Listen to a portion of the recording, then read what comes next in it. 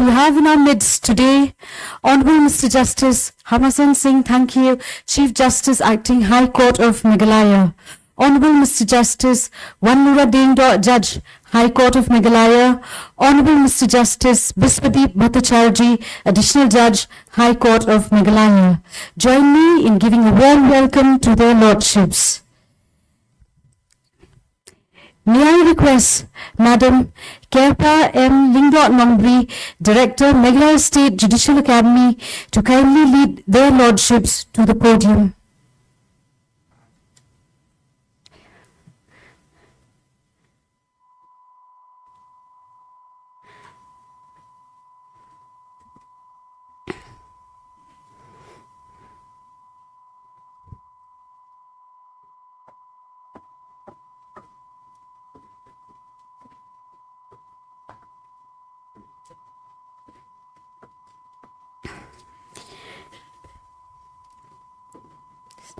May I also request Madam Director to facilitate their lordships with a bouquet.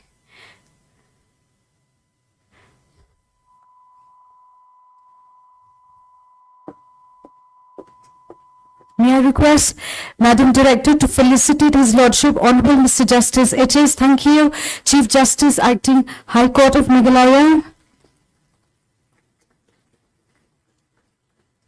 May I request Madam Director to facilitate His Lordship Honorable Mr. Justice W. Dingda, Judge, High Court of Meghalaya.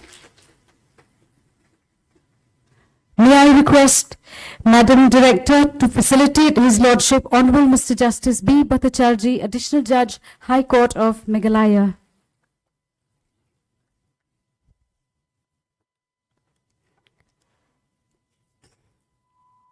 Through this training program today, we aim to shed light on various aspects of the Juvenile Justice Care and Protection Acts 2015 pertaining to the roles and responsibilities of the functionaries and authorities under the Act in strengthening the juvenile justice system with emphasis on understanding the psychology of a child.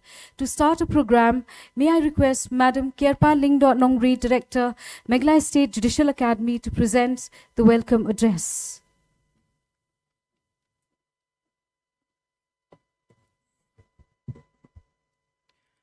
A very good morning. Honorable Justice H.S. Thank you, Chief Justice Acting of the High Court Meghalaya. Honorable Justice W. Dingdo, Honorable Justice B. Bhattacharjee, Judges of the High Court of Meghalaya, Registrar General of the High Court of Meghalaya, Judicial Officers, and all the participants. A very warm welcome to each and every one of you. At the very outset, I would like to thank you for accepting the invitation of the Academy to be a part of this one-day's program. The Academy has come forward with this program regarding understanding the psychology of a child in terms of the JJ Act, because we believe that this is an area that needs to be addressed, understanding that we can handle matters under the JJ Act, be it while dealing with children in conflict with law or with children in need of care and protection. We feel that understanding the psychology of a child is one of the most important areas which we need some professional intervention many times. And we are happy that we have principal magistrates here.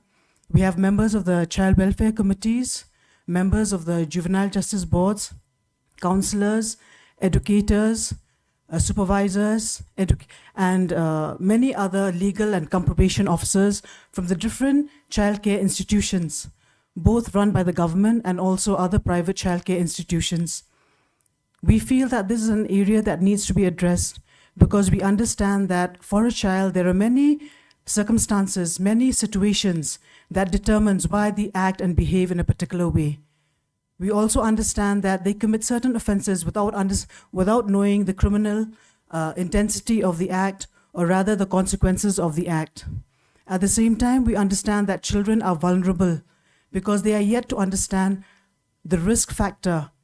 They are yet to understand what are the dangerous situations, what are the threats, what are the violence and the abuse that they may have to face. So we're very happy that in today's program, we have different resource persons, different panelists, where we've tried to gather from different fields, believing that they can give in their inputs and advice on how to handle this issue. We're happy that we have with us Ms. Isabella Shadab, who will be joining us in the first technical session.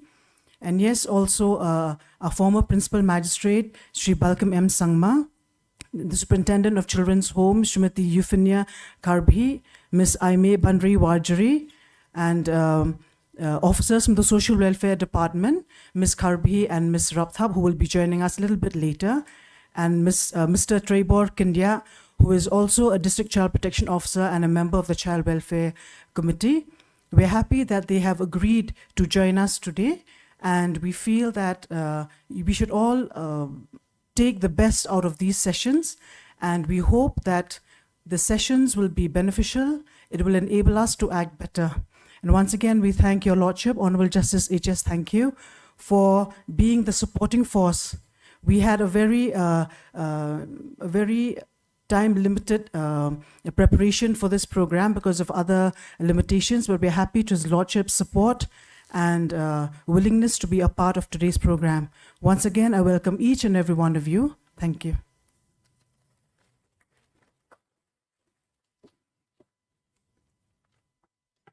Let us now move on to a very important session of the day, the keynote address by His Lordship Honorable Mr. Justice H.S. Thankeu, Chief Justice, Acting High Court of Meghalaya. This session with His Lordship is eagerly awaited by all of us and will undoubtedly be a valuable learning experience for all of us.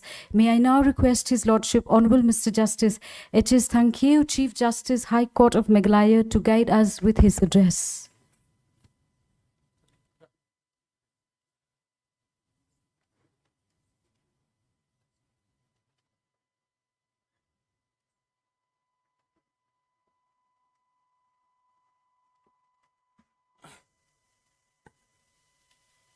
My brothers, Justice Dingdo and Barachaji, the Registrar General, judicial officers, and everyone present here today. Good morning to each and every one of you. And thank you very much for coming here and being part of this program today. Now, it gives me immense pleasure to address this gathering by presenting the keynote address on the theme, the pursuit of which is to serve the child's best interest, as envisaged under the Juvenile Justice, Care and Protection of the Child Act 2015. I think you all know and will agree that a child for a nation, for a family, or for a community is one of the biggest assets. And the laughter of children, the voice of children will bring a smile to each and every one of our faces when we hear that.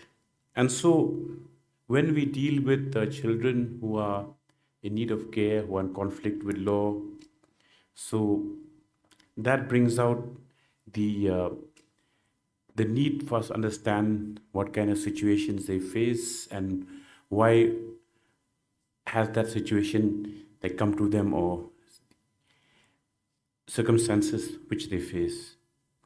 Now, the Juvenile Justice and Care Protection Act, it provides comprehensive definitions of the term child in conflict with law and child in need of care and protection, while trying to recognize the precarious circumstances which children they meet in all kinds of adverse situations.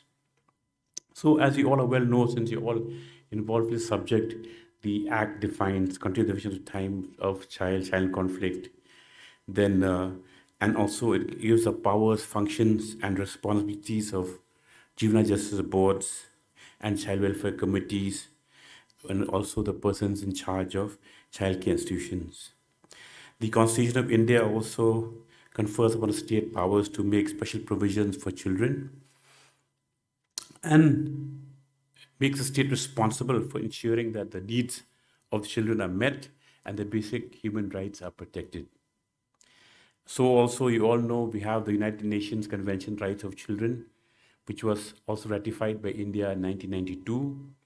It requires the state parties to undertake all appropriate measures in case of a child alleged or accused of violating any law, any penal law, including treatment, the reinforcing of child's respect, taking into account child's age and disability, or promoting the child's reintegration and the child's assuming a constructive role in society. And the primary objective of the juvenile justice system is to maintain public safety, develop skills, rehabilitate youth, and also to with the aim of successfully reintegrating them into society. So that is why it's crucial for all stakeholders, like we are all stakeholders, to understand what is the general tendency or the psychology behind the commitment of a crime or the cause of the crime, and also to look into the early life experiences of such children. That's why today is a very important day, I think, because as the topic indicates, it's understanding the psychology of a child. Now, the juvenile justice system in India was designed to protect the rights and welfare of children, but it necessitates, to my mind, a deeper integration of psychological insights to effectively address the needs of young individuals in conflict with law, recognizing the intricate workings of a child's mind and their emotions. I think it's very pivotal for designing rehabilitative measures that foster their holistic development while ensuring also accountability for the actions. So, understanding the psychology of a child within the juvenile justice framework, it involves acknowledging the multifaceted factors contributing to behavior. Children who are involved in criminal activities often exhibit behavioral patterns stemming from you can say, a complex interplay of social, economic, familial, and psychological factors. So factors are such like poverty, abuse, neglect, and peer influence also can significantly impact a child's mental health, leading to delinquent behavior. Thus, I feel, and I think it is a need also that a comprehensive understanding of these influences is vital for crafting, targeted interventions. If we talk about interventions here, another critical aspect in that is necessary is that the recognition that children are in a phase of rapid cognitive, emotional, and social development. So, since they are developing, it requires a different approach compared to adults. How they're treated within the justice system. So, the integration of, like a gathering today of child psychologists, psychiatrists, and social workers within the judicial process can aid in assessing the mental emotional state of a child.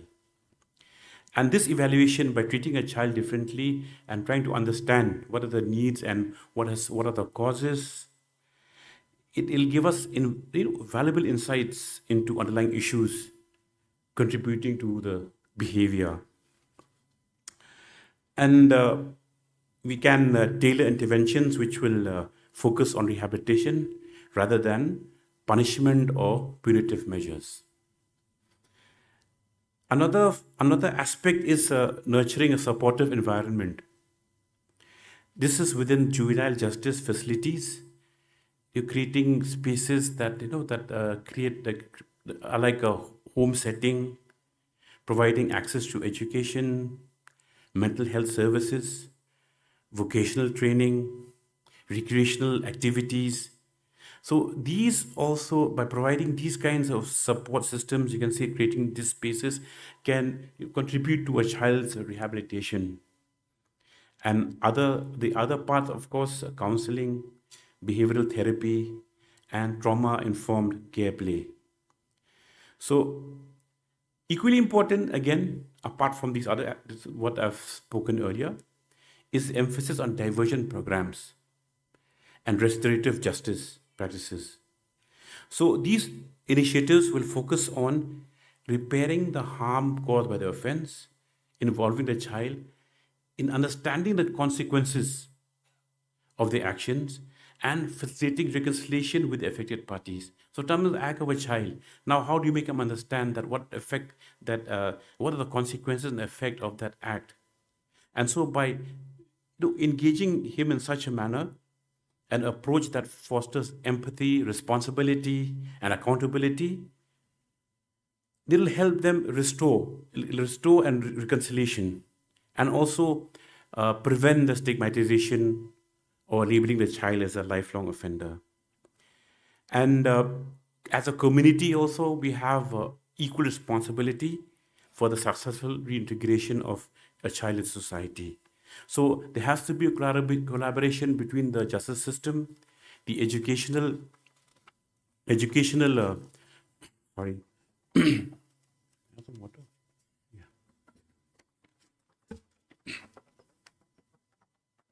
Education institutions, families, and local communities. Sorry. See, why it's important is that then it can provide a supportive network for the child rehabilitation and reduce, it's called recidivism. So that is why, to strengthen the juvenile justice system in India, it necessitates a paradigm shift towards a more realistic understanding of child psychology. And that is why integrating psychological insights into policies and practices will enable a system to cater to the diverse needs of children in conflict with law.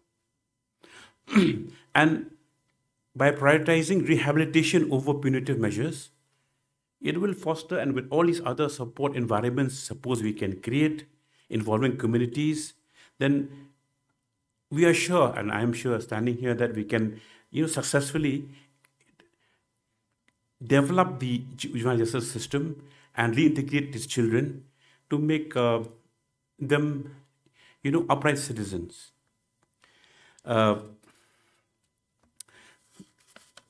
so I believe that I will not lengthen my speech, because I know that you'll have a day long ahead.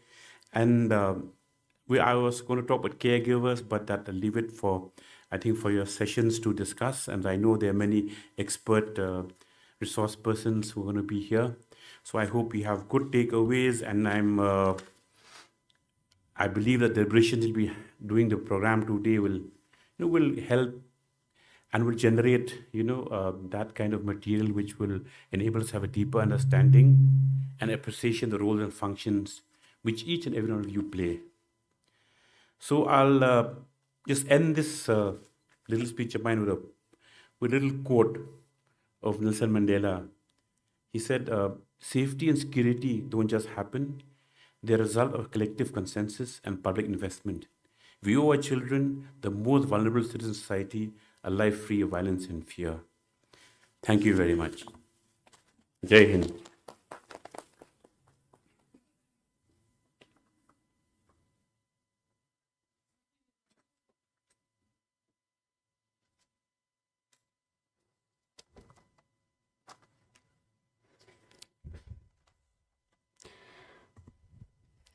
I will repeat again. Thank you, Your Lordship. The microphone is on now. So it is my pleasure to deliver the vote of thanks for the inaugural session. This program would not have been possible without the support and guidance of His Lordship, Honorable Mr. Justice H.S. Thankeu, Chief Justice Acting, High Court of Meghalaya. On behalf of all of us, I would like to express our profound gratitude to His Lordship for sparing his valuable time to address the gathering and for highlighting the issues that we need to deliberate during this training program. We convey our sincere gratitude to their Lordships, Honorable Mr. Justice W. Dingdo, Judge, High Court of Meghalaya, and Honorable Mr. Justice B. Bhattacharjee, Additional Judge, High Court of Meghalaya, for their gracious presence despite their many responsibilities. We are honored to have you with us. We are also grateful to Shri E. Karimnoit, Registrar General, High Court of Meghalaya, for his constant help and support to the Academy. I would be failing in my duty if I do not convey our thanks to Madam KML Nongbri, Director, Meghalaya State Judicial Academy, for her constant and meticulous guidance and supervision, and her untiring efforts towards making the program a success despite her busy schedule. I take this opportunity to extend our gratitude to our distinguished resource person, panel speakers, distinguished participants, and learned guests for participating in this program. We will be immensely benefited by their inputs during this training program. Last but not the least, I would like to express my sincere gratitude to the officers and staff of the High Court of Meghalaya, and the staff of the Academy also deserve a special mention for their selfless and untiring effort in bringing this program to its fruition today.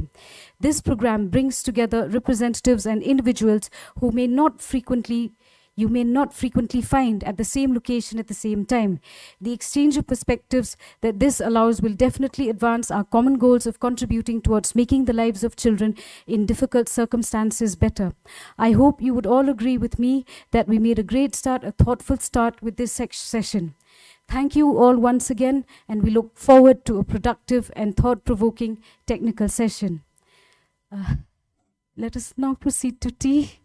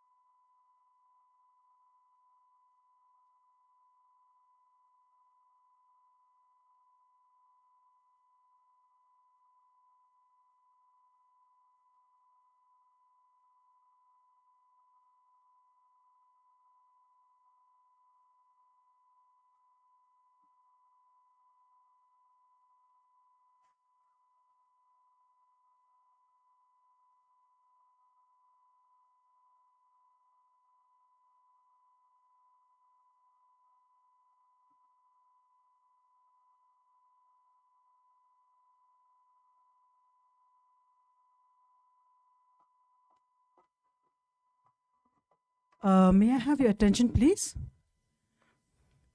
Looking at the technical sessions for the day, we have fixed the first session with Ms. Isabella Shadab. And then after that, if we go by the program, we'll have lunch and then the panel discussion. But on second thought, we were thinking maybe lunch will be too soon at 12. Will it be okay if we continue with the panel discussion? Or would you rather have a break? Yes? We'll continue, then we can all have lunch together after the whole. Because I was just thinking, we've had tea, then one session, then again we'll go for lunch. It might be a little bit too close, you know. So if it's okay with all of you, then we'll carry forward after the first technical session, the interactive session, then we can move ahead with the panel discussion. Okay, because the officers from social welfare, I've given them a call. They said they'll be here by 11:30. Otherwise, the other panel members are already here. Okay, so I think there'll be a better arrangement. Okay, yeah, thank you.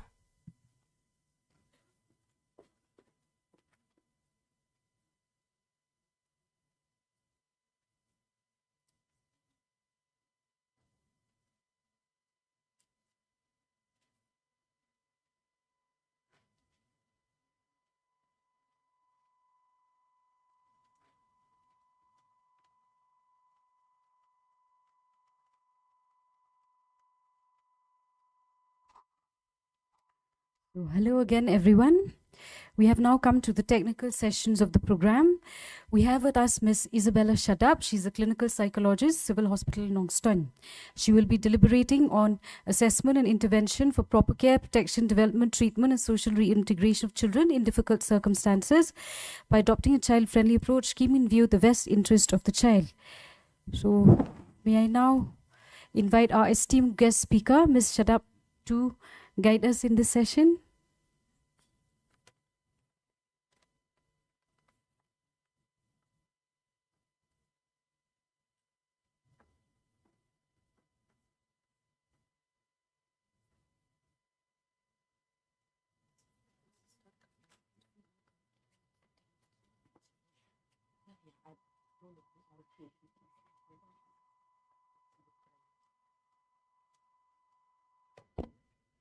Hello, good morning. Very early and it's winter, very sleepy also, right? Yes? If you say yes, it's so embarrassing. If you say no, it's like lying. So I better keep quiet, right? We are all children, you know, right? Yes? Yes. You agree, right? This topic is something that is, I was very, very happy to be called because it's something that I can, especially I have seen the audience. You're the one who's taking care of the children in their homes and you're dealing with them. Very difficult to go from one home to another, or anyone who's dealing with children. Yes? So would you, I have a request before I start my session. My session is a little different. I don't know whether you like it or not, but I would like to be more interactive. Not only me talking, lecturing from here. You remember this college days, school days? The teacher will be blabbering away to glory, but once you reach home, you're like, what did I learn today? It's like that, right? Yes? Yeah, so I would really recommend and also request all of you that, you use your top floor. You have a top floor? All of you have brought your top floor along with you? You know what is a top floor? No? This is a top floor, right? Yeah? Okay. I would request all those who are behind, can you please come in front? I don't want it to be very boring session because, it's going to really, you are in the session, you might as well as enjoy the session and learn something and go. Right? You agree? Yes? Okay. So I request everyone who are behind, please come and fill the seat.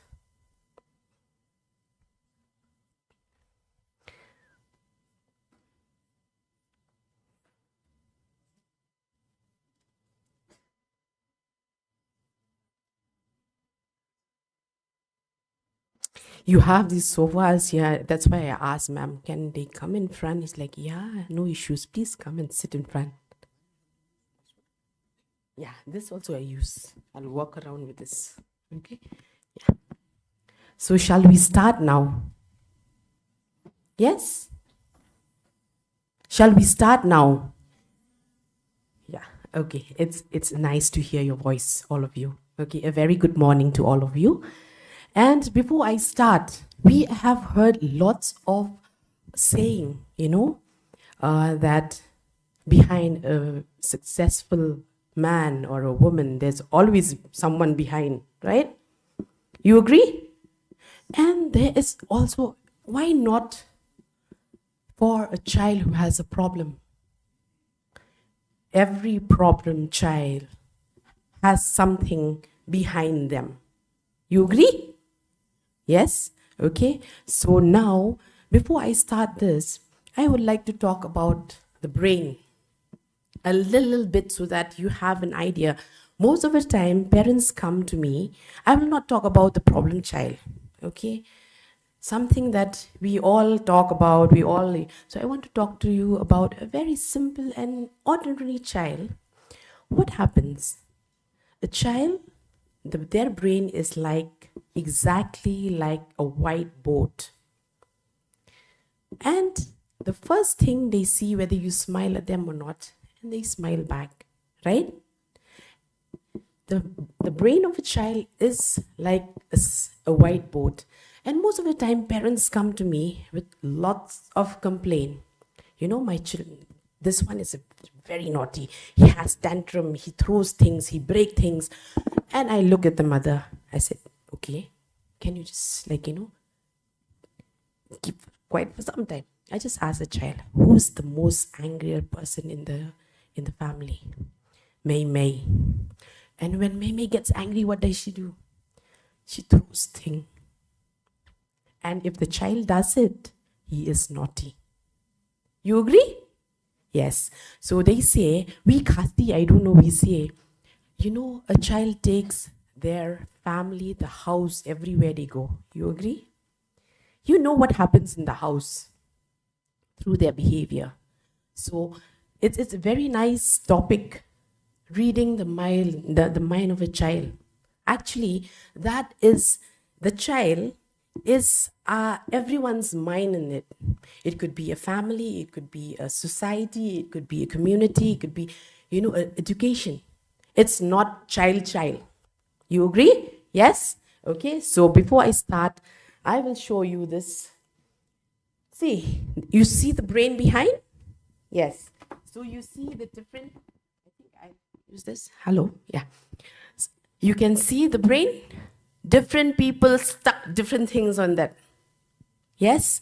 So even children are exactly like that. It's very easy to pinpoint and say, this kid is very naughty. He is very disruptive. He is annoying. He is, calling names. But actually, who did this? Everyone has a role to play there. Everyone is sticking something on the brain. Right? Okay? So you're getting what I'm saying? So knowing the brain of a child is very, very important to how to handle, because I saw it's written assessment, intervention, and the topic is huge. I was just mentioning to someone else, I said, you give me the whole day, still not enough. But don't worry, I'll not take your whole day, okay? I'll give you the points. Okay. See, you can see this? Can anyone tell me what does it say?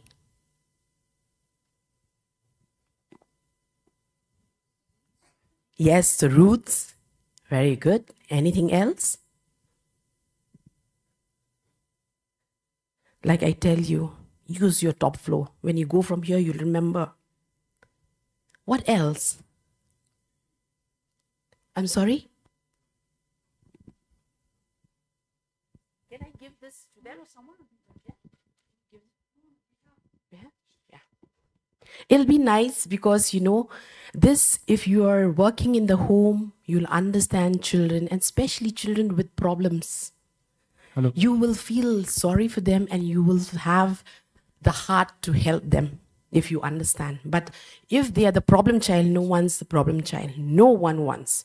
Even a mother says, oh, my elder one is so much better. The younger one is such a, I think you are all parents here, if I'm not wrong. And if not, you'll become a parent, right? So we see that. So if you understand this, I think it'll be much better, right? Yeah? You were saying something? Water. Anyone can give the mic? Yeah.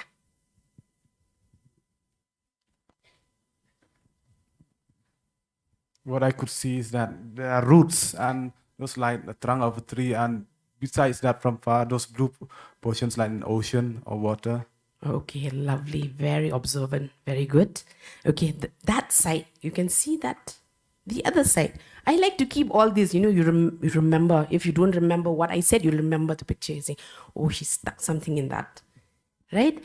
That root, so which means it's very, very important. Childhood experiences are the foundation of his or her future.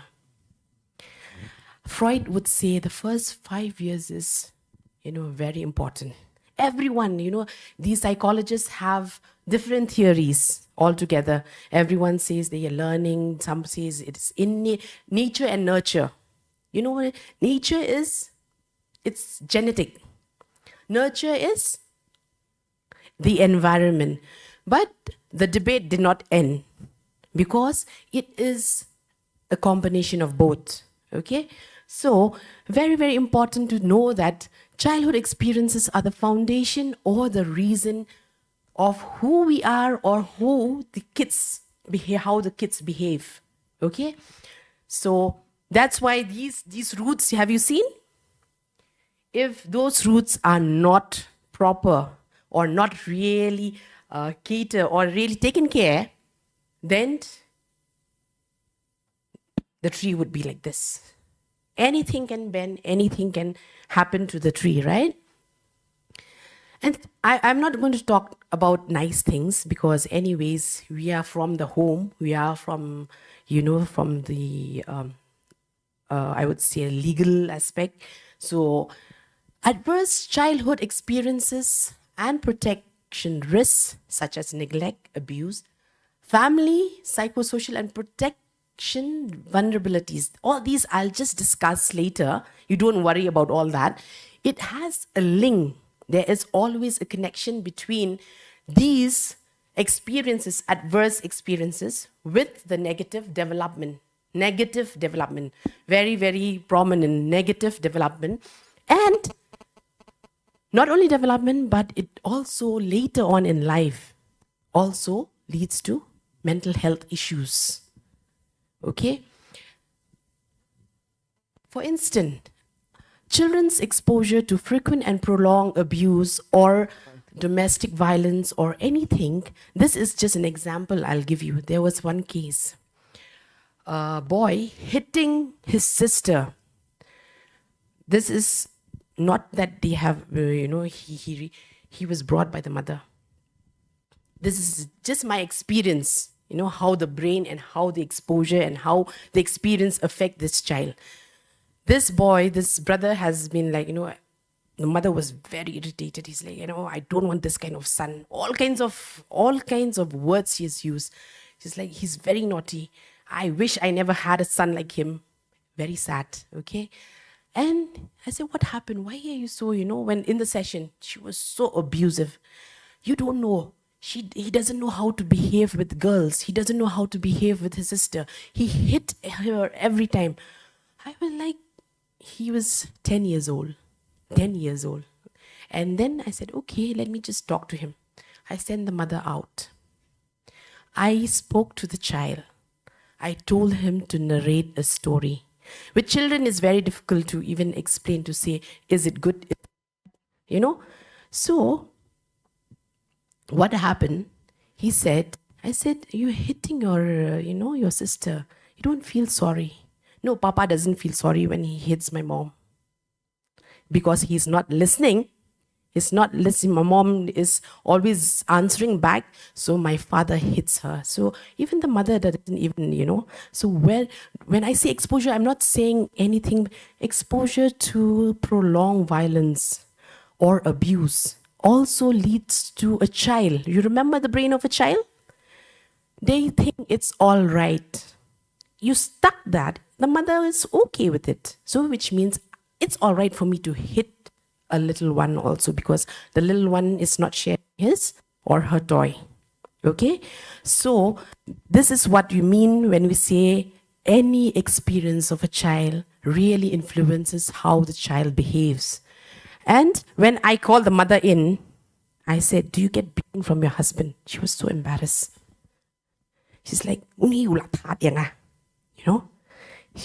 It's not about that. It's how, a child learn.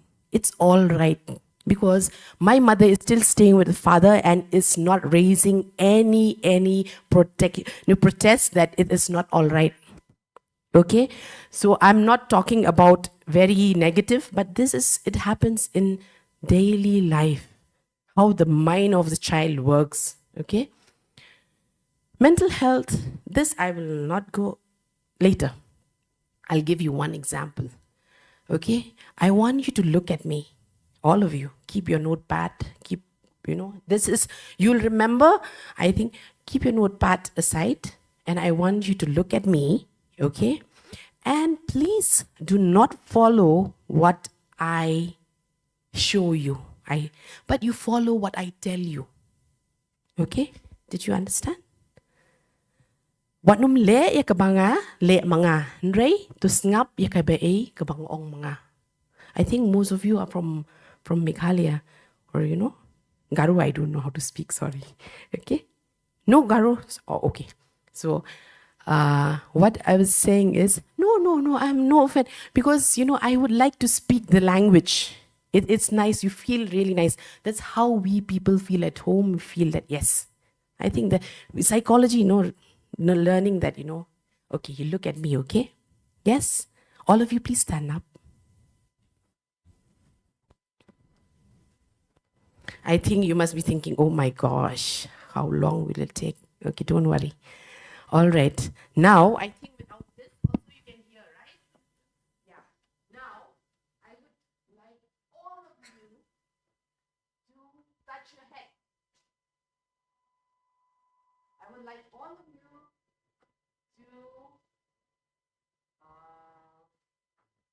touch your stomach. Some of you still touching your head. Okay? And this one. If I lift my hand up, you sit. If I keep my hand down, stand. If I keep you in the middle, you stay where you are. All right? Yes? Okay. Wow.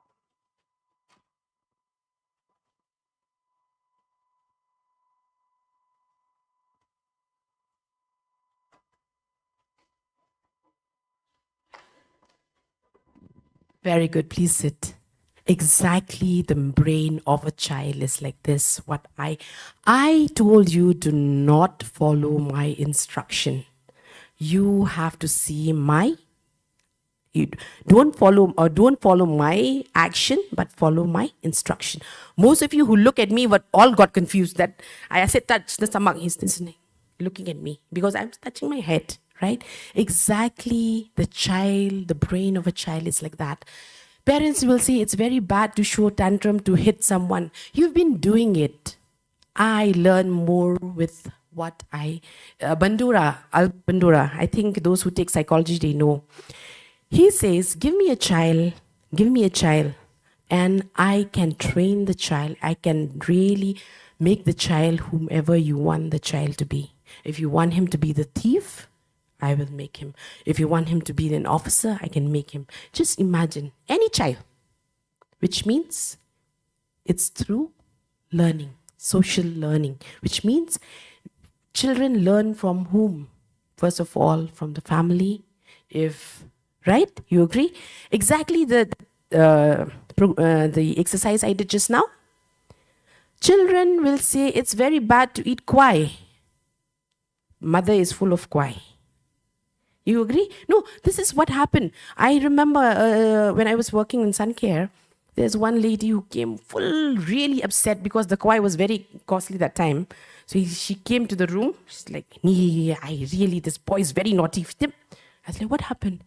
"He eats koi." And I see the mother was talking on my table. They were all koi, you know. And then I said, "Oh, okay. He's naughty. Anything else?" He's like, "No, he keeps taking. If I tell him not to eat koi, he's still taking it. He's very naughty, very disobedient," all the names. Then I just asked the boy, "Please stand outside." I can't say that in front of the mother of the. I said, "Then you're the double naughty than him." He's like, "Gay?" I was like, "Yeah. See, look at your mouth, full of koi. If you're saying it's bad, then why did you take? Right?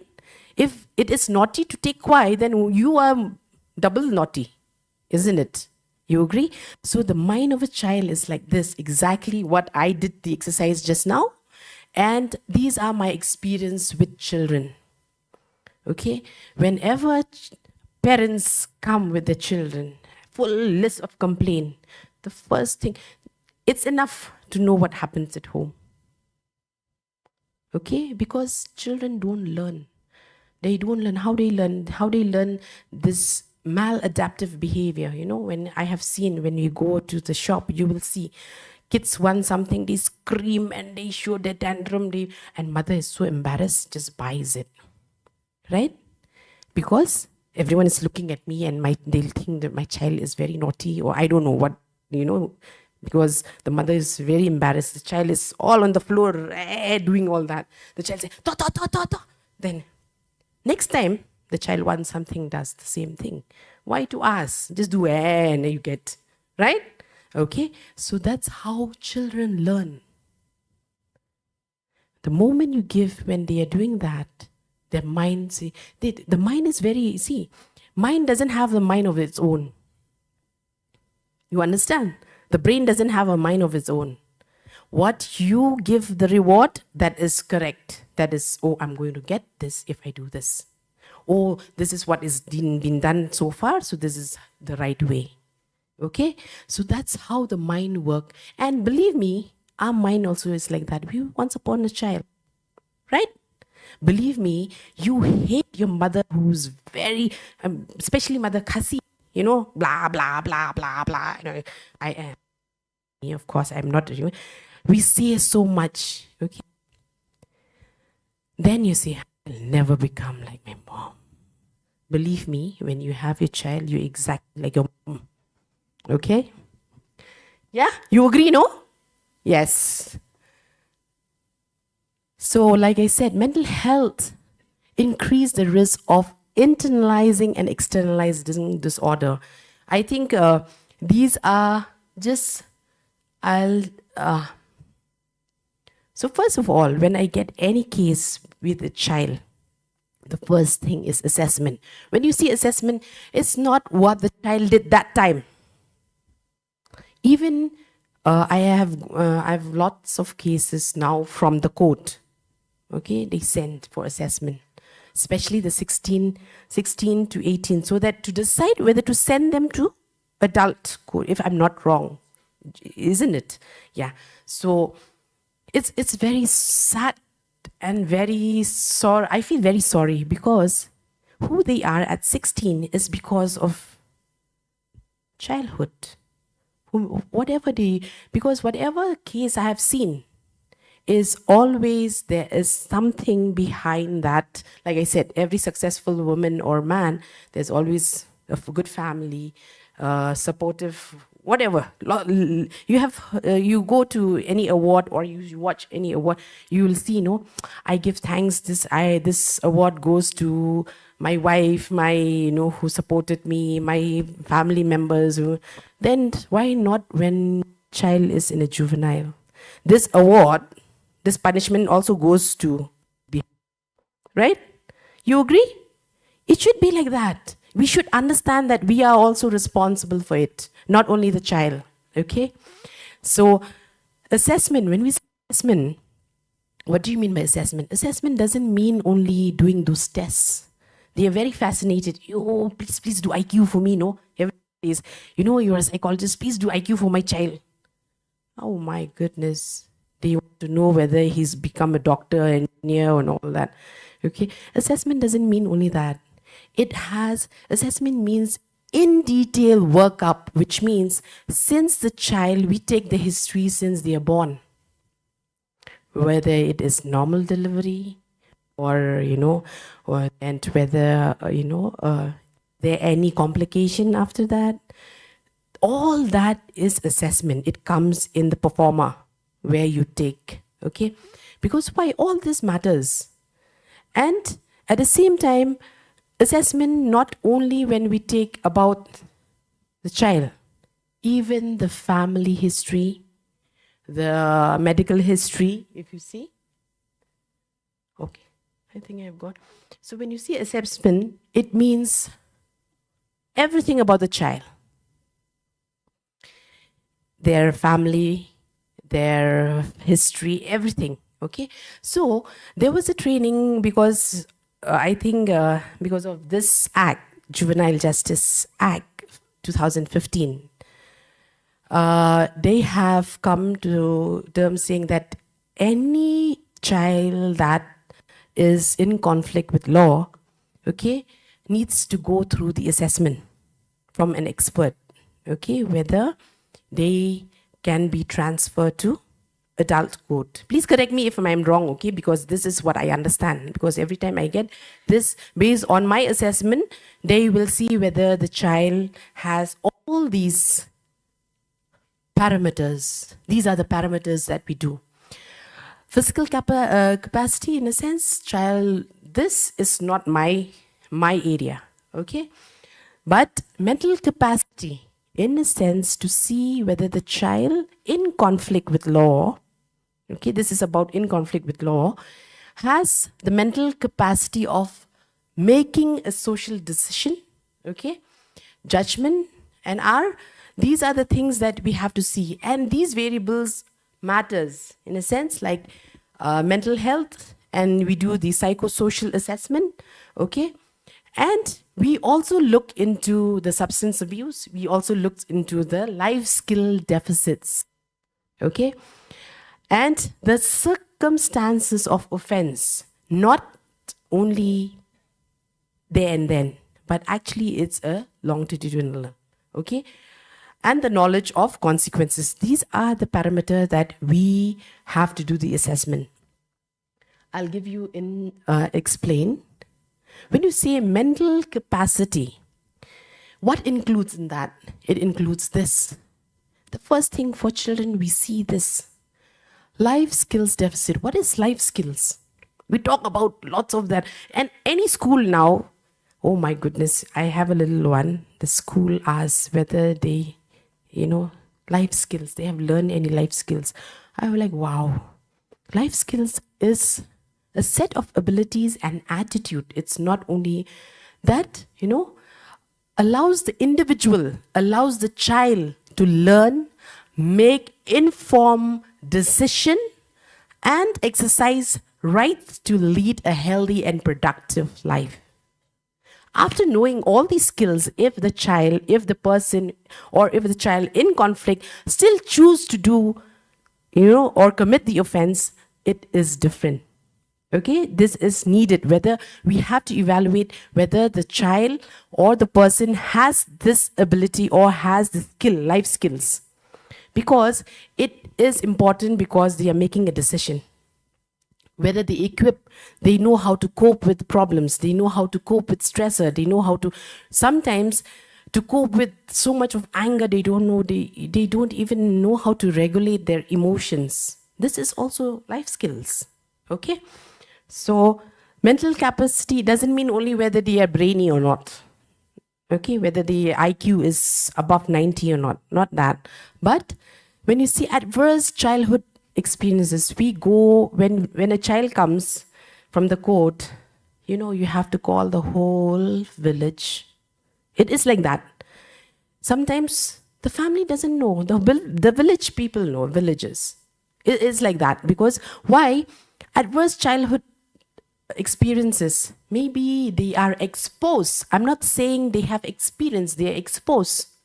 Okay, exposed to long-term violence. Like I said, that case, the boy was brought and he has the habit of hitting, beating. From where he learned? There long 10 years. He's 10 years. So since he was born, he's been seeing his mother getting beating. So it is all right. Okay.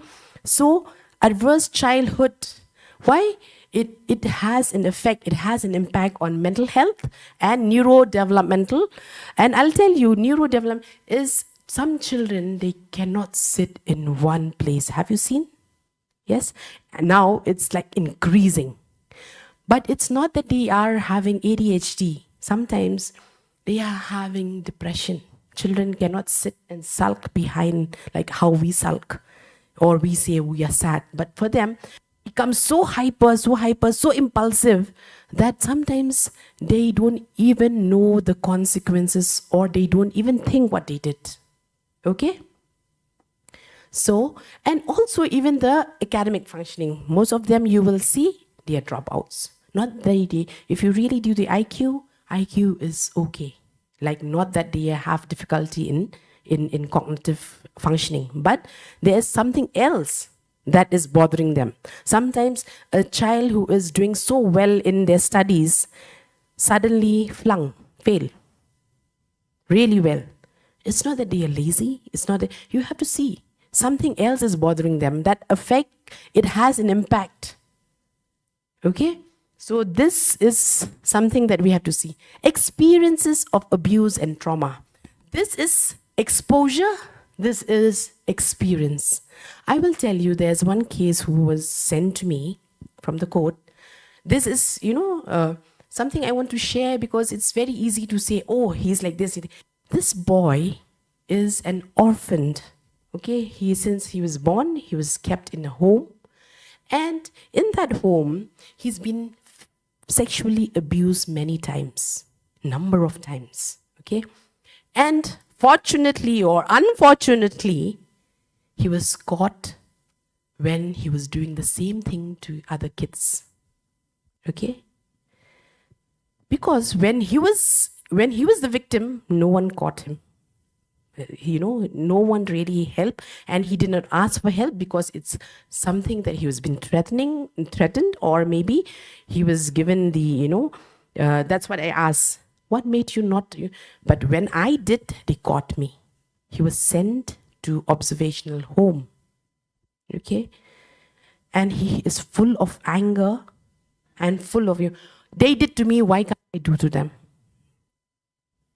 And when I did, they have a problem. What about that person who did that to me? When I really sat with him, even he was sent to observational home for 3 months, then he was again gone to the village. He did the same thing. Sometimes you have to even understand that people become addicted. A child who's been abused when they were young, some you will see they become, sex workers. That is how it is. It's very easy to label them. But if you really sit with them, okay, this is what happened. And because they know it's wrong, but what to do? It's addicted. You have heard of sex addiction? Have you heard? Yes, right? So, like I said, experience of abuse and trauma. This boy, what to say? Is he naughty? No. He was full of anger. He was depressed for some time. No one really saw that because there was no support. The family members were not around. And, okay. So this is also very important to take any decision. Mental health disorder. Okay. Anyone knows? Just name some. I don't want you guys to sleep because I feel jealous. I'm talking here and you're sleeping there. Okay? So, name any name that you have heard. Very nowadays, kids come to me and say, I have depression. They come and say, they don't come and say, I feel like that. They say, doctor, or, ma'am, I have depression. I'm like, wow. I have, what he said last time? I have hypomania. I'm like, I'm sorry. They know the names. Oh, wow. So do you know any names? Let us see. Anyone? I'll not let you sleep. I'm very mean. Okay? So, anyone? Have you heard of externalizing disorder? Externalizing, showing outside. Have you heard? No? No? I think I'll take the class the whole day. Okay, I will not, don't worry. See, mental health disorder, I would say, have you heard of conduct disorder? Anyone? Ring a bell? No. Conduct disorder? And have you conduct disorder? Yeah. Any idea what is it? Any idea? Just your imagination when you say conduct disorder. Wow, that is so big. Type A, wow.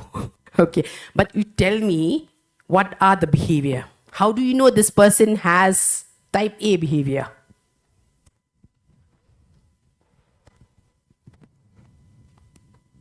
Like the expected behavior in a particular society, the child is behaving in a different manner than expected by this family or the So everyone has to become donkeys, is it? No. Means externally. Very good, very nice. Expect norms, you mean. They don't follow norms. Expected behavior. If you say that everyone has to be the same, then you're saying everyone has to be like a donkeys. Same color, same. We can't be horses. Right? Okay. But externalizing conduct disorder is something that the child is not adhering to any social norms. What they say, it's not. Yeah. What? Okay. So what I was saying is. Oh, okay. So what I was saying is externalizing disorder is they have repetitive, not once, not in, if I say that, then you'll go to your home and say, I think this boy has. No, please don't do that. Okay. So which means they have a repetitive behavior where they break rules and they have no remorse. Okay. They steal, they lie, but that would be a period of time. 6 months and above, we say. Okay? So which means this behavior you will see in children, they will lie and they don't feel bad, they don't feel guilty. Some children, they lie, but they feel guilty. Have you seen them? Yeah. But these kids with conduct disorder, they have no remorse, they have no guilt. They'll beat up and they'll set on, some the property on fire, but still no remorse. They don't see it's wrong. And most of the time, I've worked in this field for a very long time. I think I 15 years maybe. I have seen kids with conduct disorder, they come from a broken family. I have not seen one conduct disorder coming from a stable family. I have not seen. I don't know if you have seen, please let me know. I have not seen in my practice so far. If the moment the police just recently from Nongstoin, he called me up, OC. I have to send a boy. Like, okay, from police, so either drugs or either, conduct disorder. So I said, and he's stealing, he's engaged in fight and all that. Parents have given up saying, Shimmafi. Giving it to the police, yeah. Shimmafi. Okay, so this OC is like, what will I do with him? Parents and family members are not even willing to take care of him. But if you really see, I just ask, broken family, what can you go? Broken family. And they are, like I said, some kids cope in different ways. Okay, if you really see the history of these children with conduct disorder, you feel very sorry. But for us, we see only the person who's like that, okay? That's why it's very, very important to do the assessment. Substance abuse problem. Some children I have seen, I'm not saying they are, conflict with law, but there's one girl, I'm talking only about boys, so there's one girl who was brought to me, tried to harm herself, okay? And the mother is saying, she's very naughty, she's this, she's that. You don't know what I really got from her bed. I was like, wow, what did you get? She's like, I don't know, what is this? She brought, she brought this joint. You guys know wheat, no? Yeah? Yes? No? Yes, okay.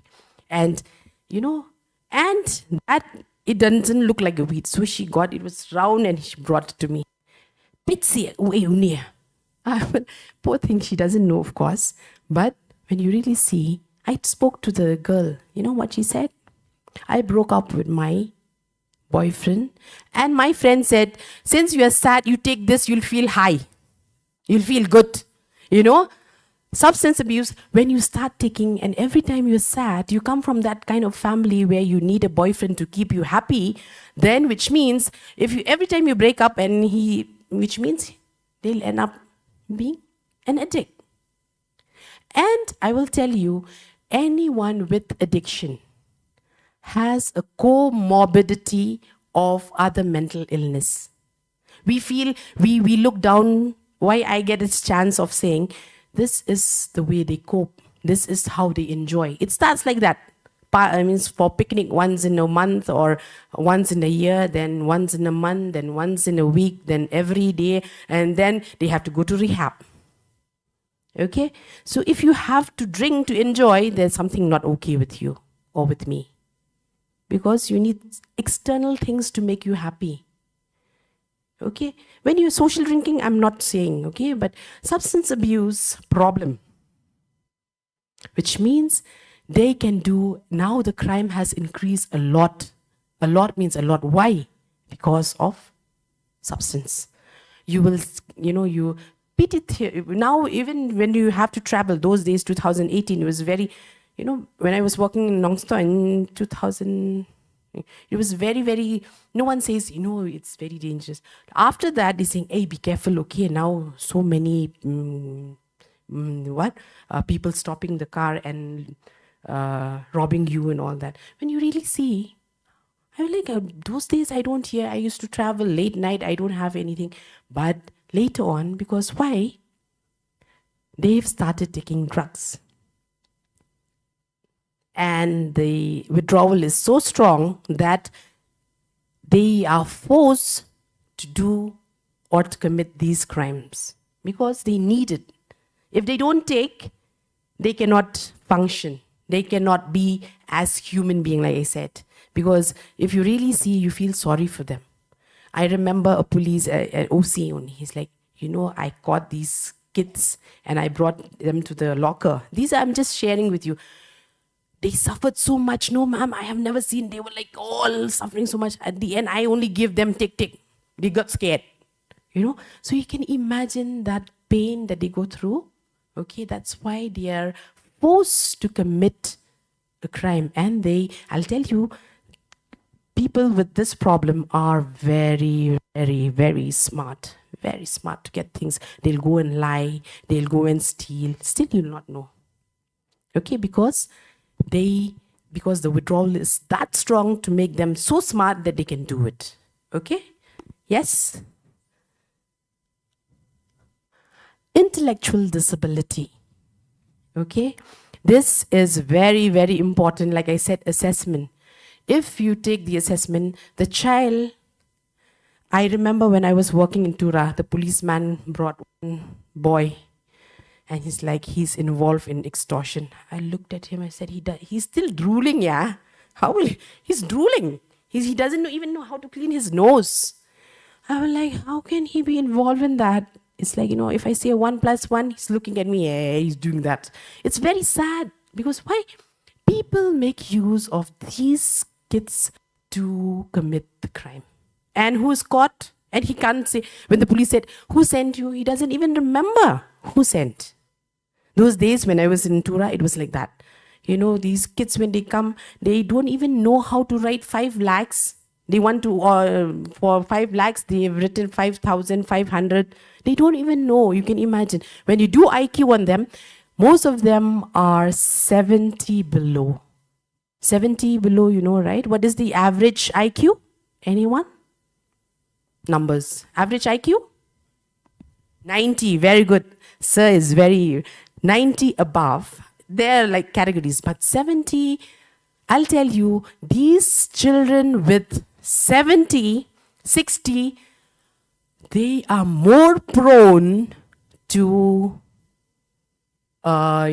committing these crimes because they neither too, compromise to not understand. They are neither too smart to understand the consequences. And people make use of them. I have seen lots of cases, if you really see, when I do IQ for them, most of them are 60, 65, 70. Very rare that I will get someone who's 80 also. Okay? So that's why intellectual disability is very, very, very important. It will, make the decision in a sense. Sometimes they say, okay, this child has committed this crime. They don't even know what they did. So, like I said, I think in the law, you have to know what you did then to deserve the punishment, right? The motive. They don't even know. Someone sent, they just went. I told you, this boy, he doesn't even know how to clean himself. So how will he go and ask the businessman to give me that much? So these are very, very important points to understand. Okay?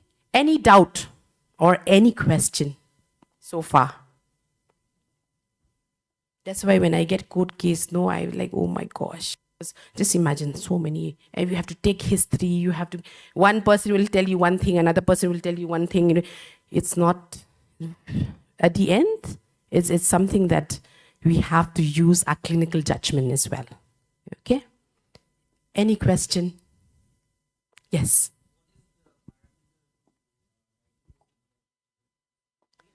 I will not say parameters. See, something that we have assessment tool. Okay, there is an IQ assessment that we do. Based on their performance, we calculate and we get, and there is a formula that we use, okay, how to get an IQ. And once we get that number, then we categorize, okay, this person comes in this category.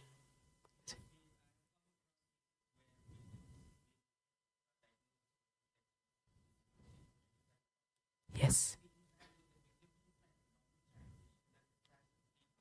See, that is the problem. I remember, I'm sorry, I'm just giving you my experience. When I say mentally, intellectual disability doesn't mean the child has to be like that. No. You understand what I'm saying? They understand. I'll tell you, and especially someone from the village, they know how to take care of themselves. Their self-help skill is superb. Okay? But when you start talking of some abstract thing, you will know, okay, this child has some problem. Okay? Because I remember I referred a case to a doctor. To a doctor saying that, this child has mild MR, okay, mild mental. We don't say that anymore, of course, but we still have these technical names. This doctor was so offended and he came, how can you say that he's mild MR? I said, I'm sorry, what happened? It's like, look at her, she looks so normal. Like, that is what mental health or mental disability is all about. When you look at a person, they look perfectly fine. That's why you need a professional to really, sit. And he was so offended, saying, no, she talks, she's cooking, but when you really sit with the child, because she is mild MR, whenever she has a problem, she starts collapsing, she faints. Okay? Because she is not, remember life skill? She should be able to be at that level to understand that, okay, if I have a problem, I need to fix that problem. I need to deal with that problem. But this child doesn't know because that ability is not there. Okay? Yes.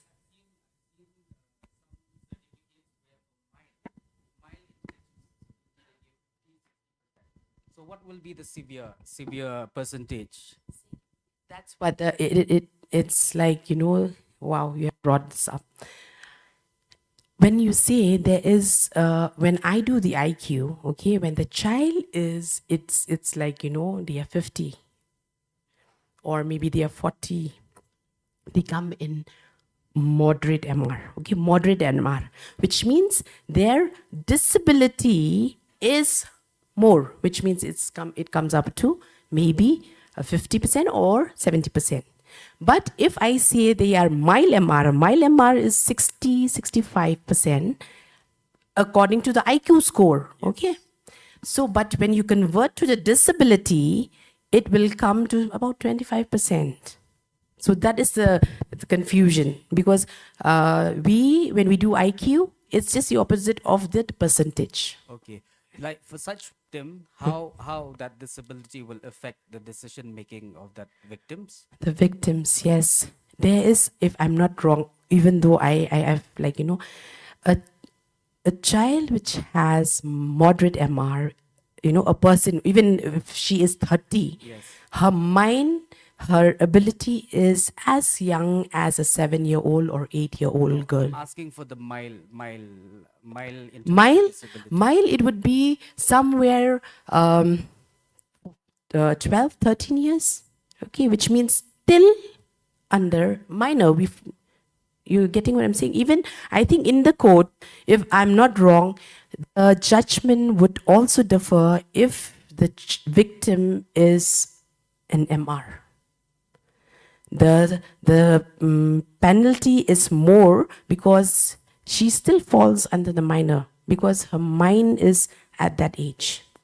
That's why most of the time the police would bring a victim, not a victim saying that, can you, I remember, I'll tell you, as this is my experience. I feel very sorry for this girl. She's 29 years old. She was brought to me to do IQ assessment. I cannot do IQ assessment. You know why? She doesn't even know how to count. She was abused by a villager. She doesn't even know how many times she was abused. You know how she did, how they had to go to a hill where she goes and see the cows. Oh, here also it happened. And then they went to another hill saying, here also.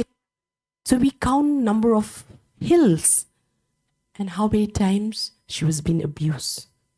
She knows how to take care of, she knows how to take bath, he know how to, because she's from a village, because no one does that for her. She has to do it by herself. You can imagine she doesn't know how many times she's been abused, whether it's correct or wrong. She was brought because she was pregnant. Okay, just one last question. Yes. Based on your expert opinion, can we rely on the statements of a victim who is of 60% diagnosed with intellectual disability? That's why we have to have assessment in a sense that not only the IQ, but we have to see the evidence. I think in the court that is required.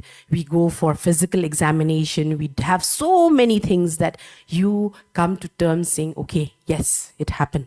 Because this girl, she was pregnant. It's very evident that someone has done something to her. And when you say how many times, she doesn't even know. You have to go to the hill and say, oh, here, no, not this hill. Then we went to the other hill, say, oh, here. We count the number of hills, how many times she's been abused, and by whom. Very difficult. She has to show, oh, is it, no, not this one. It's very, very sad to see. No, thank you. Any more question? Yes?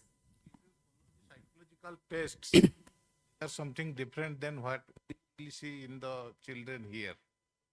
And how you take care of this? Yes, that comes your clinical evaluation and the background. I cannot show something I studied outside. Okay, I did my studied outside. I cannot use the same IQ for a villager. Okay, I don't expect to do BKT. BKT, it's a tool, and it is loaded with verbal tests, subtests. If they don't know English, it doesn't mean they are MR. Okay, so that's here comes your clinical skills, where you take the assessment, because sometimes even villagers, as in a school, it depends on the what kind of school as well. You cannot say this person has specific learning disability, has problem, when the teacher himself doesn't know how to teach. So all that really counts. That's why when say assessment, it's the overall. And when you say IQ, what do you mean by IQ? Not numbers, but how the child is able to cope, to adapt, and able to live a productive life. We every time when you just look at person, okay, the person, you need not write that, take the tools everywhere and say, okay, how much is this person, isn't it? But looking at the person, how is he or she living, whether she can deal with daily stressor, she's able to functional, she's able to, that's how we cannot label anyone only with numbers. Okay, did I answer your question? Yes, because here I had a confrontation with the psychologists who are practicing in Delhi, because there Yes. they treat that academic achievement as one of the major factor in the IQ. And if we come down to Nangstein or the remote areas of from Very Nangstein, true. Very true. and then the IQ assessment will not tally at all with them. Yes. They will treat everybody as mentally retarded. Very true. Very true. Because you don't expect a child of a remote area with a child who's so exposed here in a city or in a town, you cannot say this child is MR, this child is bright. No. Because the exposure matters, what kind of background, what kind of, all that matters. That's why we see assessment. Assessment is not only the tests. Okay? That just gives you and just a support to say, yes, this child has this problem. That's all. Okay, that's why when they do assessment and send, I am not going to do it. I'm always, I said, I have to see the patient, then only I'll give. Because my report will matter to that person. Because you cannot say, okay, this person is MR, when the child doesn't even know and have never gone to school, or, there's some tests that we have. We cannot use the same test. And at the same time, like I said, we have to use our skills to come to a conclusion. Yeah. Anything else? Yes? Yes, of course. Why not? Open school is there. My MR, I'll tell you, they'll start having problem at 7th standard. 6, 7. Because why, Anyone? Let us see. That is common sense, okay? Once they reach 6, 7 years class, that time you'll start having problem. Mom, actually, in our home, we have one child with mild MR. She is 13 years old, but she is a study in class 3. So what I see is that it's very difficult for her to cope out with her education. Yes. She's very slow to learn also. She's 13-year-old, but she's in class 3. I'll tell you, why do we send to school? Why do we go to school? To get job? Now PhD are unemployed. MSc are unemployed. Are you going to school to get a job or to do what? To learn skills. You need not send the child to school. It's a trauma for them.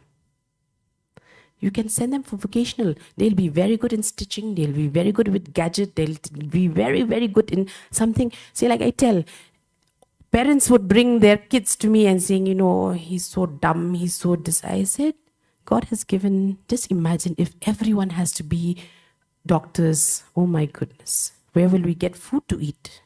Where will we get dress to wear? Isn't it? Which means, just because they are MR, then you're forcing, no, Bamlet school means Babiet. Who said school is, there was a saying, my mentor was saying, kids before school, when you send them before, when they're a child, they're very brainy, they're genius. Once they go to school, they become idiots. Because they've been taught to do that. They have no more, they've been like, why I'm saying is, like you said, that I'm sending, it is, for them, exam is a trauma. They cannot remember. They study now, so after some time they forget. And they sit hours together to study. They sit hours together. Still, they are not able to really write their exams, and it will pull their self-esteem down. They feel, I'm so dumb, I'm so stupid, you can send, she's 13. I always say, why not vocational courses where she can be, she'll have more confidence, she'll learn the skills, and then she can even take care of herself, because homes, after 18, where they go, I don't know. It's very sad. That's what I ask the people, those who take care of the home, after 18, what will you do with them? I think we'll send them to the village with them. Then why not that time, rather than sending them to school, send the child to learn some skills where once she's out of the, she's able to fend for herself and feed herself.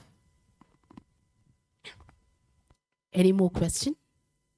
So I will continue. Shall I continue? Yeah.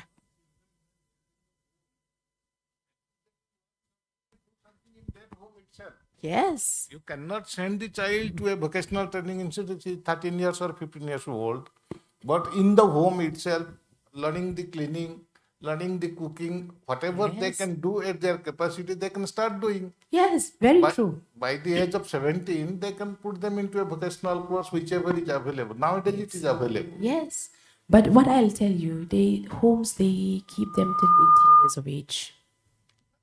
Right? I feel very bad because 18 years of age, we say, okay, 18 years of age is just beginning.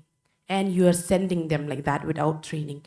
And when they end up again in some problem again, because they don't have no skills, they have no them, because they are, like you said, their ability, it's not to learn to go to school, it's something else. Okay, like you said, learning how to clean the house. I'm telling you now, because we all have this mental, the mindset that only going to office in a government office, then only it's a job. Why not sweeping the floor? Why not being, a vendor? Why not being a plumber? Why not? We encourage our kids. You know what we tell our kids? You have to be like that. If you don't study well, you'll be like that. What's wrong with that? That is the problem. That's why we push our kids to go to school. All the parents are like that. You understand, right? Now you will see domestic help. Everywhere I go, I hear, I hear, I need help, I need domestic helper, and you pay a lot. I think even a school teacher will not get that much. Why not? So that's a mindset of everyone. In the home also, why not? See, appreciate. We appreciate only those who pass nicely and who get good marks and who really get something. That's a problem. That's why even kids also learn that way. I am not good in school, then I am dumb. Okay? Any more? Excuse me, ma'am. Yes? Is MR related to any functional or conversion disorder? Oh, wow. See, we have to even see, most of the time when they come, we ask them, do they have any illness? Then they say no. Do they have fits? They say no. No, only when they were young, like this, they'll tell, So it is very, very related. A child who has conversion or convulsion, the more, if it's not controlled, the functioning of the brain or the functioning of the child will decrease, will deteriorate. That's why we insist that they should not miss their medication. Thank you, ma'am. Yes.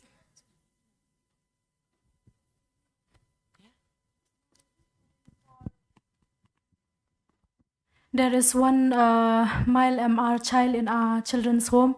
So I tried to help her in order to get her capability to send her for vocational. But till now, I could not see her where she is capable to do so. So, is it fine? I just suggest the my caretakers to help her in doing the household chores in the CCI. So is it fine, like, to train her only in those things so that if she can? Yes, why not? Like I said, people are looking for domestic helpers. They are why not?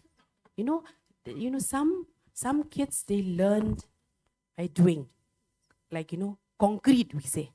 Okay, you show them how to clean, they clean the house like this. Any person who has IQ like more than 100, they cannot clean how the child is cleaning, how the a person with mental disability can. So it's all right. Why not? It's good. It's like I said, we have this mindset that, oh, it's a housework. Oh, it's this work. That's why we say we have lots of unemployment, right? That is also people. Why he is like that? Why he's drinking? No job. Why no job? Why can't you go and do help in the no laborers? Why not? But we have no. I'm already educated. I'm already MSc. How will I? That's how mindset. We also bring our kids like that. We bring up our kids like that. Nam kreakor, you don't study, see, you have to go and work like that, mama. Oh my. It's very sad. Okay, so you are all in the homes or you are related to, you tell your kids, whatever you're good at, you do that. That's the best. Everyone, like I tell you, everyone doesn't have to be a donkeys. Donkeys, you have seen donkeys? I'm not putting them down, but same color, same height, same everything. Have you seen horses? Different colors, different height, everything. We should not be like donkeys. If everyone is going to school, everyone has to go to school. You see how much, what are their interests, what they are good at, all that matters.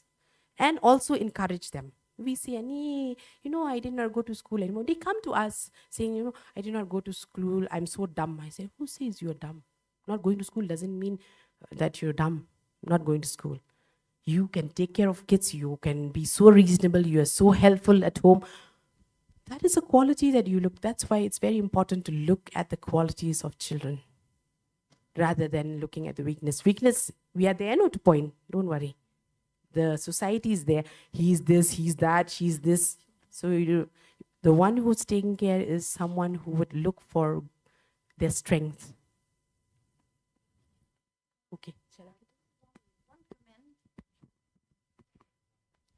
Yeah, we agree with what you said regarding training, children in different vocational courses and things like that. And children with MR, can be trained in household chores and things like that. But as I was sitting here, I'm thinking of one thing, we can change, but the system, remains the same.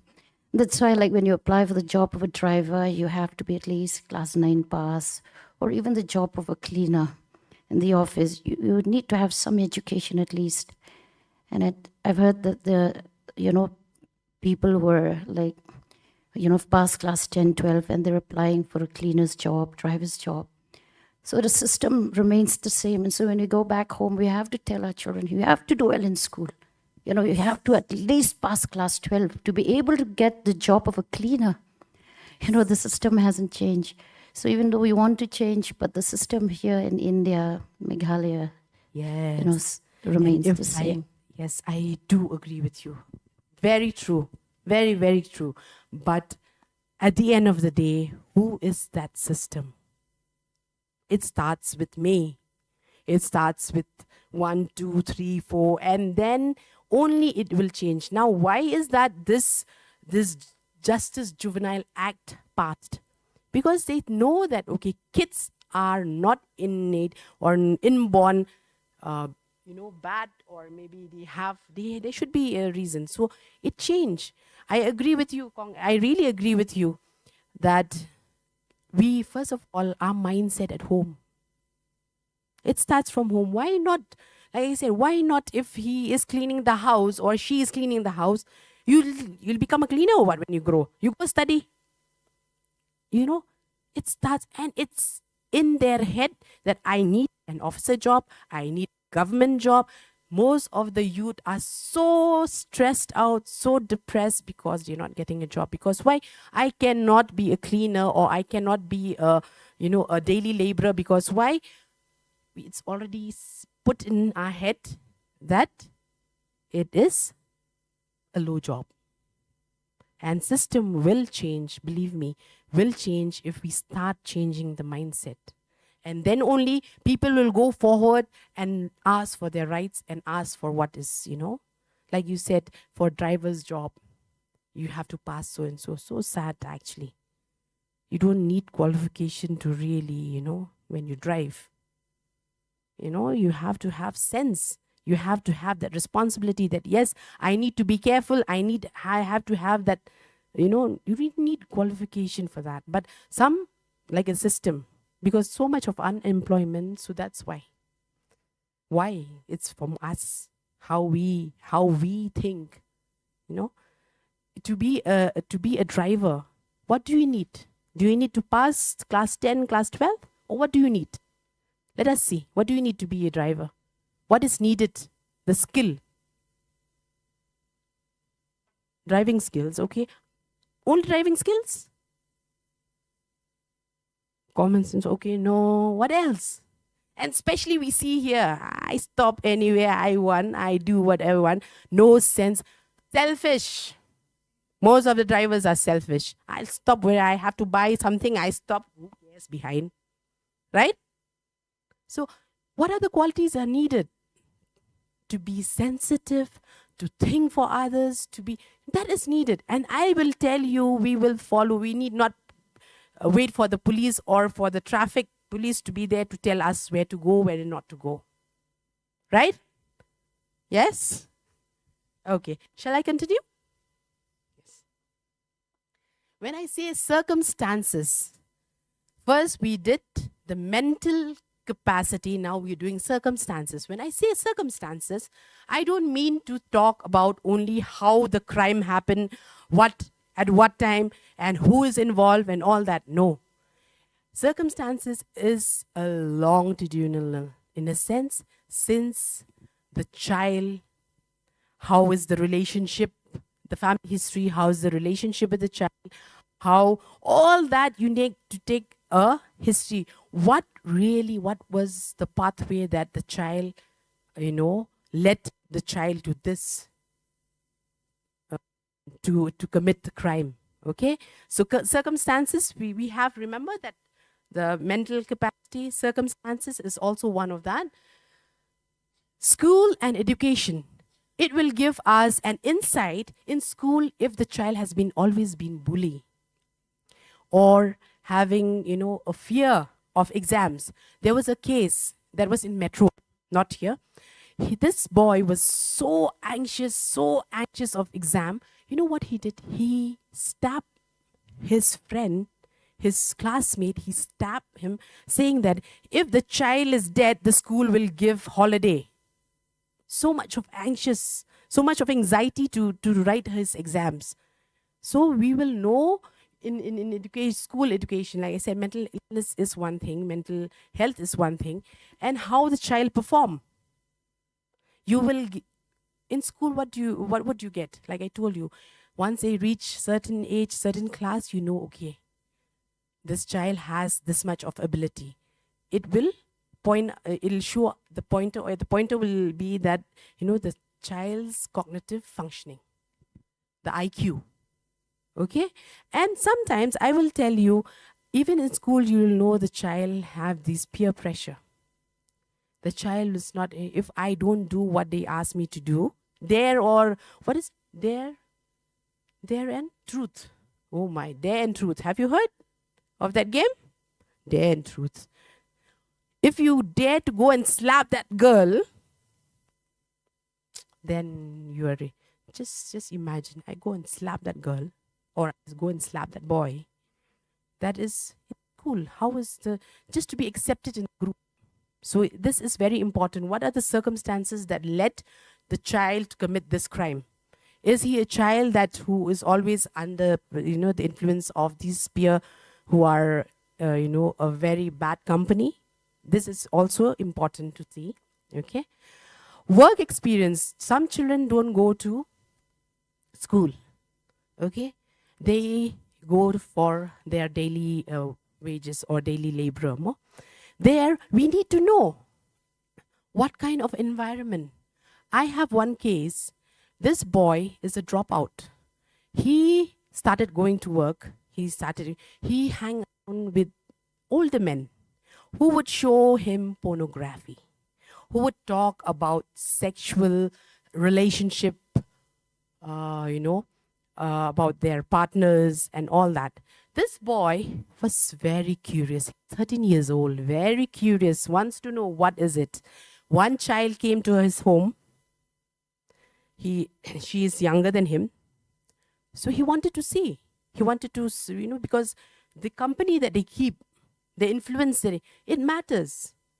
And I did ask, how did you know that, you have a girlfriend? It's like, no.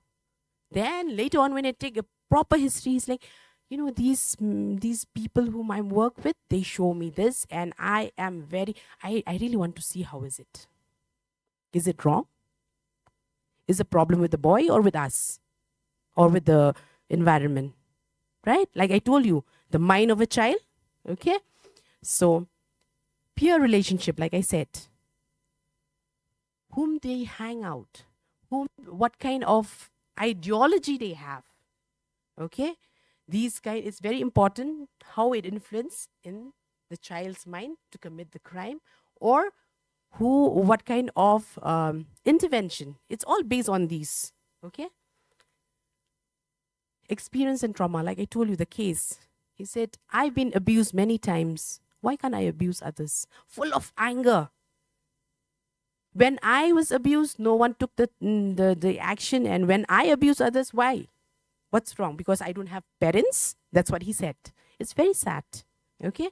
So that's why the circumstances led him to do that. Mental health disorder, and sometimes, like I said, conduct disorder, and what we say, ADHD. Have you heard of ADHD? Yes? Where kids have these 3 hallmark of inattention, hyperactive, and impulsivity, where they don't even know what they did. It's already done. By the time they realize what they did, because they have these traits. Okay, sometimes they get involved in disciplinary issues and with authority, because why? They are so impulsive. By the time they realize, by the time they take a decision, they already did the deed. Okay, so that is very, very important also to look at that. So the next parameter for the assessment is knowledge of consequences. Very important. So anyone can help me here? What is required to really say, yes, this boy or this girl has a knowledge of the consequences? Anyone?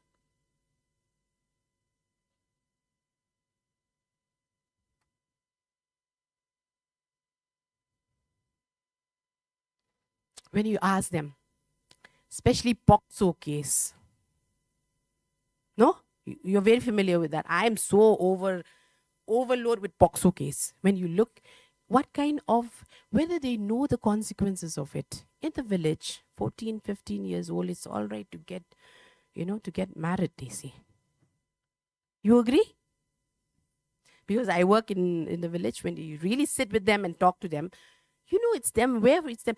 At 3, 4 years old, they are taking their young ones, as in their sister. They themselves cannot walk properly. They are one here and one here. They can't even climb the bench where they can sit. So when they reach 14 years of age or 15, don't you think that they so feel that they know how to take care? Means marriage is only taking care of the young ones, the offspring. They say, there's one case who came to me, 17 years old. That time, I am the only one who got very old. I'm like looking at this. She looks like small kid. I said, what age?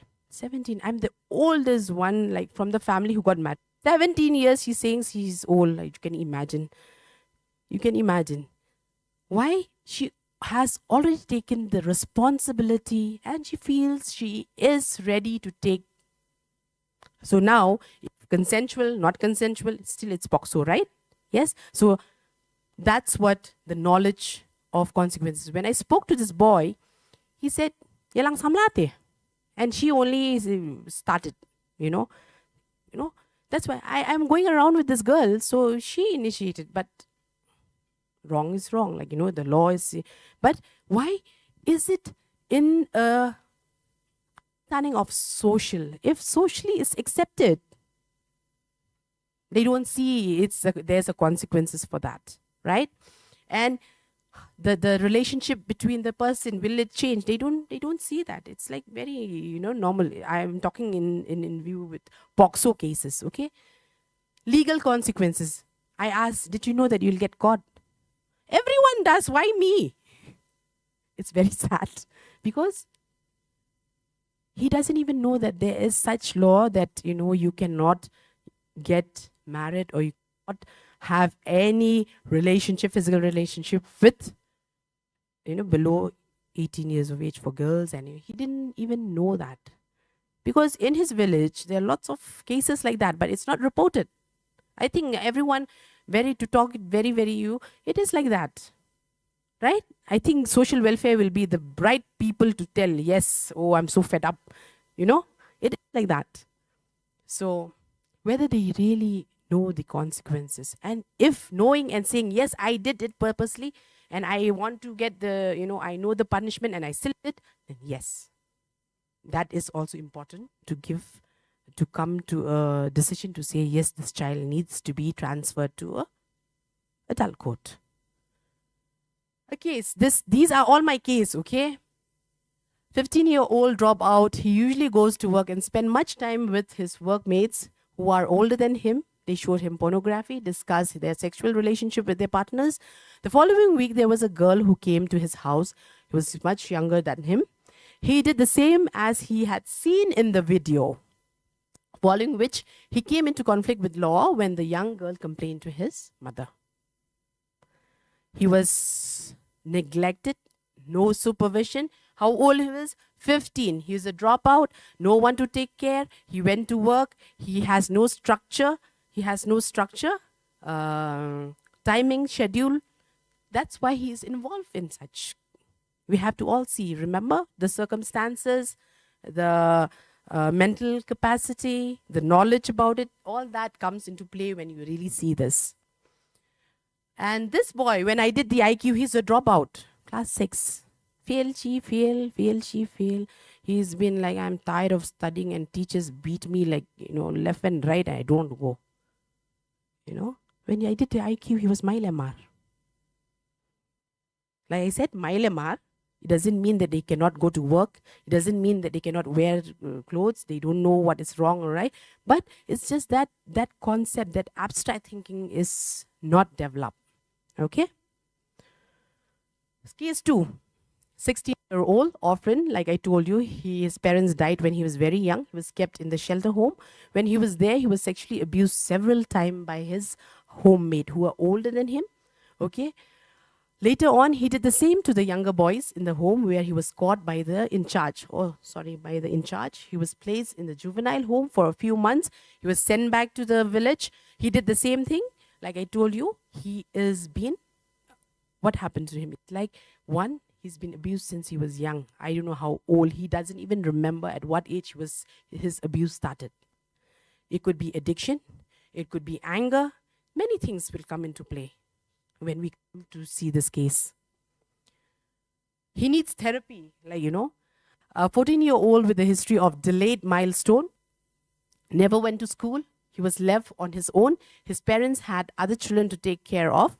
And since they were very poor, they did not send this boy to a special school. He was caught by a police when he went to collect extortion money demanded from I told you, he is drooling and he doesn't know. And he was caught by a police because why? He went to collect the money. that was demanded by the, by the, I don't know who, but he was the one who was caught. So you can imagine, he doesn't even know how to clean himself. You can imagine he'll know how to count the money. He doesn't know 1 + 1 is what. Okay. So now, any question? Oops. Any question that? See, one thing is very easy. If punishment would have worked, or maybe whatever approach we have taken, if it would have worked, I think we will not have crimes anymore. You agree? Yes? They did not choose to be like that. One, we have to understand, they did not choose to be like that. And who is responsible? We are all responsible.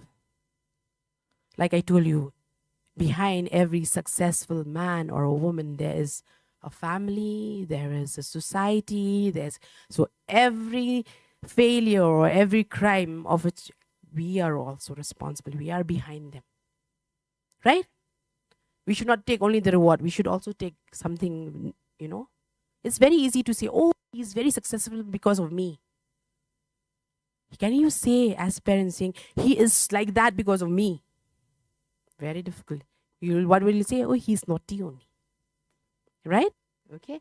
So that's where, the juvenile justice system, 2015, they did take a decision saying that they need to have an assessment to see what is the next step.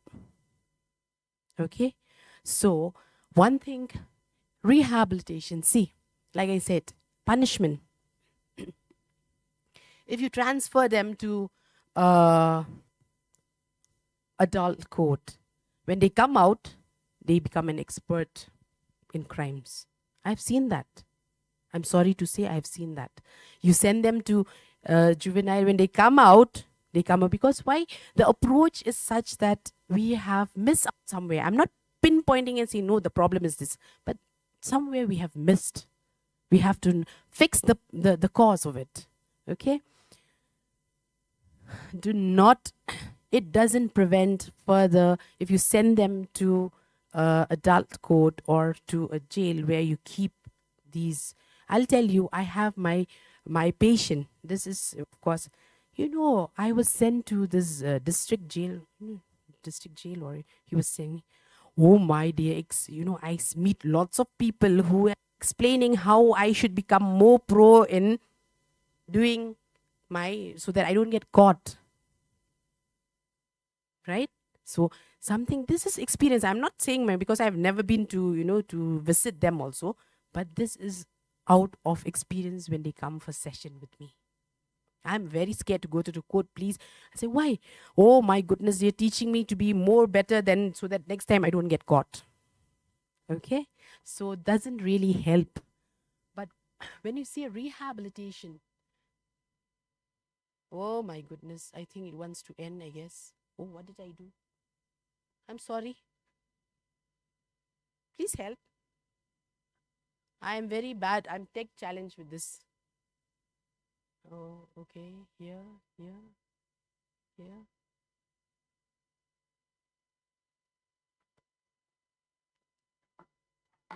So sorry, he has to come running from there.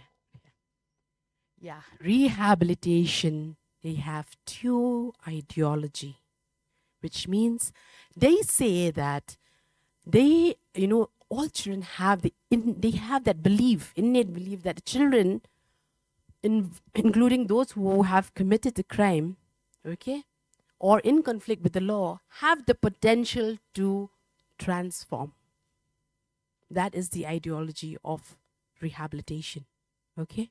The second, if you don't give a chance, how do you know whether they'll transform or not? After you give them the opportunity, which means the process oriented, to process whatever they have gone through in their life, how to really become a better person because of that. It's a therapy, okay? A reflection of whatever had happened and how he would like to live. And like I said, life skills, vocational training, and if they are mentally ill, to be under treatment. If they are an addict who is involved in the crime, for rehabilitation, giving them that, that opportunity to transform themselves, rather than saying, okay, punishment would be like the answer. But so far, it is not the answer. Okay? So this is the ideology of a rehabilitation. See, what we do, essential psychosocial care. First of all, when we get, what we do assessment. Assessment not only about the person, why, when he did the crime, nothing like that, but we have to be in detail. Mental health perspective is very important. Okay, including the psychological testing, see how much they can do and what other things, how are they coping, what kind of, problems they have, okay, and if they have any mental illness.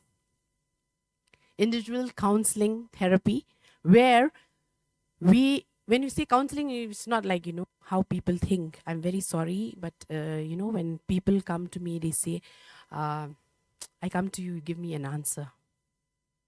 I came purposely to you so that you tell me an answer. Counseling is not giving an answer. Sorry, okay? So that you oh, I said for counseling or her for counseling. This counselor is so bad. She did not tell. Or some counselor telling, no, not to do that. Parents have done that at home. Okay? So counseling doesn't mean that. Counseling means to see what led the person to be who he or she is doing, like, present scenario or present, which means therapy is more in detail. Counseling is something that sometimes they don't even have the skill to learn. So we're just teaching them few skills to say no to friends, to increase their self-esteem. They will not get in trouble. Because most of the time they cannot say no to their friends, peer pressure, they end up being called to the principal's room or maybe in the lockup. Okay, so group therapy. When you say group therapy, it's something to do with skills training, something to do with, discussing that I'm not the only one who's having this problem. Let us see how we can, to acquire the life skills, and especially, why is it say, especially focusing on decision making. Decision making is not as easy as it sounds like. Decision making, when you decide something, there are lots of component that is involved. Okay, for us it's like automatic now because we have reached that age. But for kids to decide this, is it good or not? What are the consequences if I do this? There are lots of things to to look into when you take a decision. Social judgment and empathy. Why we focus on this? Because it is necessary for transformation.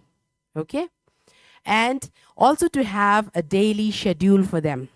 Because most of the time, if they don't have the daily schedule for them in the home or in the observation home, what happens? The mind is a culprit. It keeps going to the same thing. It rewind. For us also. If something bad happened, we rewind. If something good happened, we forget like this. Okay? So we have a daily schedule and activity where children are kept, are given activities that are therapeutic. Not only just go clean the house, no, which are therapeutic, which would help them to get back in their feet, to be able to be more confident, okay? And observational home are not to be viewed as a mere punishment for the kids to go. Okay? It is where main thing it happens there. Where they say, okay, this is a time for me to do something, to be someone. But most of the time you say, I have seen this boy saying, it's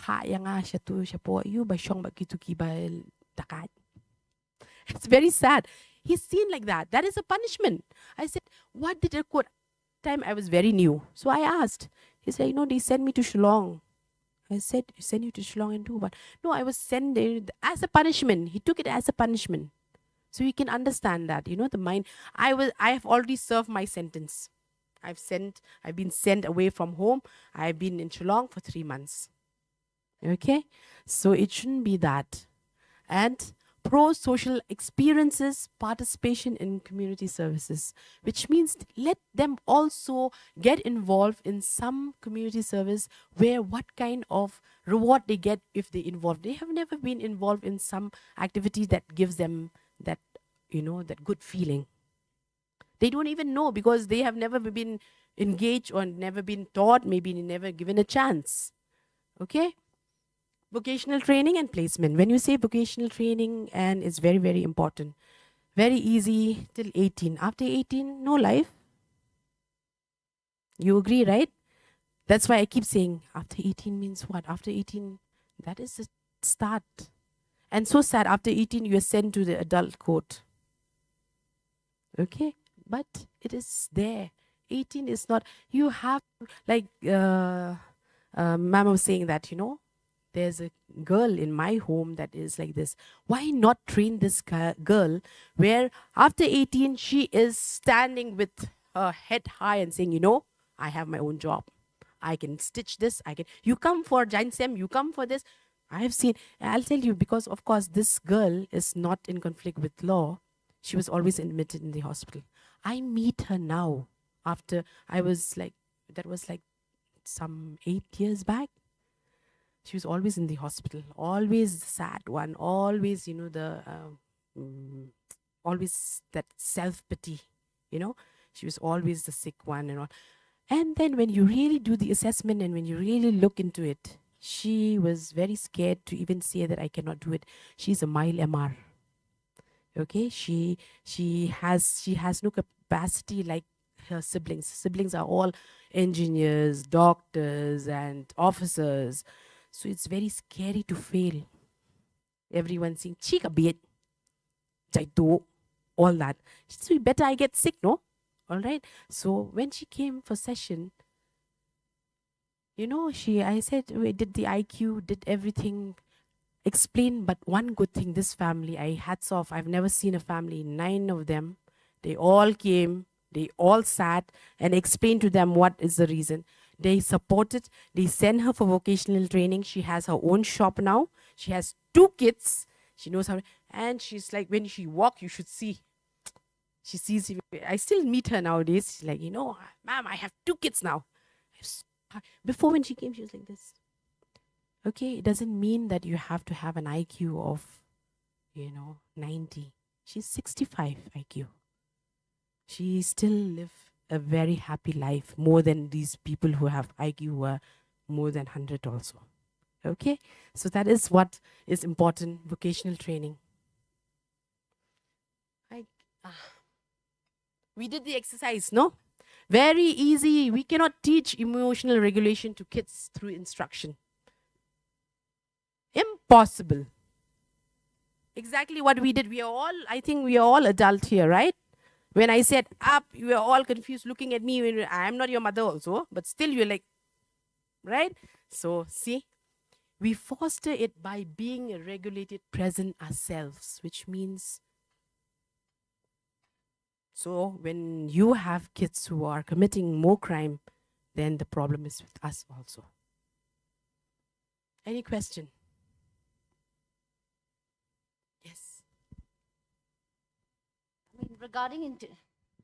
Regarding these different interventions that you've just explained, I'm just thinking of another, and that is, intervention in terms of teaching them moral values, that will build their character, because sometimes they may have received everything, treatment, counseling, and this and that, life skills. But I think it's so important to teach the children moral values, being a person of character that will change not just their mental, their mental condition, but also, the character, the person that they are, the mindset, the worldviews, and, things like that. Yes. And that is one thing. And nothing is, I would just like to, just get your opinion on the role of social media, Whoa. Yeah, Yes. just that. Yeah. Social media. I wish it's never been there. It's a pain. My cases are increasing day by day because of social media. Kids come, children comes, teenager comes with depression, comes with suicidal ideation because of when you really look into it, all social media. I was, in I met this guy in the social media, in the, what is that called? Facebook, Instagram, and then only when you are slim, I get lots of them now. They're not eating disorder. If only I'm slim, then I'm beautiful. They don't eat, they are admitted in the hospital, the doctors say, I go for a session with me. When you really see, no, I saw this in the social media, it's like this, they appreciate. Why not fat people, man? They are healthy, so that's one thing that is very, very, like, very true. For example, even committing a crime, saying that, taking that bully, have you seen that? I don't know whether you have seen it. They took a video, they were bullying the kids, that particular kid, they uploaded, and everyone is making fun of that kid. That kid tried to take his own life. It has lots of, exactly like you says, it has both good and bad, but if it is not supervised, I think, and especially like I told you, most of the kids who are in home, who are in conflict with the law, is something that they are not under proper supervision. And especially these are giving them ideas. And like I told you, the crime was committed because they saw, oh, with the girlfriend you should do this, you should, all from where? From the phone, from the, whatever it's there in the internet. Okay? And exactly, ma'am, that since I have to speak more about, we all are human being with 3 components. Okay? We have the body, we have the mind, and we have the soul. Okay? If all these 3 are balanced, then we are an asset to the society. But if these are not balanced, we are a problem to the society. So children, most of them, who needs to teach them that how to be balanced? Exactly, you said that moral values, from where do you get? Going to church, going to temple, different. I'm not saying that, but all the religion would teach you something good. I'm not saying that you need to be a Christian, you need to be a Hindu, but these moral values you get from where? Even in school now, sometimes they have to complete their syllabus. They cut the moral value classes. I'll take your class, okay? I'll take you. I have seen, okay? So yes, we don't give so much of importance to that. Okay? So I hope it was productive and helpful, the session. Yes. So when you see kids with problem, don't do that. Do this. We are all involved in that. Okay? Yes, thank you so much.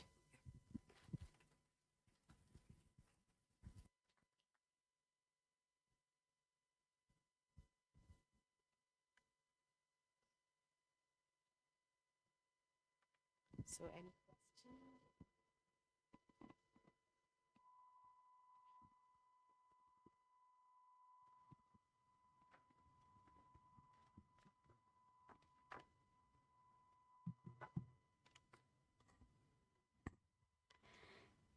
Thank you, Ma'am Shadab. The session was indeed interesting and insightful. Thank you so much, ma'am. So before we move to the session of panel discussions, may I request Ma'am Director, Ma'am Kerpa Lingdot Nongbri, to facilitate Ma'am Shadab with a bouquet.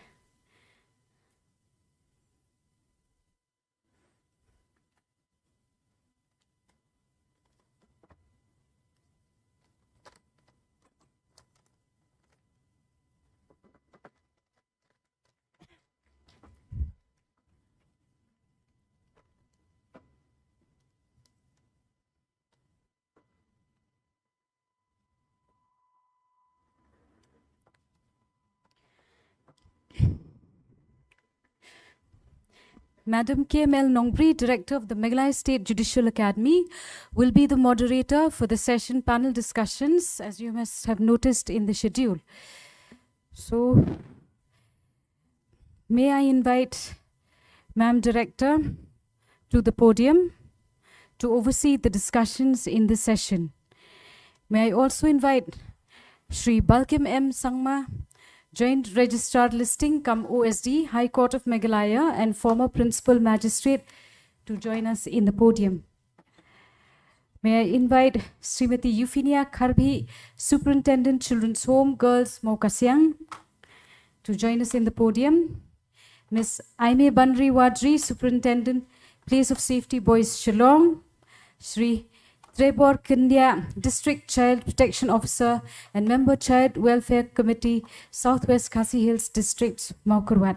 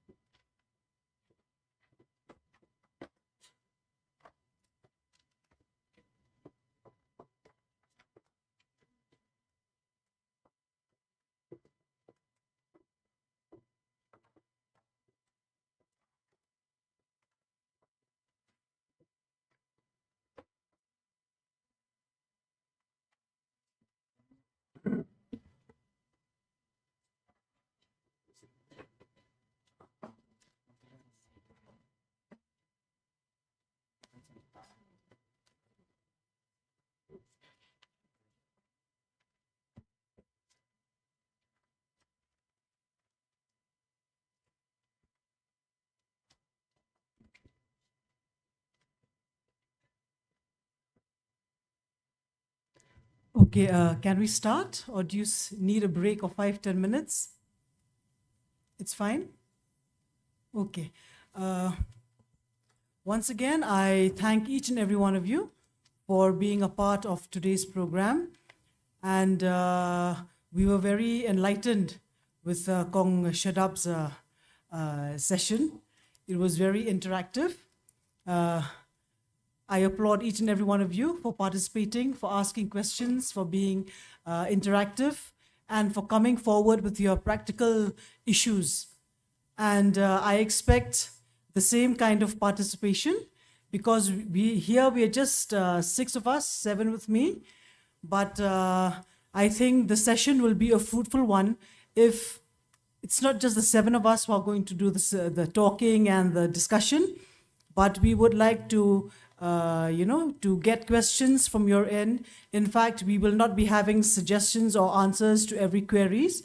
Some of you may be having answers to the queries raised by your fellow participants. So thank you once again for being here.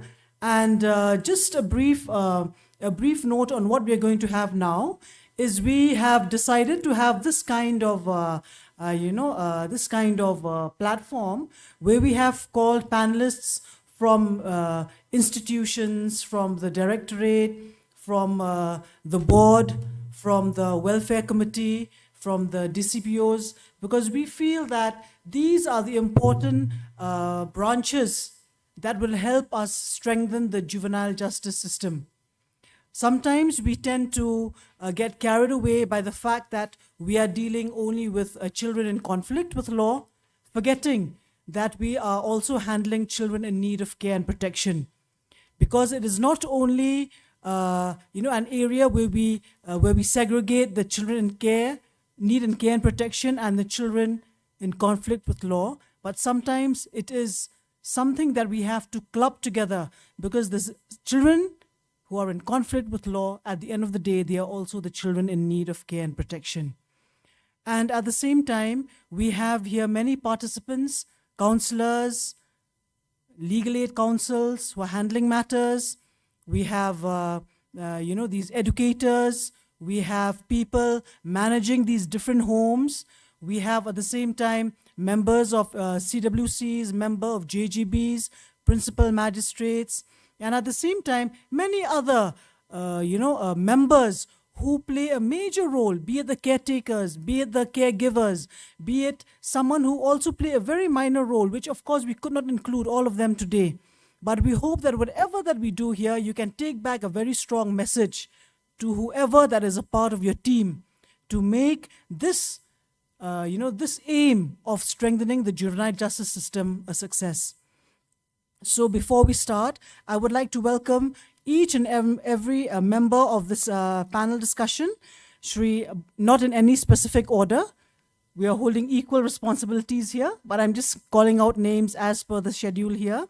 Shri Balkim M. Sangma, he is now posted as the Joint Registrar Listing cum Officer on Special Duty here in the High Court.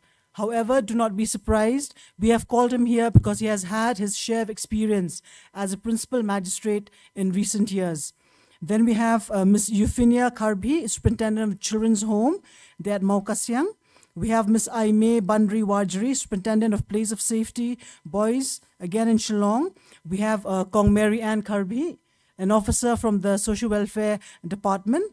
We also have Ms. Yada Rapthap, another strong supporter of this system. And we also have Sri Trebor Kindia, who is a DCPO as well as a member of the Child Welfare Committee. So when you look at the schedule here, you will notice that the main area that we are going to cover, but not confined to this subject, we can explore even beyond what has been written here. The first part is challenges faced by authorities and functionaries of childcare institutions when dealing with children in need of care and protection, and when dealing with children in conflict with law. And the second part is how are childcare programs structured to meet children's physical, psychological, emotional, social, educational, economic, cultural, and moral needs, given that the child's perspective play a critical part in the successful preparation of his or her future life. So without any further delay, I would just like to stress upon that we are all here for the welfare of a child. We are all here to see change. We are all here as contributory factors, knowing that we can contribute much. The fact that you all have responded to be a part of this program speaks volumes, because we all hold responsible positions, we all hold responsible tasks to bring forward, to take forward our aim in strengthening the juvenile justice system. So let us start now when we look at a child. Who is a child? Why is a child in need of care and protection? Let me start with Bakindia here. If you can just say something, because you are a district child protection officer, what do you see? What do you face? What are your practical experiences, so that we can carry forward our discussion today?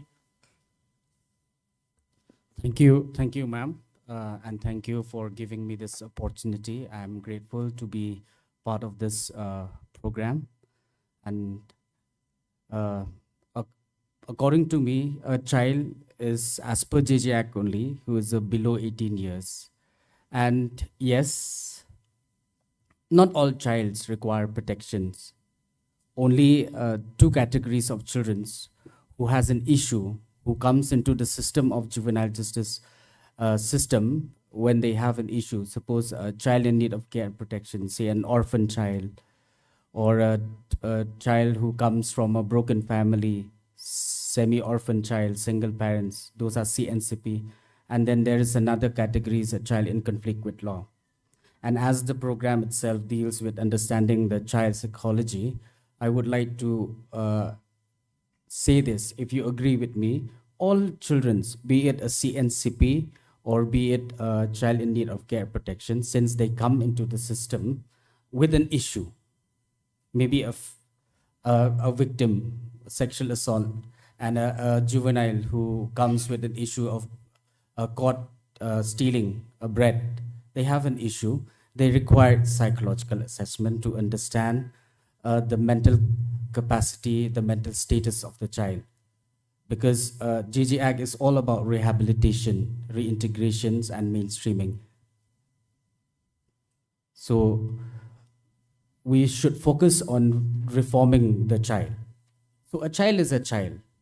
Nobody is born criminal. Nobody is born.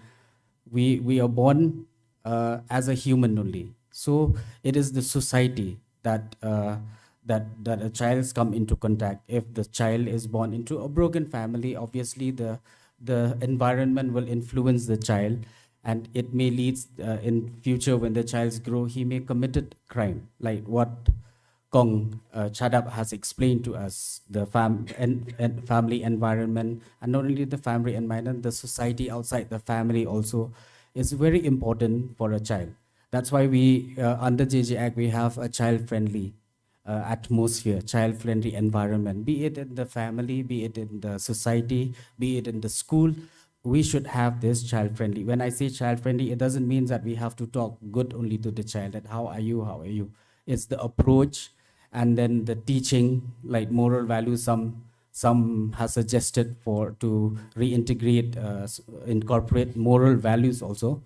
So those are important. So if we left a child in an atmosphere, on an environment where there is killing, there is beating, there is an abuse, what do you expect from that child? He will obviously imbibe all those qualities, and later on when he grows up, he will translate into action.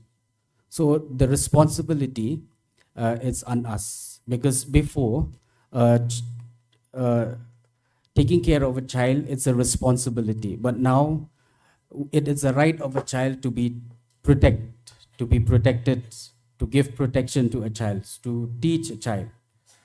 So it is on us, the stakeholders. Every one of us are here for a reason, because be it a social worker, be it a member of CWC, be it a members of a JGB, be it a paralegal volunteers, be it a legal lawyers, we are part of a child. So we should contribute into bringing an environment conducive for bringing up a child.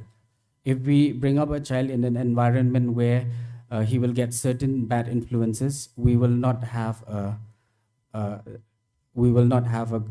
child who is normal, we can say. Normal means, I'm not saying a disorder and all. He will not grow normally. But if we have an environment where we impart good teaching, where we show good thing to a child, we will have a normal child and a normal society. So that is all about a child. Okay, thank you, Trebor. So you see, from what we understand is that we all have a collective role to play. It's not that we always have to turn to CWCs to handle children with care and protection, who requires care and protection. I think it all starts from all of us. We have to start to build our families. We have to start to build our environment at home, in our neighborhood, in our social gatherings. These are the things I feel, because, at the end of the day, as they say, institutionalizing a child should be the last resort. Isn't it? Because we send a child to an institution, we face stigmatization, we face a kind of an identity. We identify a child by saying, oh, he has been or she has been sent to a home. We don't want that. But of course, we cannot deny the fact, but we are receiving children in the homes. We are receiving children in the institutions. And we need to build that system. We are happy that you're all here. Please share with us any challenge, any difficulty which you have faced, which we can address here. Because some of you may face challenges, and some of you may have ideas and solutions. So any one of you can join in by giving us, the challenges that you face by dealing with children who requires need of care and protection? Can any one of you just pitch in with your experiences?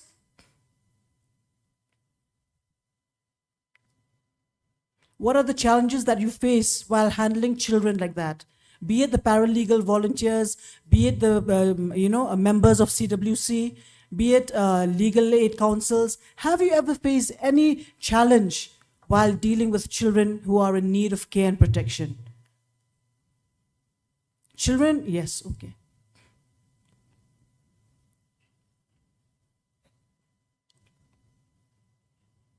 A very good afternoon.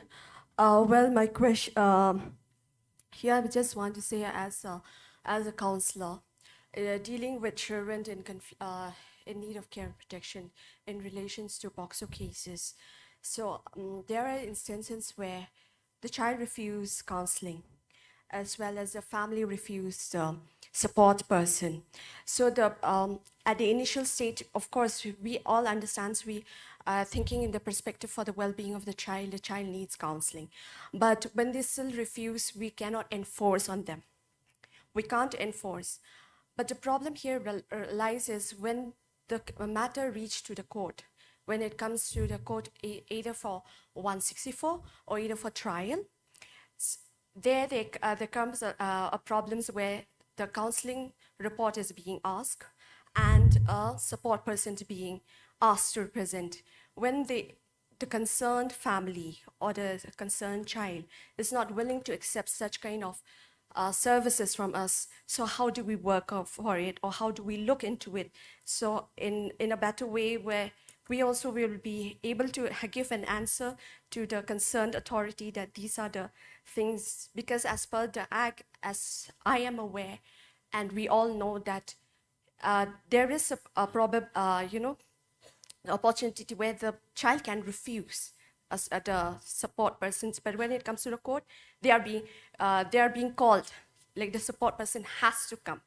It's mandatory for the support person to be there, and it's mandatory to provide the counseling report, which is very difficult from our end, which we have faced. Yeah, thank you. Okay, thank you, Selma. Now we have our principal magistrates here who are pretty new because we've had a change of guard, in terms of JGBs. But we also have Balkim here who can enlighten us on that. How can the boards address this issue where, children are not open to the idea of counseling?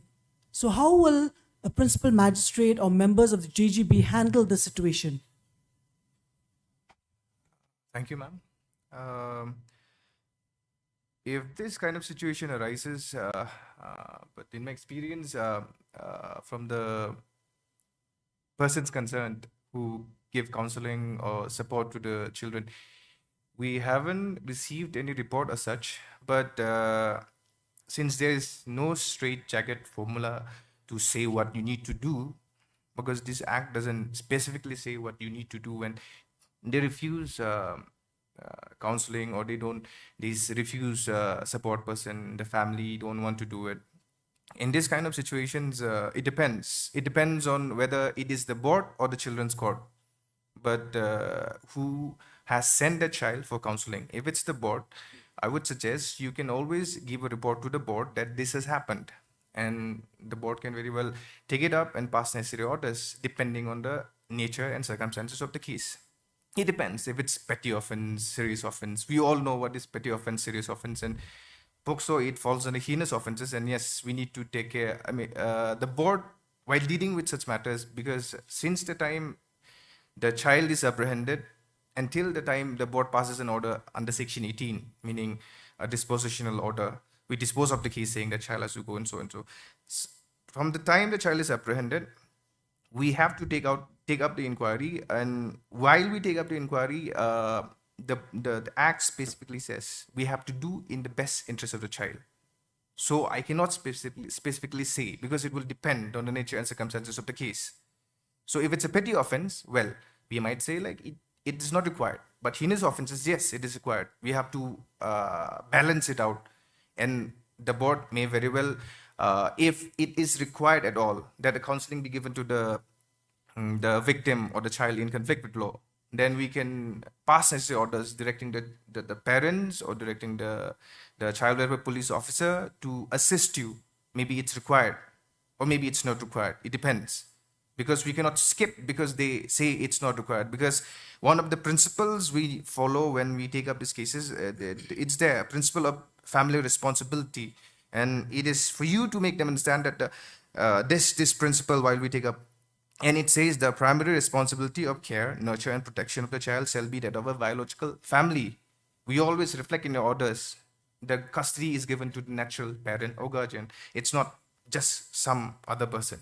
So we need to, if you give a report, well, we can take it up. We can call the biological family concerned, explain to the importance of why we need to give counseling to them, and if needed, we can also direct the family members to be present during the counseling sessions.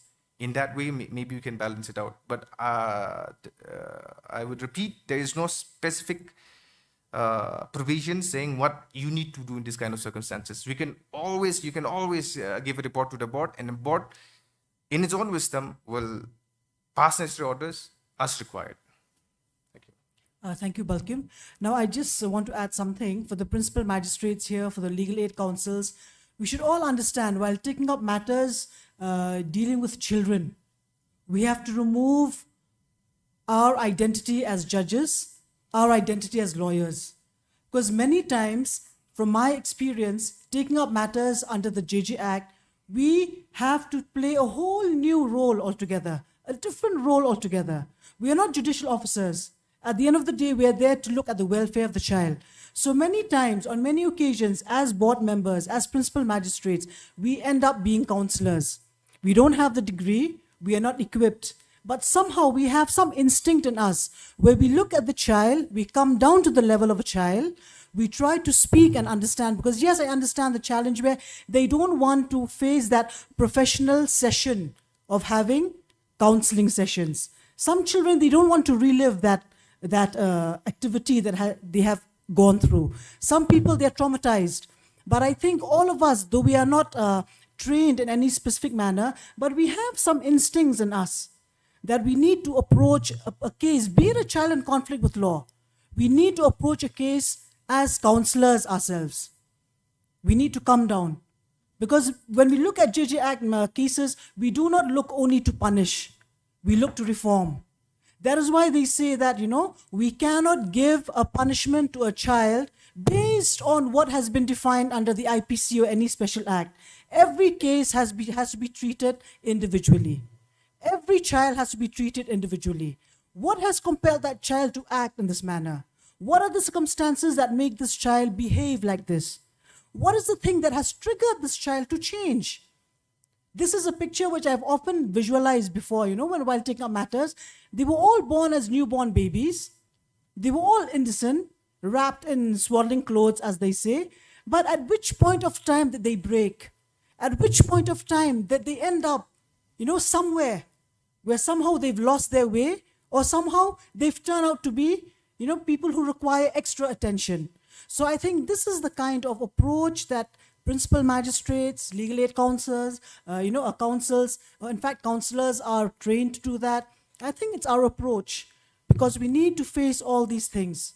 Now again, coming to children, at the end of the day, when they are placed before the magistrate, or if they are placed before the boards or before the child welfare committees, what do?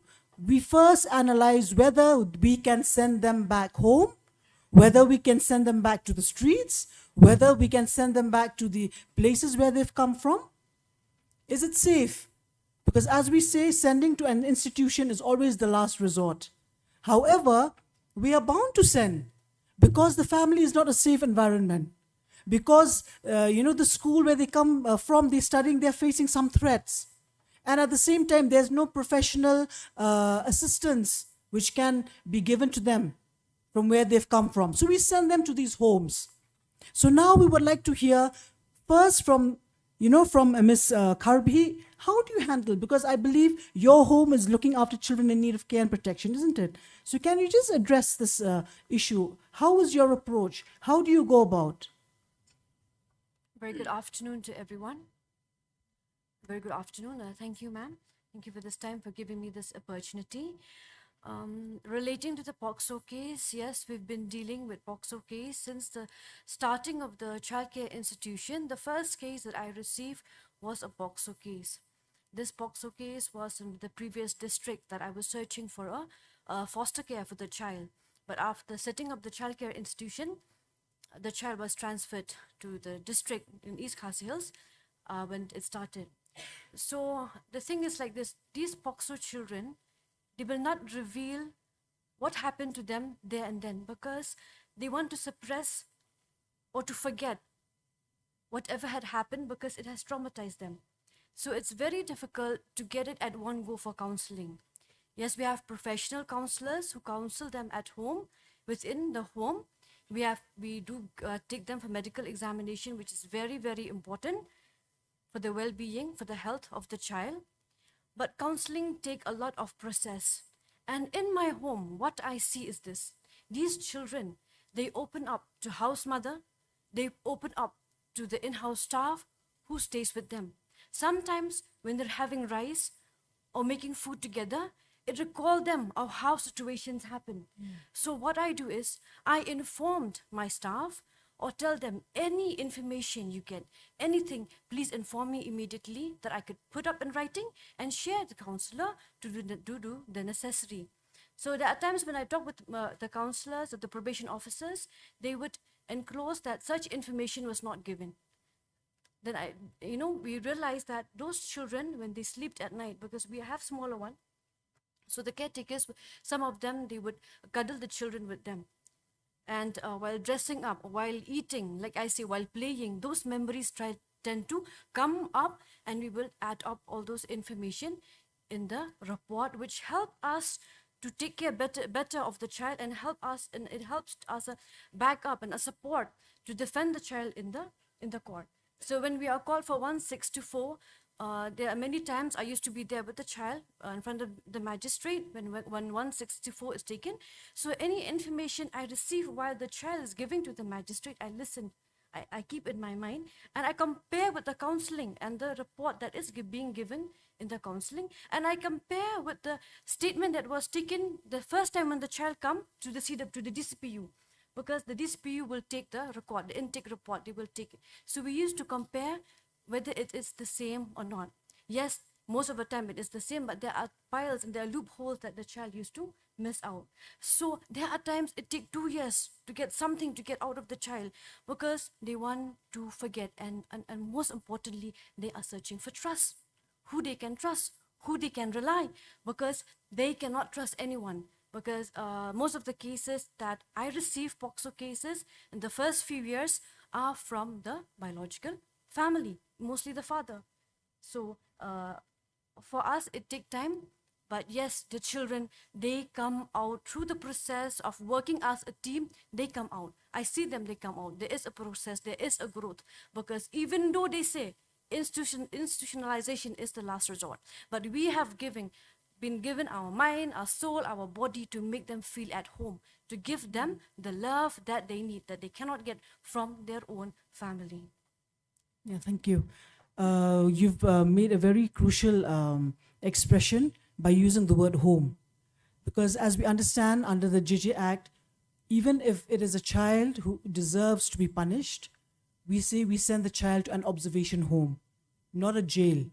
Why? Because we want the whole setup to be child-friendly, the whole setup to have a positive approach, and the whole aim is to rebuild, to give a fresh start. So I think you've given us pointers here, which I feel all of us who are a part of the CCIs should understand. Sometimes the child will not find the confidence to speak to a counselor. Because sometimes we say a child should only speak only to a counselor. That is the role of a counselor.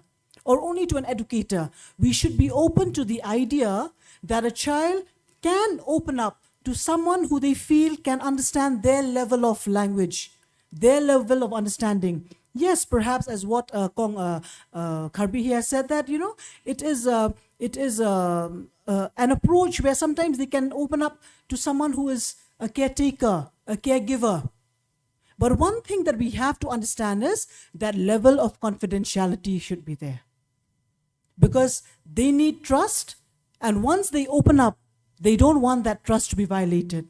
They don't want whatever that they have shared to be brought into a public domain where everyone is talking about it. That level of professionalism has to be there.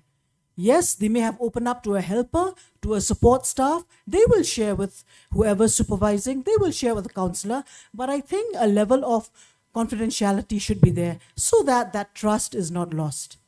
So now we also have Ms. Aimee Bandri, who can also share her views, her opinions. How do you handle children in your homes? What are the challenges? Or perhaps many more which you feel you can share with us here. Thank you, ma'am, for this opportunity. So I would like to share I just hold recently actually the post as in charge of the place of safety, but what I would like to share in this past few months, okay, which I have experiences. So while dealing with the children in conflict with law, there are so many challenges that we have faced. And especially one challenges that we are still facing is the long stay of the CCL. Especially those CCL who have completed the period of conviction. So for them, it's very hard, sometimes they don't want to engage anymore in these daily routine activities. Some they would tend to have these suicidal thoughts. Okay, so, and also some would go into depression and anxiety, which are clinically diagnosed. So for us, it is very difficult to handle. But me being the in charge, and then along with my team, all the staff, we have taken responsibility that okay, no matter what happened, we will give our best to these children. But with God's grace, we are able to deal with the situation. So now, these children, they are, currently adapting with the environment at home. So day by day, we try to remind them that, okay, it's okay. There will be a time that you will get a release from here. Okay, because there's a time for each one of for each of the CCL. Okay, so this is the the thing that we should to deal with the kids, and also other challenges that we also face is that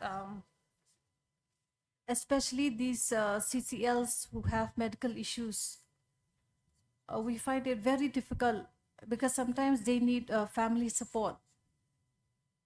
They need family support. So when they are staying with us there in the institution, we cannot give, that kind of support that the family usually give. But what we can give, to the best of what we can, we give it. And also another challenges that we face, especially there's a lack of responsibility and family support. Sometimes there are some types of family, okay, of the CCL. I don't say that all families, they don't support, but some they support. But if faced with those family who we face challenges that they don't even visit the CCL at the institution, even after being institutionalized there. So it is very difficult for us to convince them, telling them time and time again to come, that this child needs you, this child needs to talk to you. We face such kind of challenges that parents, they are busy with their work. And also there are also family that they don't want to visit even the court. They think that, okay, this child have been placed there, let them take care of them. They have such thought. Okay, so we also face such challenges, and but with time we are able to call these type of family for for counseling session, to explain them that, especially if you want to see a change in a child, family support plays a very important role. Okay, because if he's there with us in the institution, okay, he'll be fine, but after that, the family support, it's very important for a child. Because if a child, suppose if he goes back again in the same environment, like a family who is a substance user or any other, so this might affect and might bring the child again into like the behavior which is not pleasant again, and thereby committing again the same offense again. So these are the challenges that we face as an institution. Thank you. Okay, thank you. Now we've heard from superintendents of these government-run homes. Now we also have representatives of different homes run by private institutions. Kindly share with us, because we cannot place all of you here, but then we would like to hear the challenges, because we are getting cases from these homes as well that are not run by the government but are run privately. Can any one of you share with us?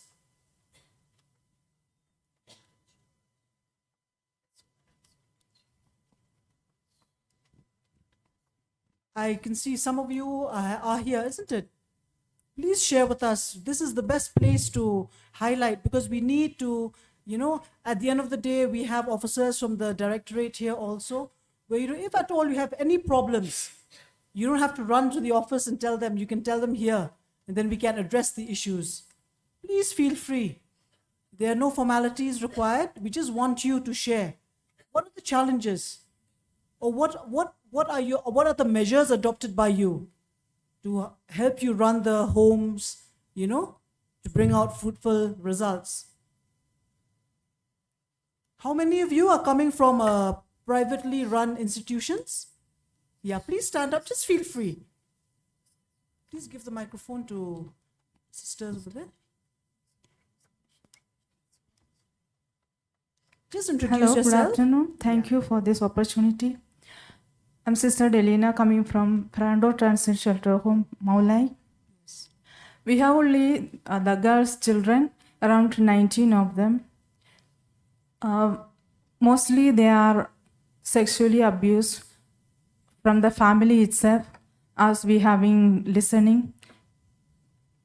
Many mothers, they have the second husbands, so these girls are mostly abused by the stepfathers. We have been taking care of these children since they are from the 0 age onwards. Now they have improved so much while living with us, but sometimes when correct, there are children who continuously don't follow up the rules, who are slow.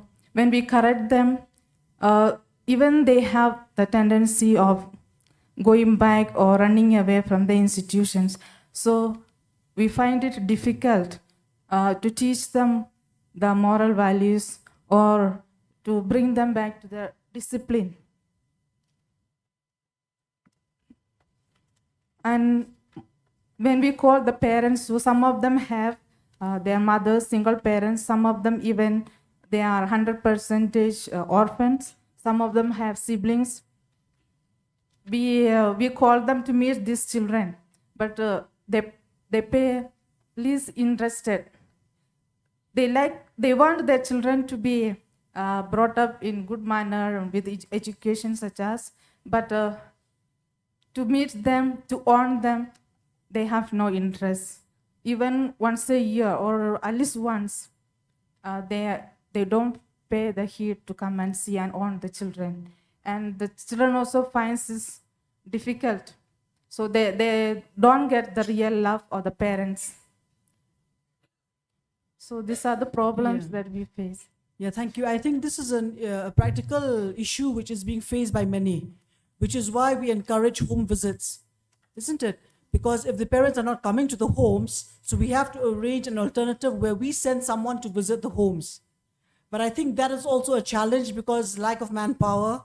The same person is doing the social investigation report. The same person is handling many other cases and also being sent out to do these home visits. But I think a lot of awareness has to be carried out to make parents aware. But you see, there's also another twist. Where I remember there was a particular situation where the board was willing to send the child for vocational training at Don Bosco. Okay, they were willing to give free education to the child because we saw he had some skills.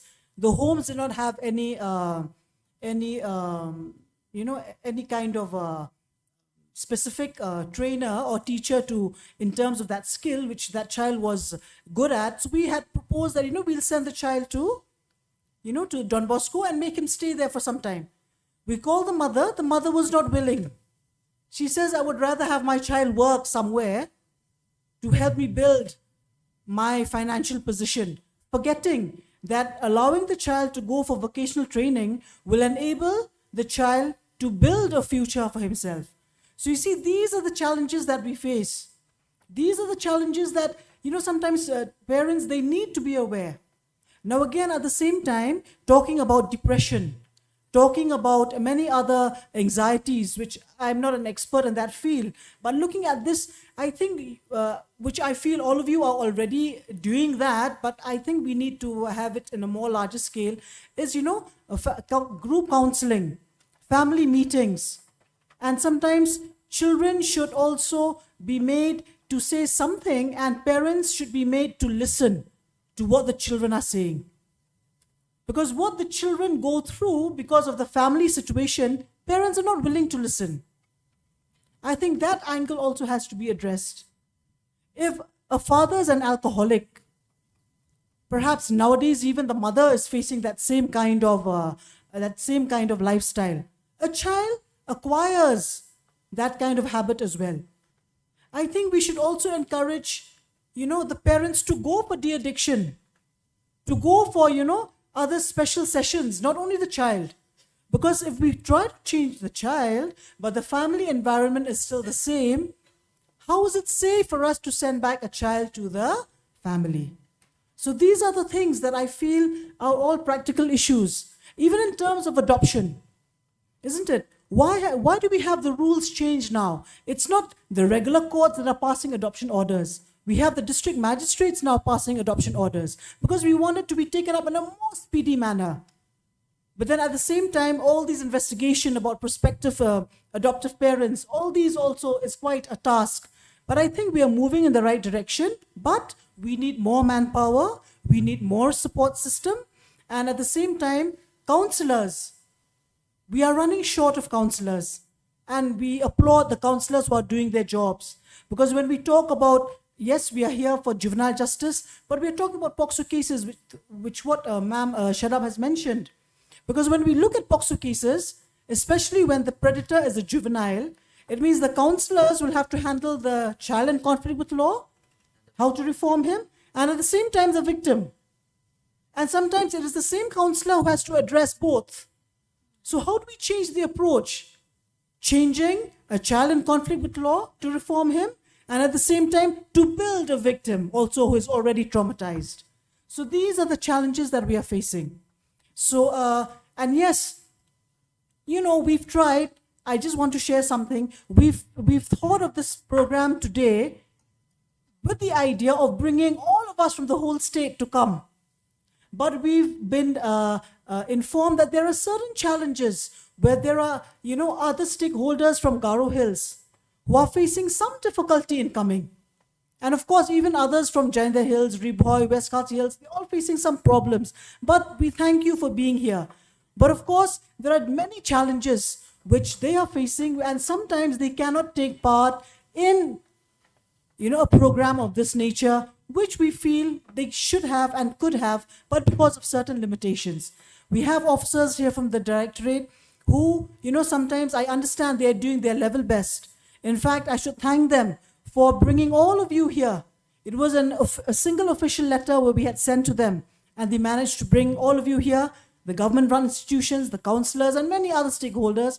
And we thank all the other privately run institutions also, who we just could not reach out, but just a simple WhatsApp message, a simple email had encouraged you to come forward in a positive manner. So looking at the challenges now faced by the administration, faced by the directorate, let us hear from Ma'am Karbi and also Ma'am Yada, who can join in together with her. Thank you so much, Madam Director. Actually, when Madam had called that evening, I was apprehensive to come. Why? Because we're in such a situation now, we're in such a crisis now, that I thought that I would be in the line of fire. I would get firing from all quarters. But then when I heard Madam speak and I heard the previous speaker speak, it is so nice to, feel that that is not so. Whereas this actually can be viewed as the platform where we can air our grievances, where we can air our thoughts and our suggestions. I like what Madam said in the opening, when her opening speech, when we started this session, that all of us here, stakeholders, work towards one goal, and that is the welfare of the child. Welfare, well-being of a child, whether it is physical, mental, emotional, psychological, safety, security, whatever it may be, we work towards that goal. And therefore, because we have the same goal, we are one family. So we have the family of the Honorable Court, we have the family of the esteemed committee of the Juvenile Justice Committee headed by our Honorable Justice. We have the respected principal magistrates and the members of the JGB, the respected CWC chairpersons and the members. We have our DCPOs in the districts and all our support staffs, the superintendents, and all the caregivers. We are all one family. And then we also have the extended family of the education, I believe, also here, the health, the police. Okay, so when we are in crisis, what do families do? Can anyone say what do families do when we are in crisis? We abandon each other? No, we have to support each other, right? We are in crisis and we need the support. Well, crisis can turn into both ways. It can turn into a disaster, or it can turn into something which is, growth. Depends on how we handle it. So one thing about crisis is that it's effective communication. When we have communication among our family members, then we can build each other up. If no communication, there can be miscommunication, there can be misinterpretation, and that results in conflict. Conflict, as we know, as we can see around us, the world is in conflict, at war. Conflict can be resolved only through communication. Therefore, I thank Madam Director so much, Madam. Thank you so much for giving us this opportunity to tell our side of the story too. So therefore, the biggest challenge, as Madam has said, this year, since April, actually I had just joined ICPS 5 months back, but since the time that I joined, I've been doing nothing but run around up the funds. Okay, so let me just give you just a brief background on how this fund system is, because ultimately the funding affects the system, each and every system. So in the social welfare is a huge department. Okay, we have 4 different ministries that we work with.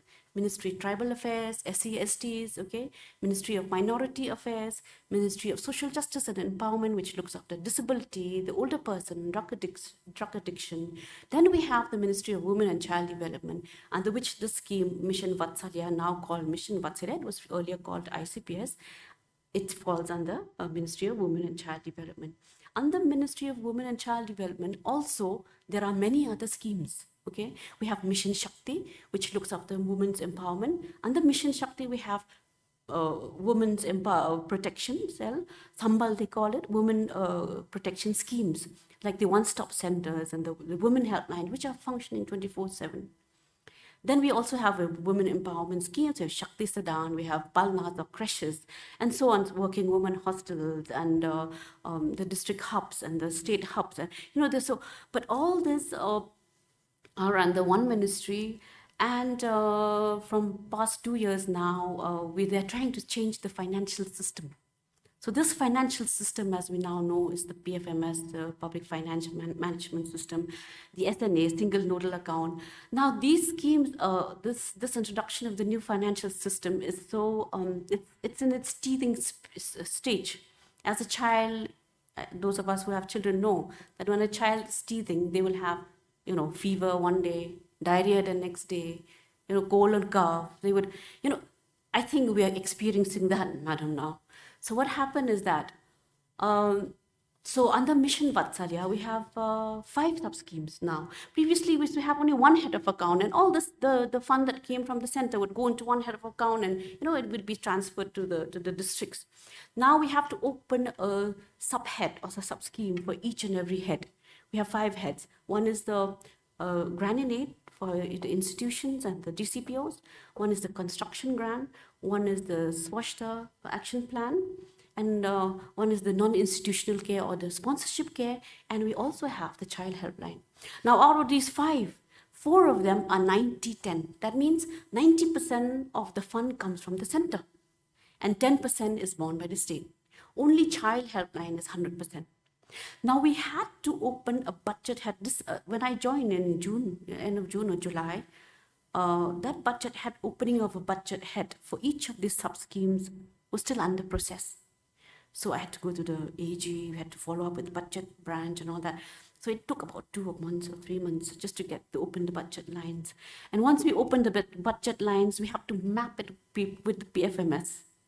Now that mapping is done, everything is done. And I'm just trying to explain to you the system so that you know how complicated it is. And after we finished the mapping business, and we thought, okay, now we're going to. That was sometime in August. Okay, now we're going to, get our funds soon. But then no, there was something else. You see, is not right, or no, your legacy data. Legacy data is ministry wants us to submit the expenditure statement of the last 5 years. So all that, but fortunately, I was able to go to Delhi myself in the month of August, and we had resolved all these issues, actually. We had resolved all these issues. But again, like I said, it's a teething problem is there. So even though we had resolved the UCS, the E finish, PFMS, legacy data finish, budget heads finish, everything finish, then there are some technical issues, Just last week, Minister said, we want to release fund, but you did not submit your interest. I said, what, sir? We have submitted interest. 21, 22, 23, we have submitted interest. Except 23, 24, you're yet to submit because the year has not ended. But no, we have not submitted. No, we have the proof that we have submitted. So we mailed them all the proof that we have submitted the challans, and the PFMS generated a receipt. But then it did not reflect in the PFMS system. So therefore, ministry says that we did not submit the interest. We resolved all that, and then they said no. And another thing was that no, you did not submit the interest according to the bank statement, as reflected in the PFMS. I said no, we have done that. So we had to keep on. Every step of the way, it's like one thing after the other, one thing after the other. So now we have reached. I think the last, I don't think we have any more patience. But then we have to keep on complying to the ministry. Whatever the ministry says, we have to comply, because I tell you, 40%, 90% of the scheme, of the fund comes from the ministry for our 4 schemes. 100% comes from the ministry. So actually, state has got a very small stake, I should say, 10% only. We depend on the ministry for all our funds. We depend on our ministry that all the institutions that are here to run smoothly. So now I think we're somehow going to get funds either this week, definitely. But all this while that we have not been able to get funds also, government has intervened. We have been giving dry ration to the CCIs. In fact, just on Saturday, I had texted with our commissioner, and he said, give me another, round of whatever requirement that you require for all the CCIs. So sorry to say that only the government runs, the NGO run we have not been able to do that for NGO runs, because we think that NGO runs, maybe they already have their own, source of funding, also additional sources of funding. So that is how it has been. We have been able to get a loan to pay the salary for 5 months, and also pays a little bit of maintenance for the CCIs and administrative charges. So that is the story of the fund. Now, last week we had a training on trauma-informed care. International Justice Mission had done that, madam. So we're very fortunate. Retired commander, who was the vice president of Southeast Asia region, had personally come along with his team. So I think most of them here, the councillors and the superintendent of Shillong-based government-run as well as NGO also, madam, because like madam said, even the training part was suffering, from Garo Hills, they're not able to come because if we call them, we will not be able to pay TADA. And the last training was conducted by AGM, and they had sponsored everything actually. So we will take this forward, to the other districts also, because it was very useful training. I think those of us who have attended will agree to that. They enjoyed the training and it was very beneficial. Trauma informed. So now it's not only the child, madam, who is suffering trauma. Child, yes, who comes to us suffer trauma, but the caregivers also suffer equal trauma, because every day they have to go through one case after the other. Sometimes, we're just human beings. We burn out, right? We burn out. So therefore, I feel that we need to get more training for not only for the child or counseling for the child, but we need training. We need motivational training for us caregivers and our staffs and our district officers and for the whole system, so that, we do not suffer burnout. So another challenge that we face is if we go strictly by the norms of Government of India, most of our homes would be inadequately staffed. So therefore we had to appoint additional staffs also. In the total Mission Vatsalya sector, we have 689 personnel according to the norms, 689 all over the state, madam. So imagine looking at the 689 not getting funds. It's a nightmare. It's a nightmare. It's a trauma for us also. So inadequate staff as per norm is one thing. So we just very much we lack counselor. For example, in the observation home boys, we have one counselor looking after 15, 16, sometimes 17 cases. How can one counselor look after so many? And we're talking about a child in conflict with law who comes from a background that Madam Isabella had already told us. So many broken families, impoverished families, abused families. How do we counsel these? One counselor. But if we go according to scheme norms, one counselor. If we go according to the scheme norms, the unit was special units, they have only one caretaker, I think, with a 25 capacity. How does one caretaker take care of 25 children with special needs? So last time, Rimi, one of the superintendent, had submitted a proposal to director to appoint an additional caretaker. And I think we have approved that, subject to availability of fund. So these are the challenges we face. Also long stay, somebody had mentioned about long stay, children. We have also in the special home for girls, about 7 months now, 8 months, they have been there. A year? Yeah, more than a year now. Anybody from the special home? Girls? Yeah. So these are the challenges. They're not able to be repatriated back to their Bangladesh or Rohingyas.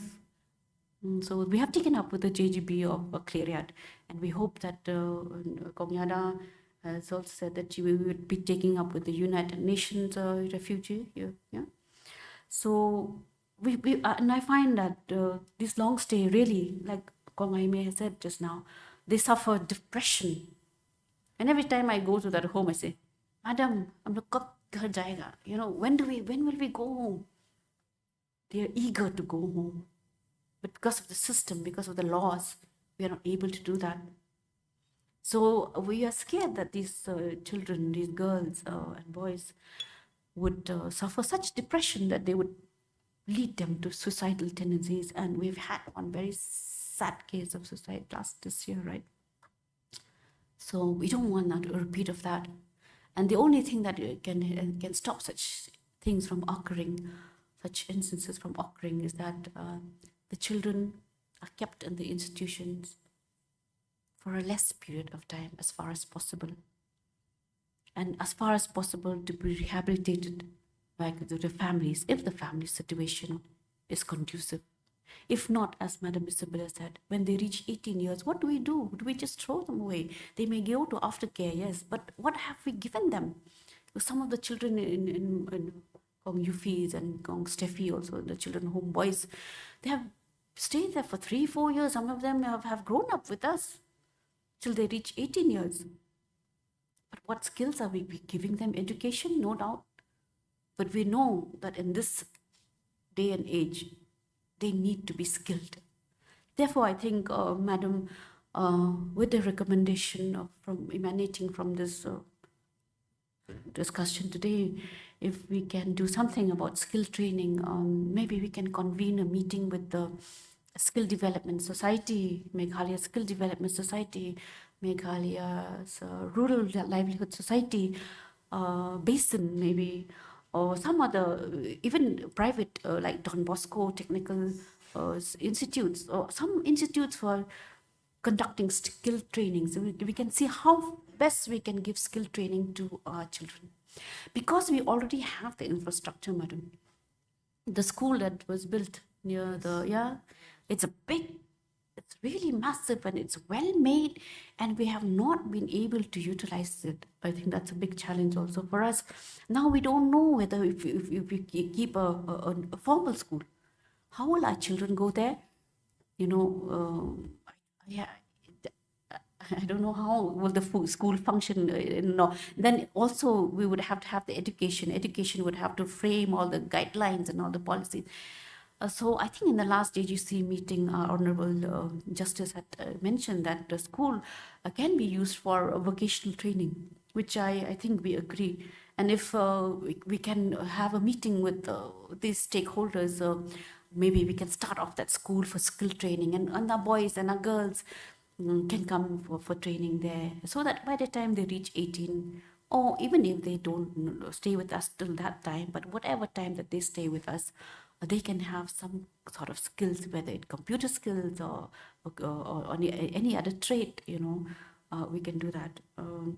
Another thing which is a challenge for us is the scheme norms. When we look at the scheme norms, although the scheme has been revised this year, and Ministry has said 3% increase in the salary of all the DCPOs and all the 689 personnel that we have under Mission Vatsalya.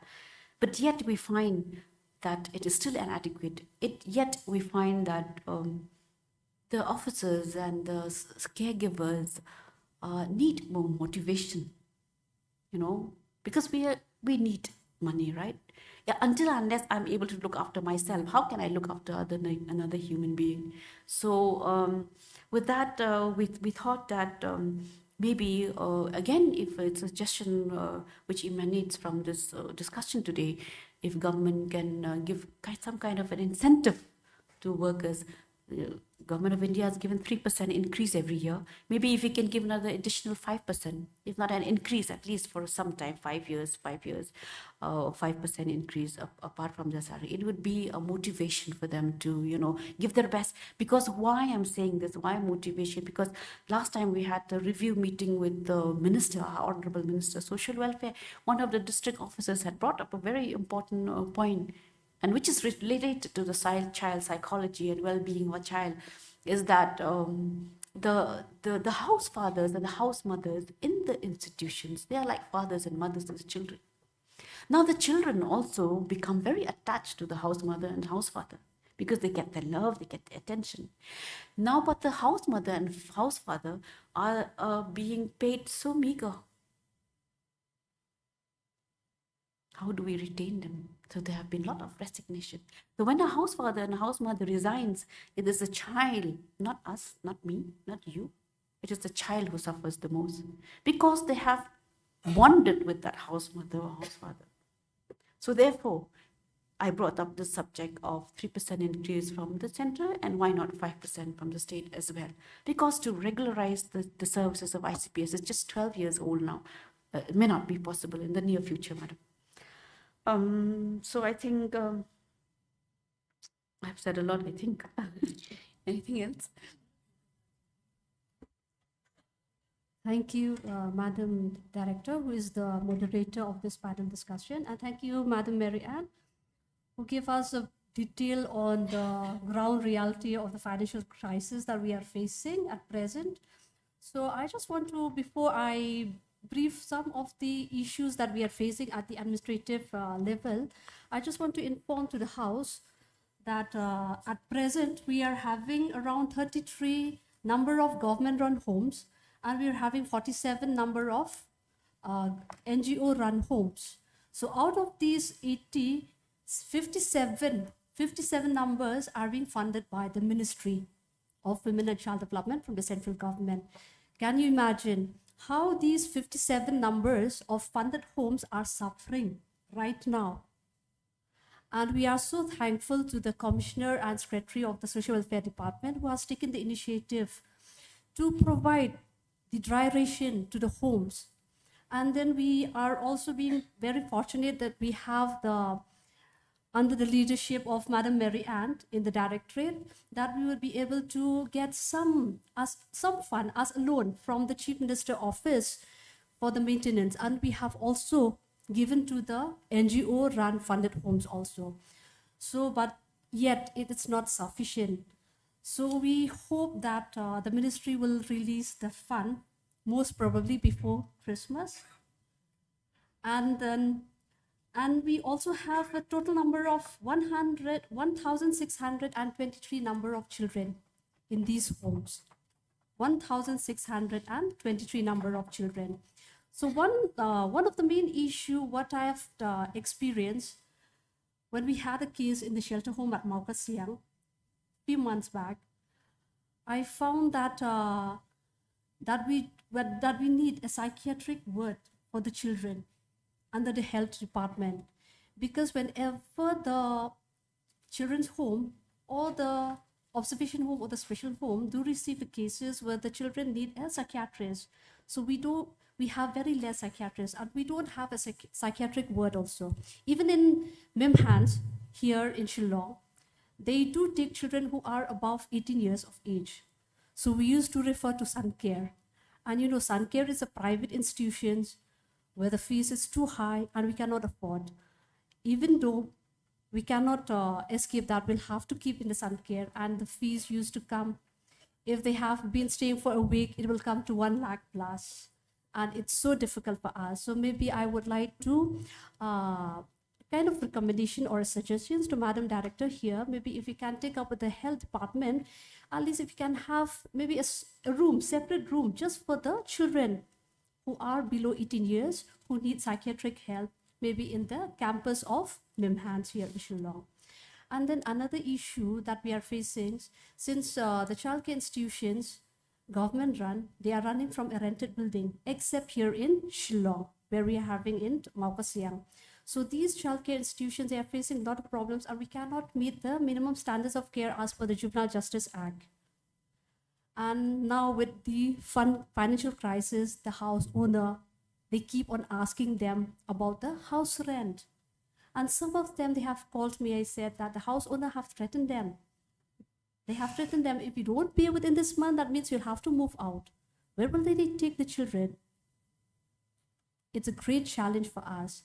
So for this part also, maybe if we can, maybe from the district administration, if they can help us in getting the JAD land to provide a land for these childcare institutions government run, because from the ministry, they have a provision for the construction. they have a provision for the construction, maybe we can't propose for the construction fund. And then another issue is that we don't have a vehicle. As for now, the homes, some of the homes they rent a vehicle. And you know the homes, if cases arises in the middle of the night, if the child is sick, that means they'll have to take to the hospital. So without a vehicle also, it really poses a great difficulty for the in charge of that particular home.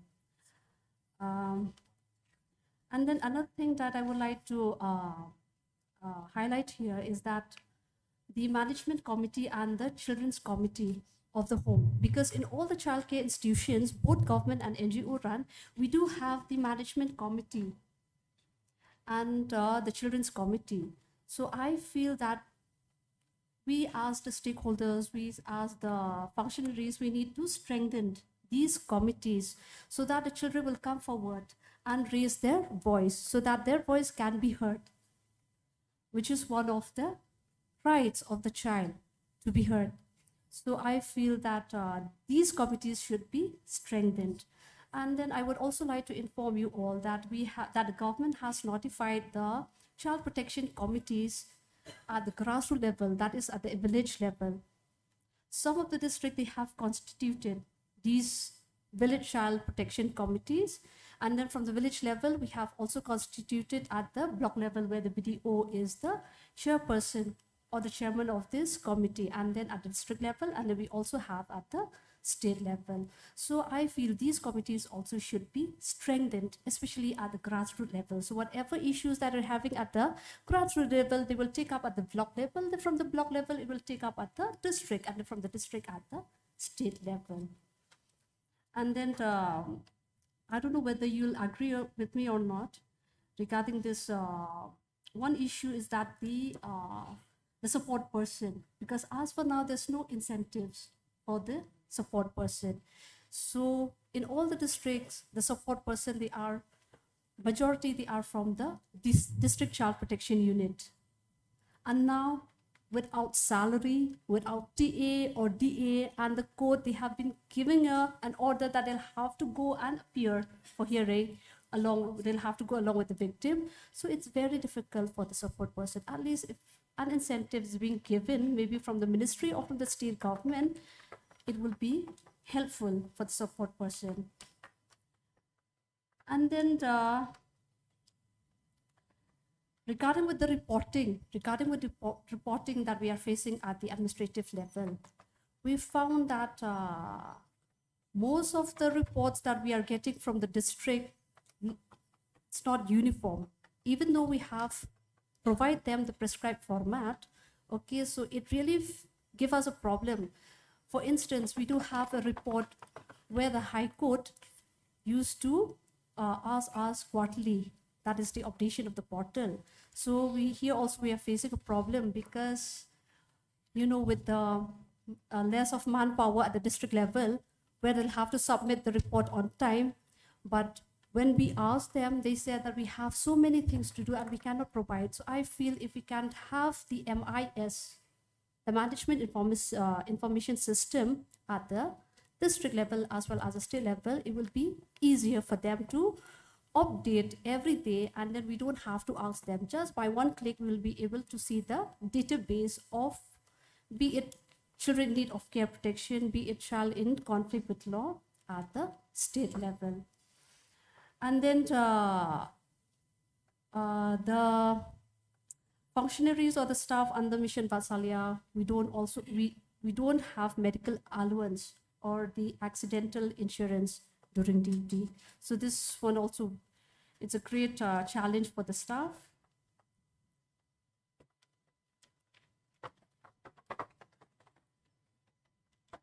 And then with regards to the vocational training for the children residing in CCIs, few years back, we had a meeting with the skill development, like what Madam Mary Ann had pointed out.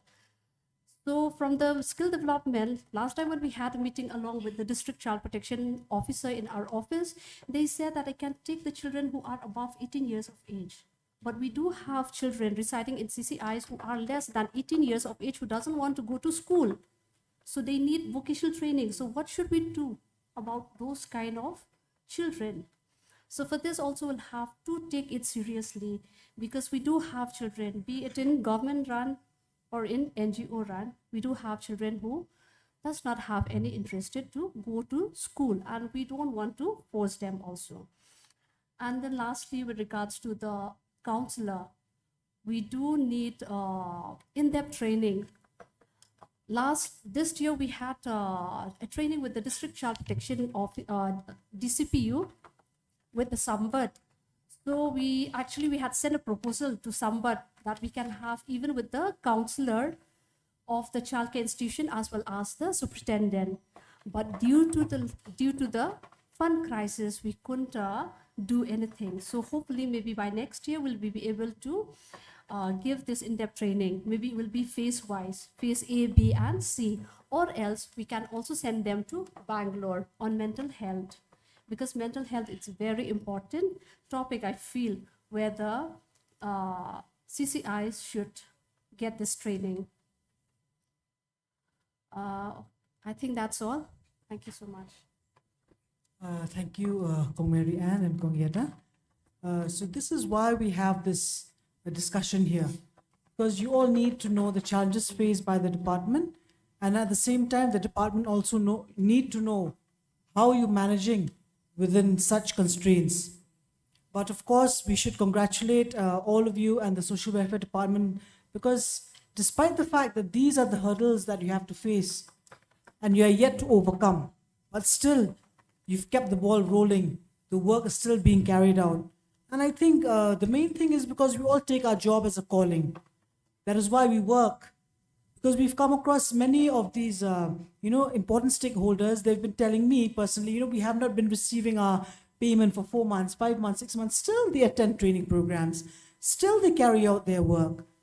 In fact, despite the fact that we are, this at the back of their minds that we're not getting paid. But still, we're doing it because I think for us, it's the call of duty. It is a calling. And I think this is the kind of spirit that we need to carry forward. And we hope that whatever challenges and problems which the department, or rather should I say social welfare as a whole, is facing, will be solved in due course. And other suggestions which you have raised regarding having a psychiatric ward, having many other things, what I would suggest is, why don't you place the matter before the Juvenile Justice Committee of the High Court, where our Honorable Justice H.S. Thank you, who has been very supportive of the whole system, is the chairman of that committee. Perhaps they can intervene, because once the judiciary intervenes, it becomes a little bit, more effective. How much it can reach, we do not know, but it's just a suggestion, because they always have these review meetings, and you also made a part of these meetings. So if that can be put, or rather can be addressed, I think that can something. I mean, I'm just suggesting, because why sit back and not do anything? Might as well plunge and put in an effort. Now, another thing which I understand is you're talking about education, because from what I understand is yes, when those homes were constructed, right from the time when Justice Sen was here, they had moved, so we have those good proper homes over there compared to what was earlier conducted in Khalif Colony, where the house was in a dilapidated condition, but still we managed to take up cases. But those days, prior to having these permanent homes, the nature of offense also was very mild. We talk about children committing theft, doing small things, where we can just talk to the child, reprimand the child, teach him, send him home. But now we don't get such cases. We get very serious offenses where, the aspect of segregation is very important. Thankfully, now we have strong structures there where, we can think of segregation, where children committing simple offenses, serious offenses, heinous offenses are being segregated. So, Ms. Balcom, if you can share, has this had any effect on, because we talk about children being in institutions and they are influenced. isn't it? Which is why the Act specifies you need to segregate children so that undue influence is not being caused. Do you think this has helped while taking up matters? Because, you know, we have different offenses, different classifications. When I was posted as principal master at Shillong, I used to visit the observation homes, not only observation homes, the entire childcare institution which they have in Makassar. There has been lots of, I can say, I think so, they have faced a lots of challenges because, like we have discussed earlier, first thing is manpower, and I can say the second thing is resources. Resources. As per the act, the place of safety was supposed to be established separately. Because place of safety is a place where we keep the child in conflict with law who are above 18 years, meaning who were below 18 years when they committed the offense, but when the entire procedure of this filing of final report coming to the board, in that point of time they have already crossed 18 years. We keep those kind of juveniles or juvenile. I should not say the word juvenile. I keep on making mistake because if you read the entire act also, the word juvenile has not been used except for two places, the Juvenile Justice Board and the Juvenile Justice Act. It is, I wanted to say it earlier also, but I forgot. And we indeed keep on making this mistake of calling them juveniles, but we are not supposed to call them juveniles, be it Juvenile Justice Board, be it the Child Welfare Committee, or be it the childcare institutions, because there are lots of principles which we follow when we take up cases with regards to the child in conflict with law and child in need of care protection.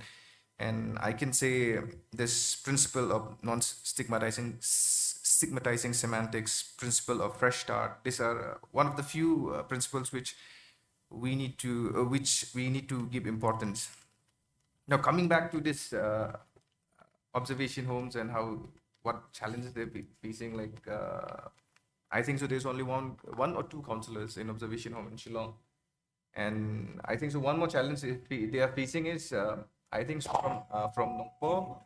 I think so who is from observation Clara, will you be able to tell me how many districts are sending the juveniles to observation home Shillong or childcare institutions? Both Kasi and Gentiles, right? Ripoy as well, right? Ripoy as well, yeah. Yeah, I think so these are the challenges which they're facing. And the earlier speaker mentioned about the juveniles being lodged in jail. Now, this is also the responsibility of the board. As per the functions, we are supposed to visit not only the childcare institutions, but we are supposed to visit, and we do visit. As Juvenile Justice Board, we are supposed to visit the jails also, the district jails. And even the district jails are named as now, the nomenclature has been changed into district prisons and correctional home. Because I think so that is what the government of India wants to do, meaning instead of giving it a very giving it a term where we say jail is meant for punishment, but the name itself says district prisons and correctional home, meaning it's more of it's more in that line that we want to correct them.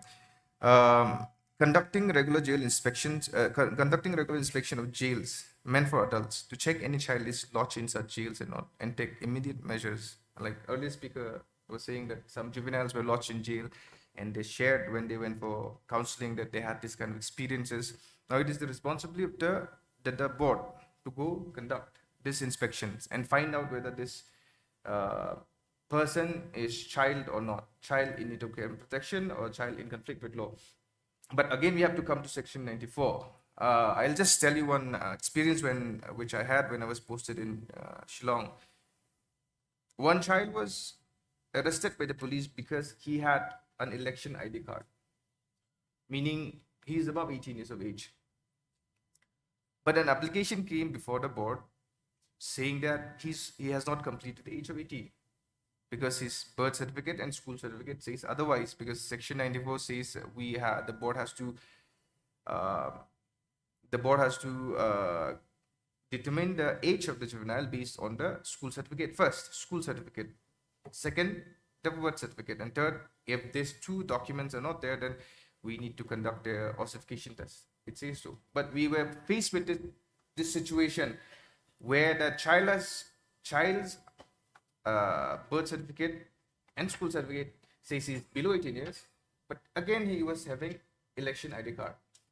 But what the board did was, since we have to go strictly as per the act, which says we have to consider the school certificate and school certificate and the birth certificate, since he was having it, we have to, he was arrested, put in jail, but we have to pass an order to treat him as a child, because these documents which he was having showed that he was below 18 years of age. Now, I don't want to go into whether how did he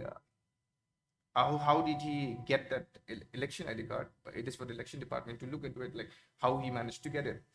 But for us for us as a board, we need to just look into those documents which are mentioned in section 94, the birth certificate and school certificate, and that's how we sent him back.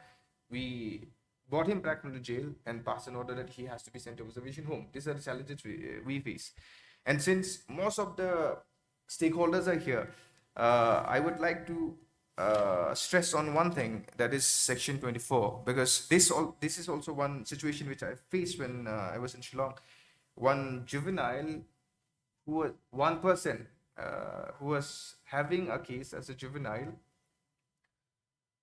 when he was not 18 years of age, but at that point of time he has completed adulthood, he has completed his studies, and he got a job.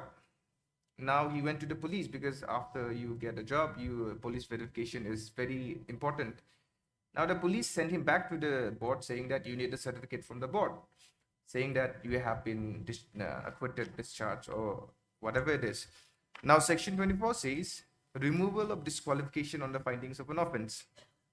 Notwithstanding anything contained in any other law for the time being enforced, the child who has committed an offense and has been dealt with under the provisions of this act shall not suffer disqualification. The word is shall not suffer disqualification, if any attached even to conviction of an offense. It doesn't matter whether he has been convicted or acquitted or discharged. It doesn't matter. Once his case has been disposed of by the Juvenile Justice Board, and in future when he turns into an adult and gets a job, he shall not suffer disqualification. And this has to be kept in mind. And one other situation I faced when I was in Bagmara was this child was brought by the police for committing an offense, and after that he committed some other offenses, and I think so he committed an offense with regards to school. He stole something from the school. Now his case was dealt with the Juvenile Justice Board. He was made to do community service, but when his parents approached the school with regards to his readmission, the school denied.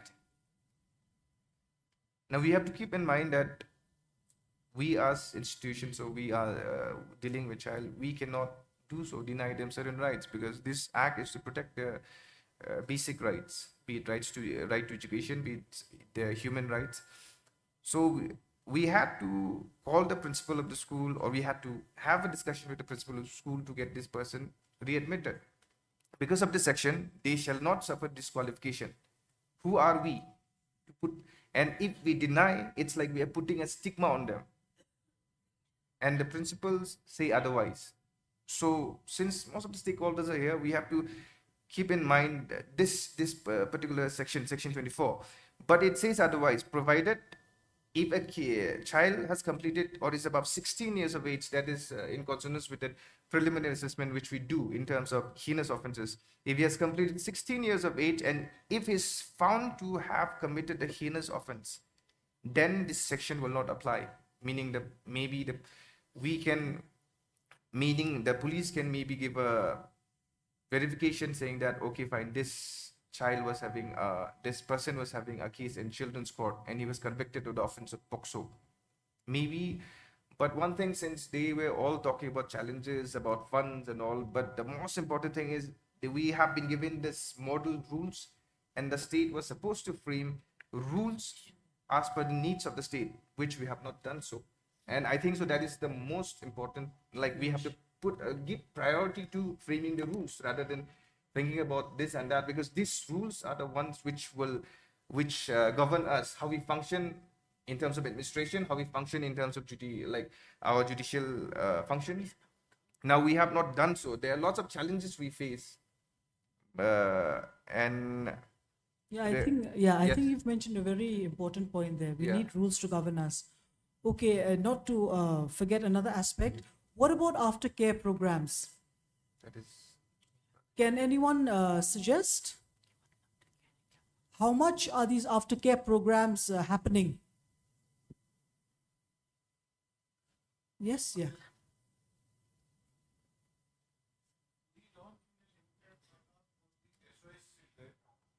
The children whom we care at the SOS village. For them we run it. And earlier it was that we are aiming that high profile programs can help the children.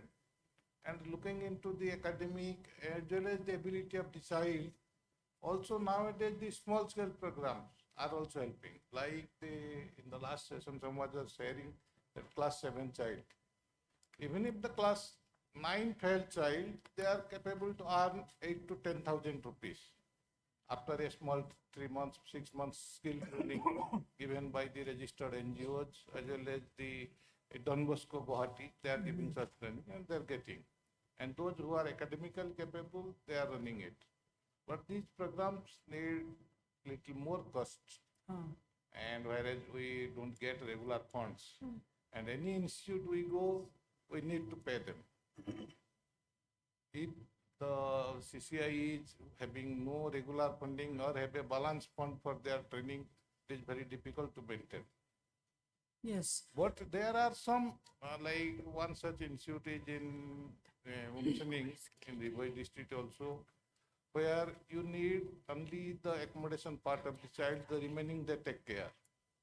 There are such schemes available where they give them small trainings like for 3 months electrician or the hair cutting, and where at least the child get a skill to earn his living or her living.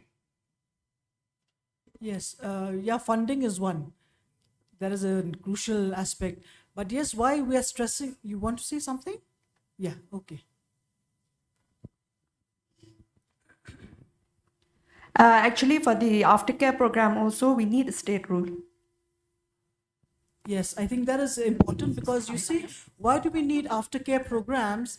Because at the very first instance, we are handling a child and the current circumstances. But we forget that we have to let go of the child at some point of time. That is why we need aftercare. You know, after our role of addressing the current issue, we need to also prepare the child to face reality, to face the world, which is why we need these aftercare programs, which I feel is a challenging task, isn't it? Because again, we have short of manpower, short of resources. You know, we are running short of all these, important, crucial factors. So I think, again, this will have to be addressed. How do we go about? If any one of you have any suggestions, please give in your suggestions. Because you see, I've noticed lack of aftercare programs also bring about repeated offenders. And how do we address that? How often do we do that? Because you see, yes, if the child repeats, comes back to the home, we'll give that same kind of homely environment. We'll give that same kind of approach to reform, to give a fresh start, to not look back at the previous record, you know. But what if that child becomes an adult and lack of nurturing makes him an offender for offenses dealt with as an adult? Then that becomes a more major issue. We've had many, children becoming accused persons in jails. And then when you look at the trend, it has been there, but it was not tapped at the right point of time. Though, however much they try, but because of lack of resources, we couldn't do that. So we don't want to do that. So I would just like to ask Kindia, Anything, your take on that? Yes, ma'am. Regarding the aftercares, for CNCP, sometimes we have a good success, numerous numbers of success stories that we have placed under aftercares, but we have very late, almost very less percentage when it comes to juveniles in conflict with law. The reason therein is because most of them, they don't have the requisite qualification which is required when we place them for any training. So if for tailoring also they're asking for a qualification, for anything they ask a qualification. So this is one of the thing that we cannot do. Just Madam has just mentioned that when I was in Cleared, there was one juvenile who his case has been disposed, and then when I went to a district judge to appear for a POXO case, then I saw him inside the court. I was asking him, "What are you doing here?" Then he said, "I'm for a case." So after the juvenile case, child in conflict, I mean the case, it's over. He end up in another case. This is the reason that because he doesn't have the qualification, that we cannot place him anywhere. And sometimes there is a problem also with children in conflict with law, because when we send them for any trade, like training in a vocational training, also they don't stay there.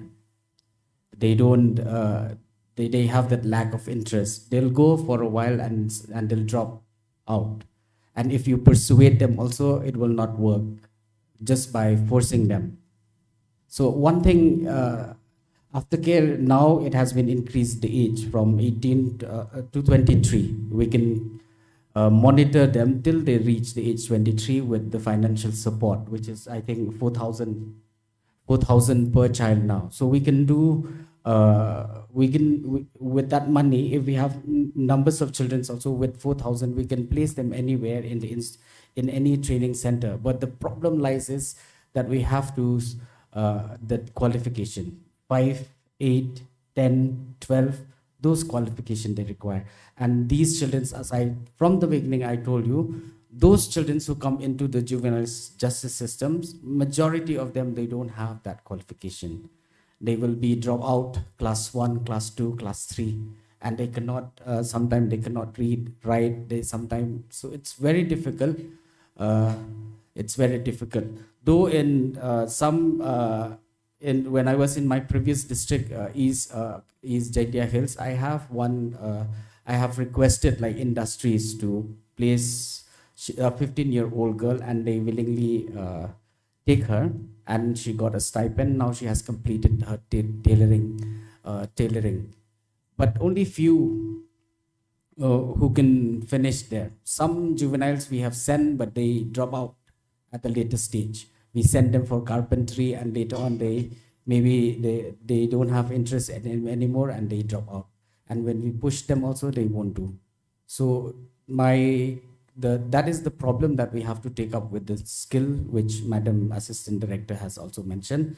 But we have to write to the government, at least for these children who are under juvenile justice system, some relaxation should be considered for them, because the purpose, if we go by the GG Act, it's reformation, it's our priority, rehabilitation and mainstreaming.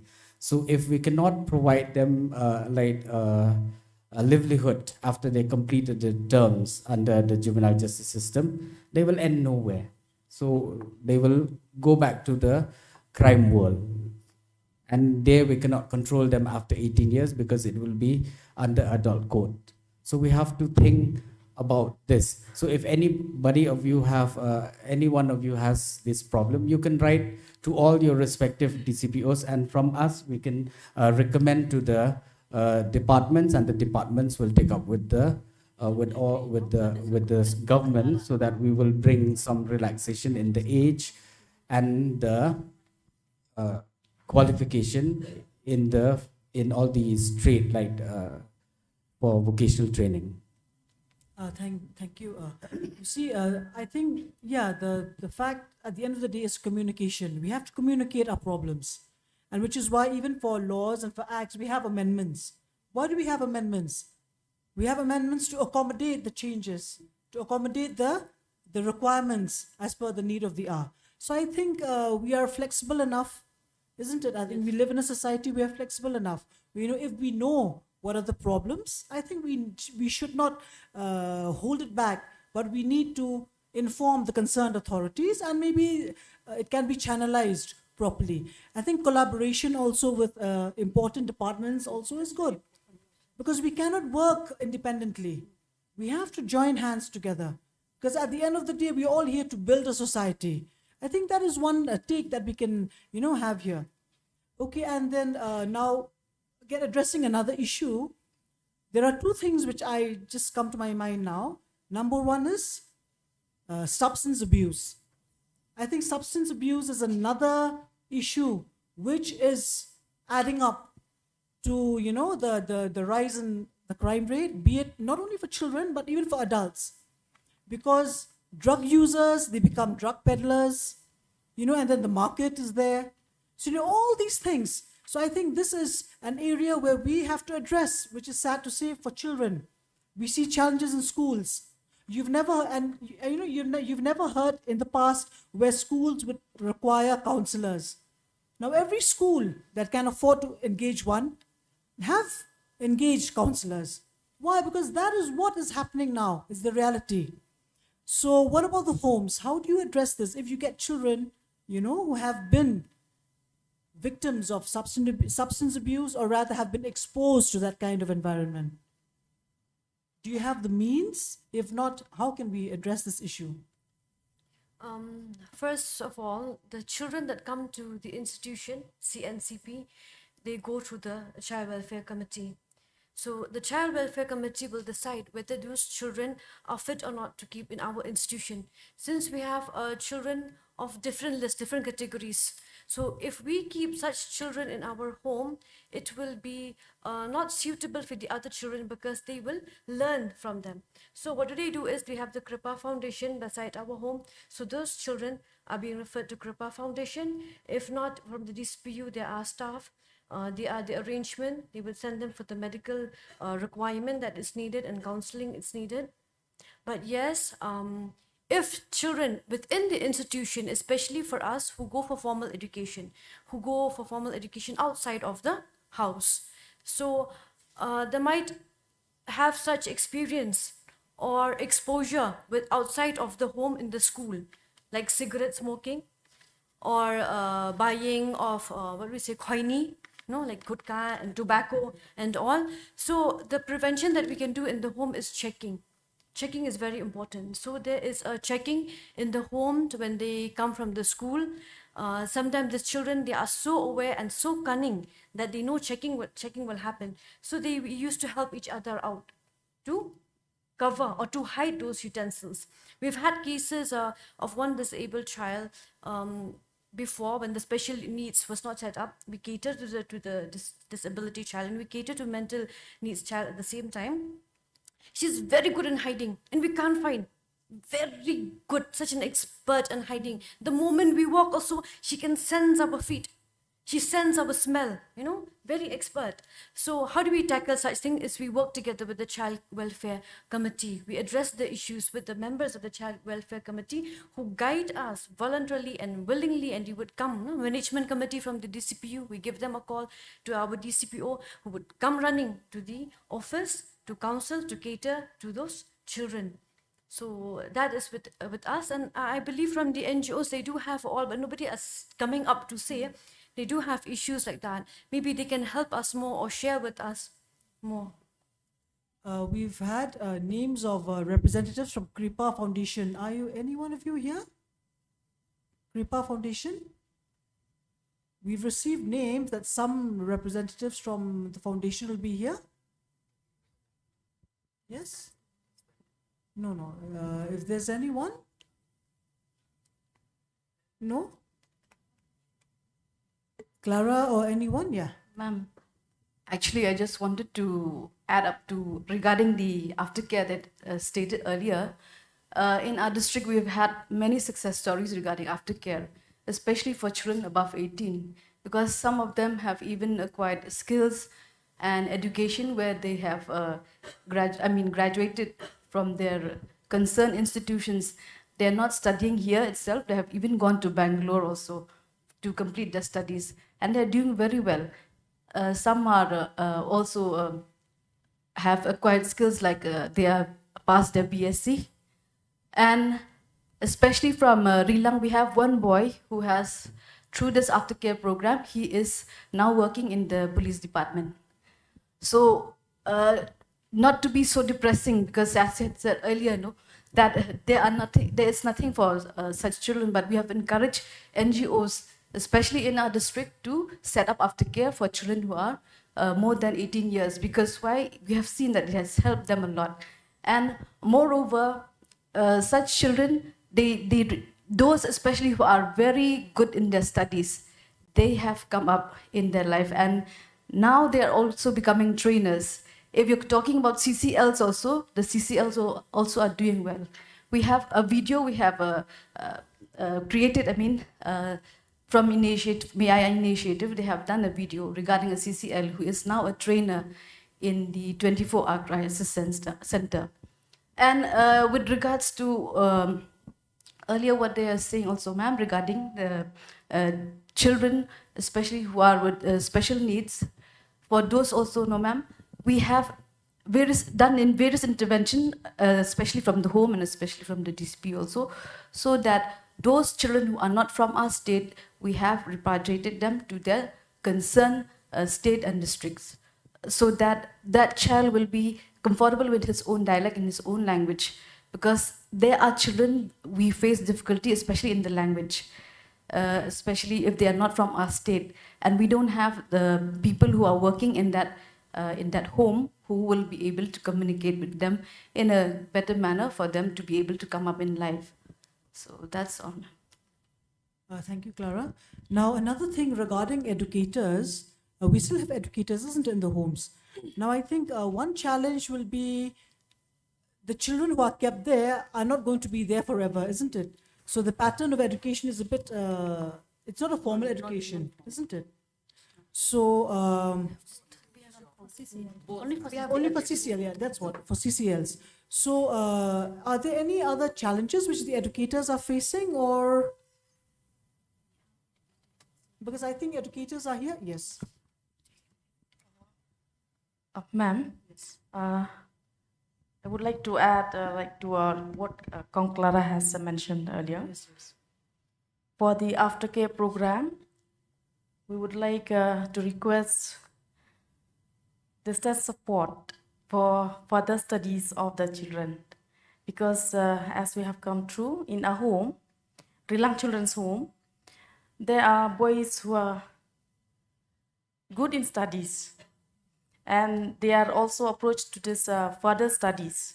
Like earlier we are having one boy, now he's pursuing his SOTT in Martin Luther Christian University, and it requires lots of payment. What about sponsorships? Ma'am, if I may add, there is see, we can for those children who are very good in the academic, no, in the institutions, the NGO, be it the government runs, they can CSR is their corporate social responsibility, and even individual donors also you can find for sponsor of their for the education. You can explore that fact, that part also, to because, and also if you can write to the departments or to the DCPO, we can write to the university also, at least to some reductions in the fees also, because we will tell them that these children are under the care of so and so, and this we can request them. So okay, sir. Yes, scholarship also is there. Yeah, okay. For this boy which I have mentioned, Yes. They do give the concession from the university. Yes. But still, for 6 years, we still have to pay 4 lakhs. Okay, you see, it's just a suggestion. Suppose they, university, fine, if it's in a school, anything. I know from the department we cannot really call for individual scholarships, but perhaps you can give this idea to the concerned schools. They might be having parents who are, affluent enough who can sponsor for another child. Or maybe in the universities, they must be having sponsorship programs, because we know universities, they do. Some people, they do in the name of so and so, the name So, of, yes, some they do that. So I really don't know how effective is that, but this is an idea which has been introduced, and people are getting, acquainted with this concept of scholarship. I understand the government may have special scholarships, funding may be there. I think we should encourage individual funding also. individual funding. If there are people who are, in a good financial position where they can do. Sometimes they give scholarships, in a particular way where they scrutinize children who can be eligible for that. And okay, talking about education, what about special educators? Because sometimes we come across victims, child victims who need special educators. They can't speak, they can't see, they can't, or maybe we need that. I think, yes, we have received support. I know in the courts we have received support where, we take up statements under 164 of the victims, and then we cannot understand their language. Or I've come across a child who cannot see, I've come across a child who cannot speak, but special educators has helped. So how is that area? Is it... I think we have, Madam, special educators in the special units, but not in the CNCP or the CCL. But I think from DCPO, Conclara already has a list now of those interpreters. Yes, we have a list of interpreters, Madam. So anytime that you need... Yeah. So anyway, so for the principal magistrates who are fairly new, this is another idea where you, not exactly an idea, this is another measure which you can always adopt. If you come across, persons who are, who cannot be communicated in a manner which we normally do, always consult the social welfare. In fact, the DCPUs, they can guide you of the concerned districts. It is not only applicable not only to the principal magistrates, but to the judiciary as a whole. Because other magistrates are recording statements, other magistrates are doing this. So if at all you face a challenge in this area, consult the nearest DCPU of your district, and they can guide you how to go about. Okay, these are the things. Now we also have, we work hand in hand also with the education department from SSA. They have these special educators in different blocks that they have, so that they can also track those children who are special needs, who have come under the purview of the CWC. Yes, yes. And also I need to add regarding the Kripa Foundation, earlier you had mentioned, ma'am, regarding the de-addiction. For those children who are having a problem of addiction, especially if they need to be admitted in the center, that is in the juvenile de-addiction center, they have to undergo the DIC, that is detoxification. Yes, ma'am. That is mandatory, ma'am. Yeah. What about the lawyers here? We have lawyers here handling juvenile matters, yes? Do you have anything that you want to share, the challenges or whatever? Because sometimes the legal aid councils, they are more or less connected only with the legal services authority, isn't it? But we want you also to have a proper coordination with the department and other stakeholders, because sometimes you also have to be in close communication with the victim, at the same time the juveniles or the children in care, or in conflict with law, isn't it? Do you have anything, Kong Mina, perhaps if you can add anything? No, not GGB, but as councils. As of now, I haven't got like that. But only one thing, ma'am, like when we go for programs in the villages, so we have to go as legal aids.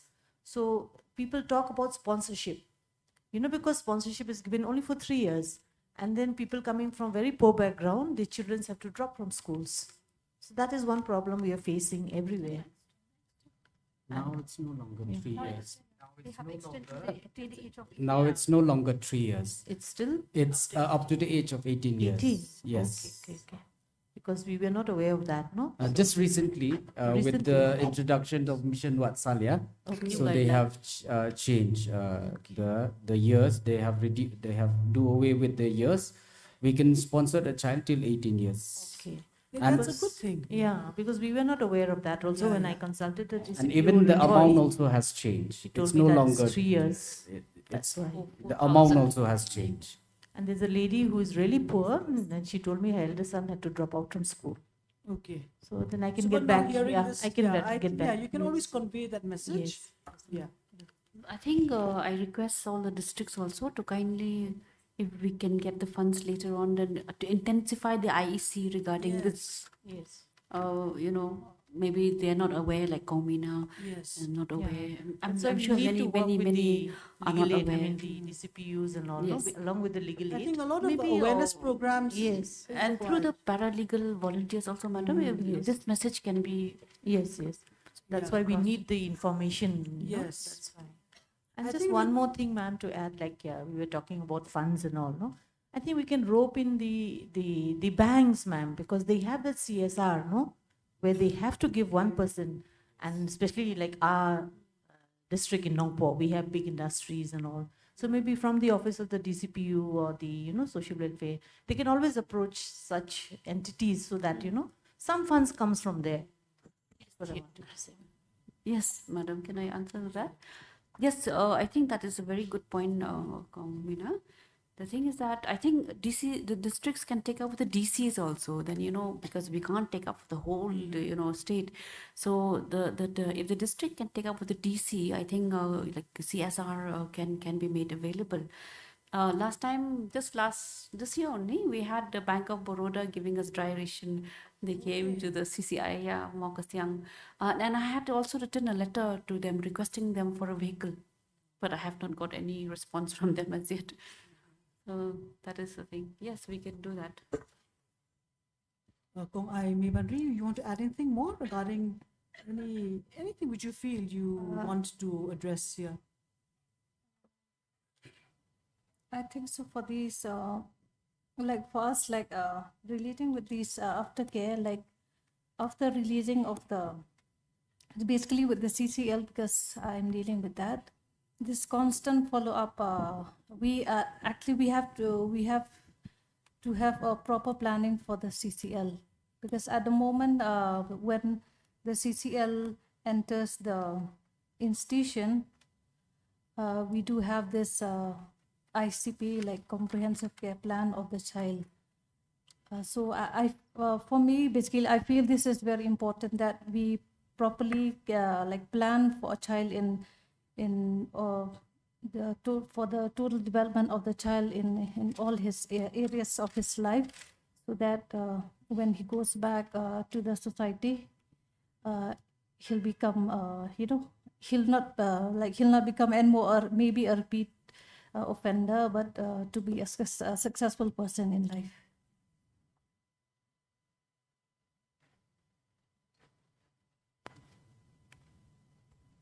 Okay. Anything else you would like to hear? Yes. Ma'am, I would just like to add to the sponsorship. Like there is a provision under Mission Vatsalya for the private sponsorship, like individual to individual sponsorship, group sponsorship, community sponsorship, and then even sponsorship for the children's home. But we don't have any guidelines like how to go about it. So if we have state guidelines regarding this, it can be a lot of help for the state, for the children who are in need of sponsorship. Yes. What about foster care? How is the situation here? Foster care, foster homes?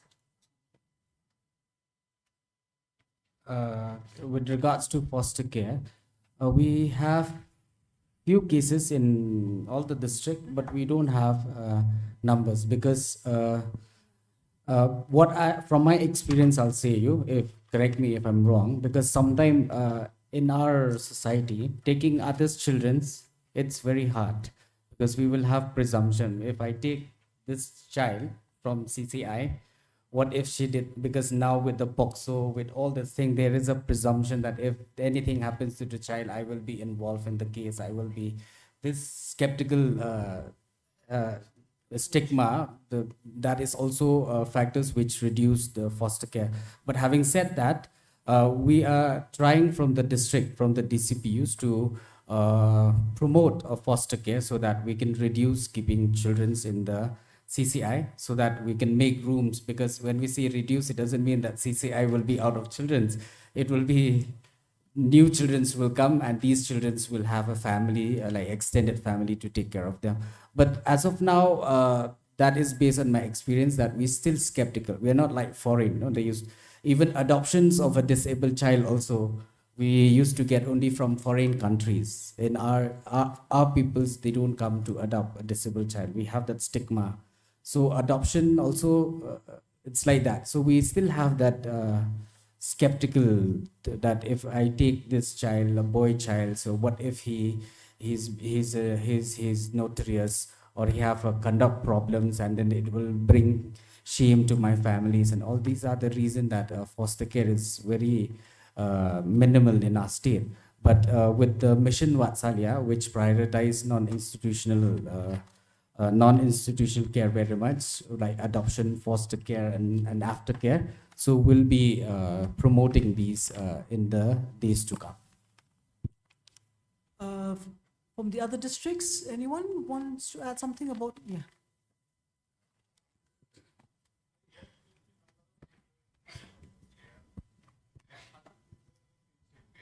That we are running at present in Ribhui and East Khasi Hill district, and government also supports those children whom we have taken care.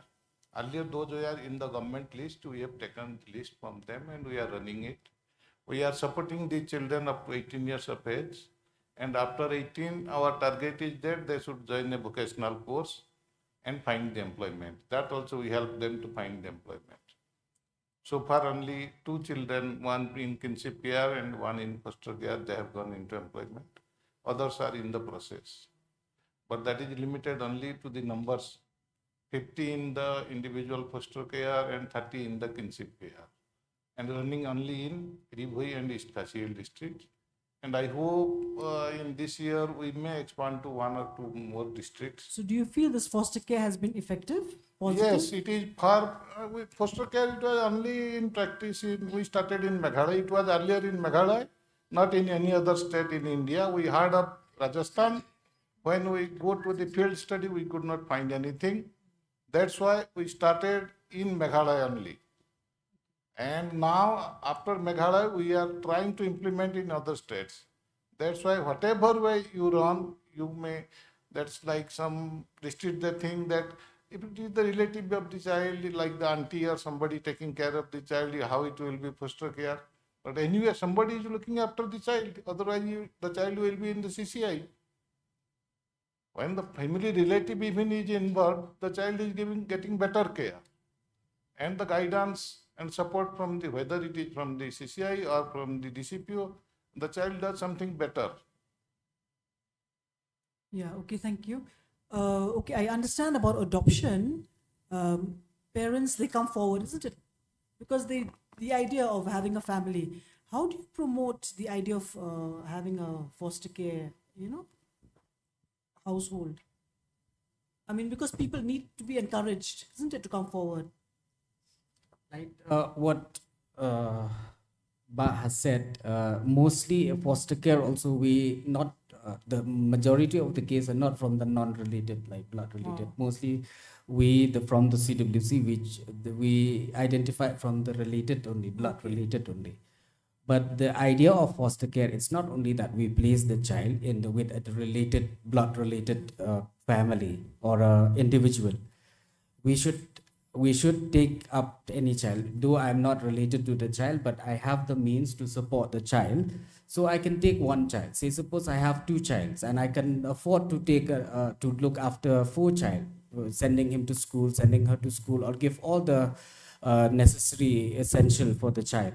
So, but that concept is not with us, in us. I'm so sorry to say that. This is based on my running 12 years experience, I'm saying this. So you can object me, I have no issue with that.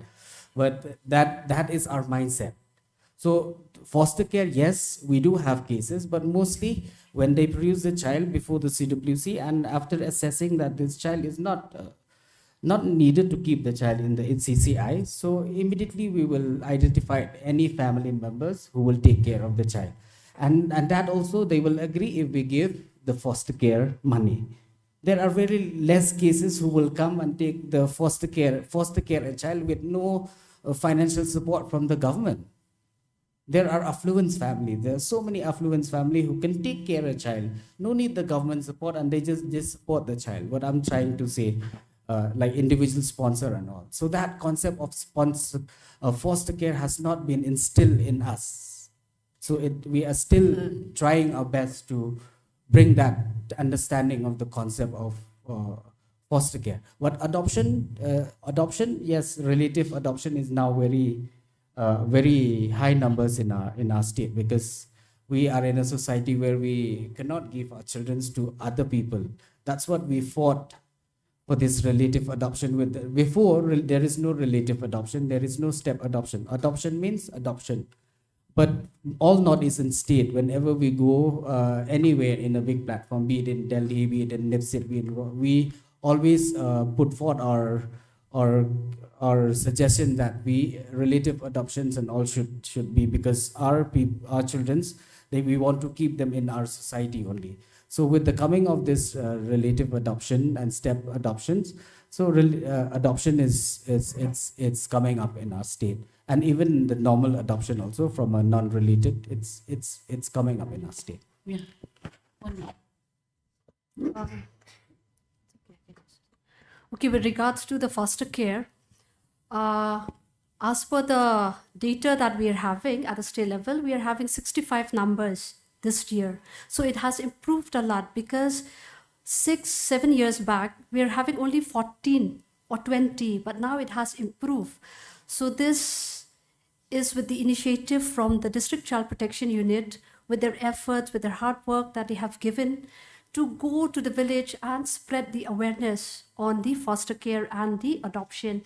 Then with relative adoption, we are having 78 numbers of relative adoption that have completed, and with the step parent adoption, we are having 17. So adoption also, it has improved a lot compared with the previous years.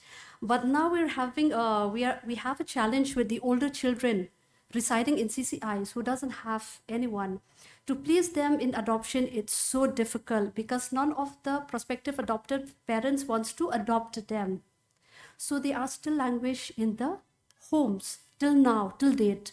So maybe if not for adoption, maybe we can place them for foster care.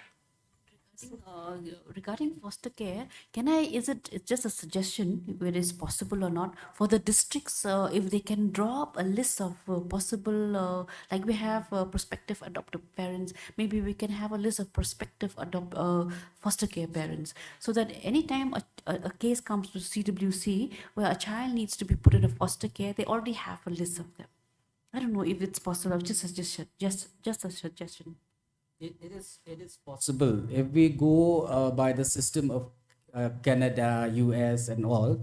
The child protection services, they already have empaneled foster care parents. So whenever we have a child coming into the system, immediately, if it's not that we need to institutionalize or the child, immediately they'll contact any of the parents. We should practice that in our state also. We can advertise anyone to come and register, because to be foster care parents, we have to do a background check also. We can do a background check also of the family, so that if I send a child, they will keep there. So we have to do a little bit of background check, and then we will put them on the list. So as and when a child can come to the CWC, if it's not mandatory that we have to put the child into the institutions, there will be an empanel, no? So number 1, number 2, we can send to them. We can do that. But we just have to be careful. Yes. Isn't it? Because we know of stories in the Western Yes. world where children growing up in foster homes, in fact they come out more disturbed. Because they've been kept from one foster home to another foster home to another foster home, and sometimes families come forward to be foster parents because of the remuneration that they're getting. Yes, the money. So all these factors we have to take into consideration. We have to be very sure about the quality, about the sense of contribution which that home has towards building that child. I think these are the areas. Of course, we are still moving in that direction. Yes, we cannot really be full-fledged, in terms of having a complete system in place. But we are moving in that direction, I think. So yes. I would just like to add to the foster care, like at the district level, an awareness program is organized. So on foster care, a lecture is provided during any awareness program, but still parents are not coming as foster parents. So maybe just as a suggestion, maybe the concept of foster parents in the state is still lacking. Yes. Maybe if we can have some advertisement on foster care or some IEC materials, maybe hopefully maybe some foster parents will come. Or maybe some short film on that, anything. And if I may add, if you foster a child, okay, after I think 5 years, you can file adoption for the child also. It before it's not allowed. You have to file a normal. Now after 5 years, you can directly file adoptions if you get attached with the child, no, and you have raised the child, so you can file direct adoption of the child. There is a new changes in the foster care. Okay, thank you. So, any final word from anyone? Ma'am, I must have missed out one of the challenges. One of the challenges that we experience, I want to share as representing the CNCP, and speaking also on behalf of the CCL, is this: whenever a child comes, we have to go for medical examination within 24 hours. We do have a paramedical staff, but we don't have a medical doctor. That is one of the biggest issue that we face, because sometimes I have to run 1 in the morning, 2 in the morning to Maukasiang when an issue comes. We have to go. Yes. So if we could have a medical doctor who would come and visit every now and then to the home, it will Yeah, help. that's what, like a psychiatric ward, a doctor, right to the Juvenile Justice Committee of the High Court. Perhaps if the judiciary can intervene, because if we can have a doctor in the jails, why not there, Yeah, ma'am, regarding educator, yes, I would like to say, like, we have educators in our home and they're doing their jobs, okay? And the issue is that with the increasing number of children, one educator is finding it difficult. Yes, If the you have to ratio is- tutor, yeah. And our children are very special. They are child in need of care and protection. They're already coming with issues. So with them, sometimes concentration, they have a lack of concentration and they have no motivation to go to school. And we have to give them constant counseling about going to school. Some of them, they can't make decision. They are confused whether I should go for vocational or whether I should go for schooling or what I should do. So these are many of the challenges we face every year with children. Sometimes they're doing well in school, sometimes their performance would go down. So these challenges are, I believe some of the homes experience these challenges regarding to educators. So we need trainings, for our educators. They hardly get training. So we need proper training for them. And yeah. I'd like to add one more thing before we close. That is with regards to prohibition on disclosure of identity of children, since all the stakeholders are here dealing with CICLs or CNCPs. We should keep in mind that the identity, we should not disclose the identity at any level. At any level.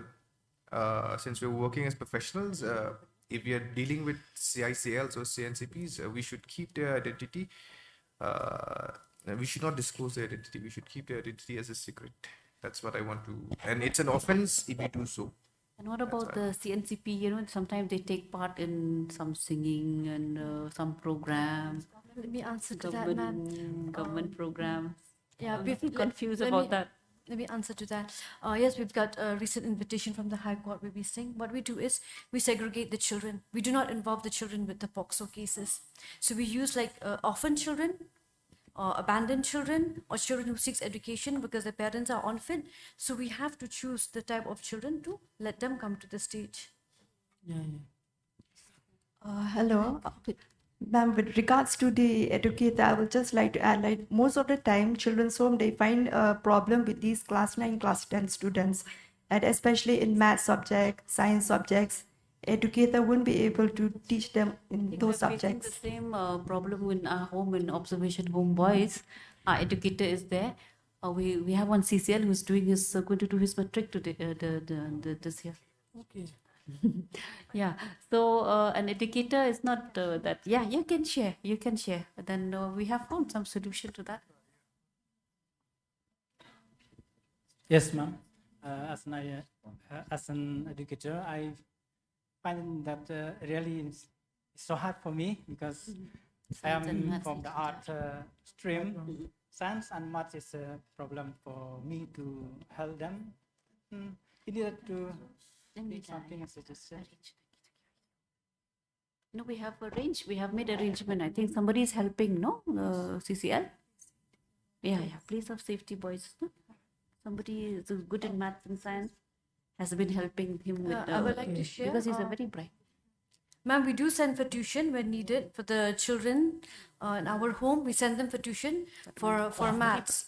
And sometimes, because we did approach the observation home last time for different subject when they have the weakness, so we have some teachers from one school who's voluntarily helping us in a low amount of fees that we can afford. So we send the child for tuition just for the math subject. I think volunteering is one, isn't it? We need more volunteers to come forward. There's so many educated young boys and girls now.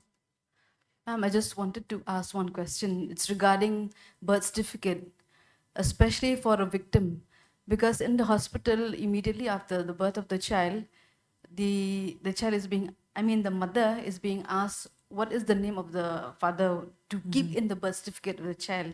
So some victims, they do not want to give the name of the father of the child, especially if it is the incident happened in the home only. So, but in the hospital, they insist that the name of the father should be given. So what do we do regarding that? Whether something can be No, done? actually, it should not be made mandatory. It should not be made mandatory because I remember there was a case also of people applying for passports, scheduled tribes. But then now we have evolved. It's not mandatory to have the name of the parent. Now you look at this. No. What Yeah, I'm ma'am. trying to say is that look at how advanced we are. Some people, they go by way of surrogacy.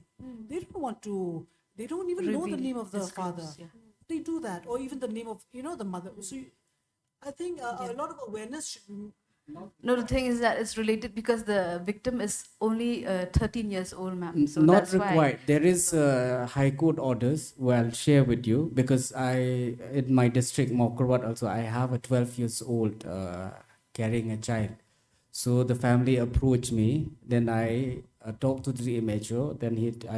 And then I told him, do I need to seek the support of a legal, like lawyers to get the medical birth certificates? And not required. We know that we have to give without names of a father. So we know the case. So you just talk to the TMHO. No Yes. problem. There is a High Court orders, Delhi also one, but I don't remember the citation, but I have it with me, so I can share it with you. Yes, we have done that, but ma'am, but some people, they insist, ma'am, especially from the health department. So I just wanted to clarify or They need to regarding be that. made aware. You have to be more Yes. firm to tell Yes. them that. Yes, Yes. we did that, ma'am. We did that. There is because a High Court orders. This is a Nobody recent can. case that came to district. We've seen, ma'am. I think so you can take it up with the Maybe concerned for them BDO. it's lack of Yes, awareness. yes. Yeah. DC. I think so. BDOs and DCs are DCs doing that. can do At block level, you can Yes. consult with the concerned BDO. Okay. District level, you can consult with DC. I think so. They can do that because Ministry of Women and Child, I think so. There has certain directions given to BDOs and DCs to do so. With Because regards sometimes, to those these are conditions, yeah. situations where we just need to go an extra mile. Yes, Because, we you did know, that, ma'am, regarding yeah. this case. Good afternoon, all. I'm the LSC Oh, yeah. council. Ma'am, I just want to put this question whether the committee under the section 29 of JJB Act have the power to dispose the POCSO cases during the pendency of the case if both the parties do not wish to proceed the case. Example, if both the parties, the victim and the CCL, attain the age of majority, and now they are living together as husband and wife in the same room. No. Remember, it's not a compoundable offense. Always remember that. We have to go by what the law prescribes us. Okay, the age of consent is always there. Just because the so-called victim and accused or CCL has assumed or rather attained the age of majority, we cannot just condone the fact that it was a case registered under the POCSO Act. That we have to be very clear, which is why now, there are drawbacks and there are positive aspects to this, where we have many people in the rural areas, they would marry off their daughter, isn't it, at a very young age. And then earlier, when it was not a reported case, they will just go on to live happily.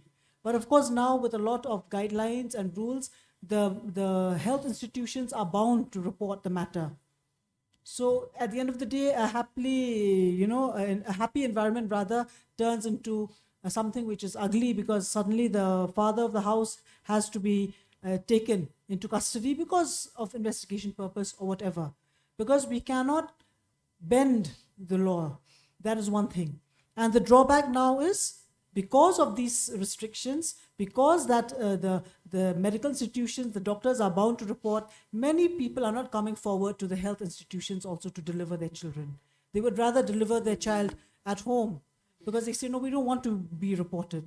These are the things. And in fact, we also hear of cases where people, they would want to compromise at the village level, at the family level. Because why? The predator or someone else is a family member, or so and so. So these are the drawbacks. But I think so with a lot of awareness now, people are getting to understand, I don't know to which percentage, but encouraging young early marriage is not advisable, because the law is there.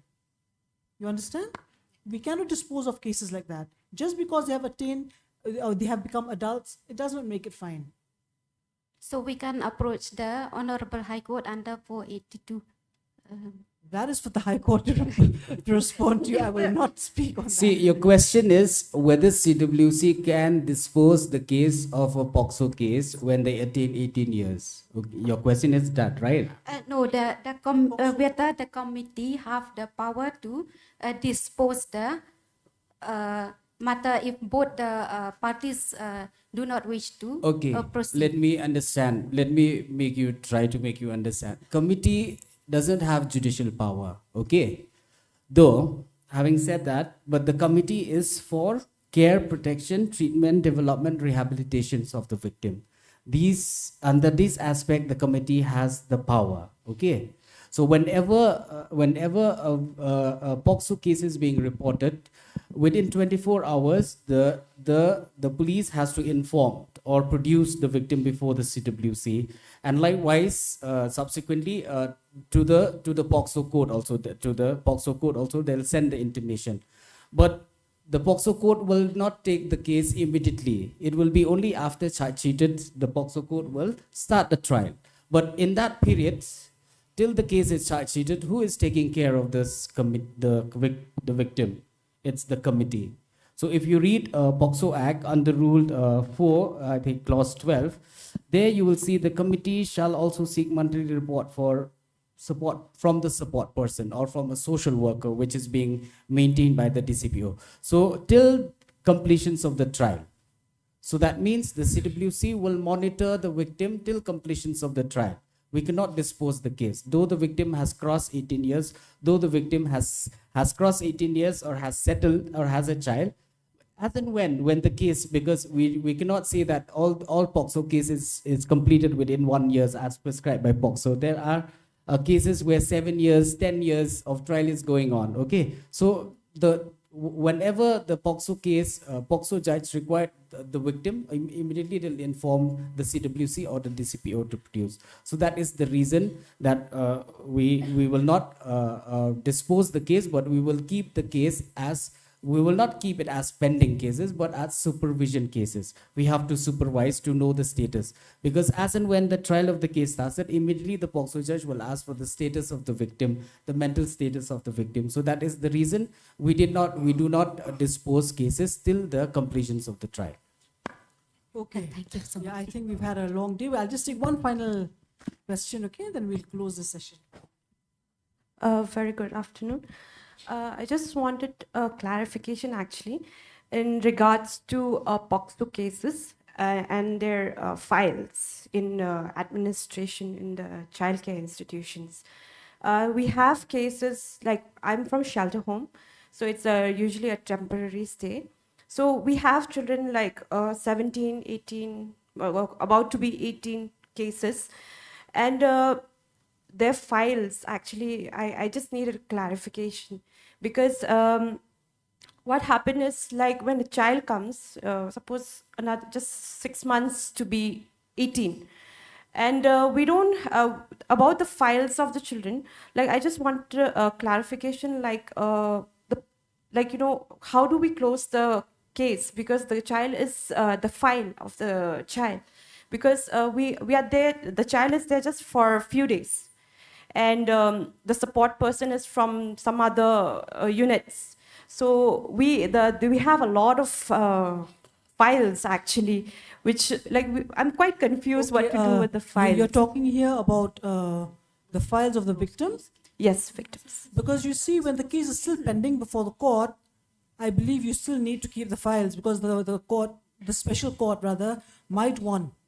No, ma'am. As per my understanding is that, see, means you in the institutions, because sometime when the victim is produced before the CWC, and because of the risk factors, we used to place the child under the institution for temporary till the risk factors in the family, or maybe if the perpetrator is the brothers or the stepfathers and all. So just to protect the victim, we keep it in the institutions. You mean for your question is that, right? Yes, sir. Okay. So you can close the file for you because that is temporary only for you, no?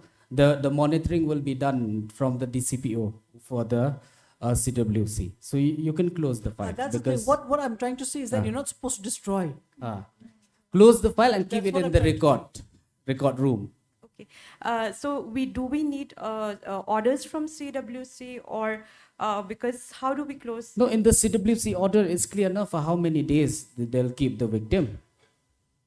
So if that 14 days, if the CWC keep it for 14 days and the CWC has restored back the child to the family, a copy of order is mandatory to I give it think to what you. you want to know is what will you do with that whole report? The isn't file it? is kept saved. Just like we have after that we have follow up and all that. Yeah. So sometimes we have police asking about details and all that. When the child has, like, she's an adult now, she's already 19 or 18, but it's a POXO case. So for us, sometimes we face difficulty what to do with that. You have an file. order, right, from the CWC. Yeah. So after the CWC keep the child in the institution, say whatever period, 14, 1 month. So when the when the child is released also with the order, no? So with that order, you can close the file and keep it in the records. And if anybody asks from you, any particular, be it police, be it what, you don't give because it's under POXO case, POXO judge and CWC. So if anyone wants to know information about the child, whether which date is being kept there, if the police asks also, you don't have the authority to give. It's only the CWC can give the detail. Okay, thank you. Okay. Sir. Thank you. Okay. Ma'am, I think we need. Ma'am, just one question. It's kind of clarification. I'm a panel LAC from Clarion. Just recently, we had conducted from the LASA 1 program on disability. So in that program, it's an awareness program. In that program, so many disabled child had come forward. So one child, but I forgot to ask whether he has reached 18 or not. So he had come that he already completed his class 10 and he already completed his class 11 also, and then he was supposed to write his exam for class 12 this year, but he said due to his parents could not afford him financially, so he dropped now.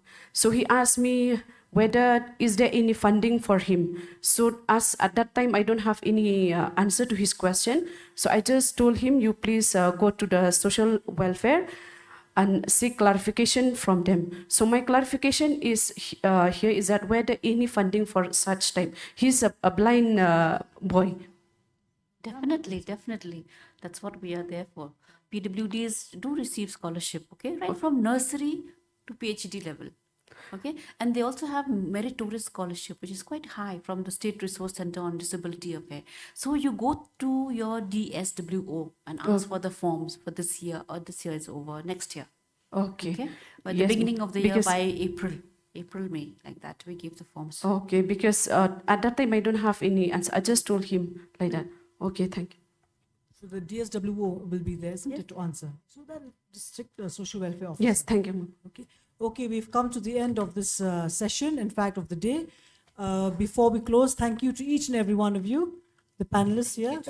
Okay, thank you so much for, I cannot thank you enough. The Academy is very happy that, it has turned out to be a very fruitful discussion. I hope the participants agree with that because I feel it has been fruitful. So before closing, I would just request, we are all handling matters relating to children. Let us find ways and means for recreation for ourselves so that we do not get too disturbed with the kind of picture that we have to see and experience, okay? Because we need to be strong ourselves to be able to handle these situations. We need to be emotionally strong. We need to be rejuvenated in spirit and in energy. Okay, so find ways and means for recreation so that we can come back to deliver more. Once again, thank you to each and every one of you. Before we finally close, Madam Deputy Director can just come and give the closing remarks.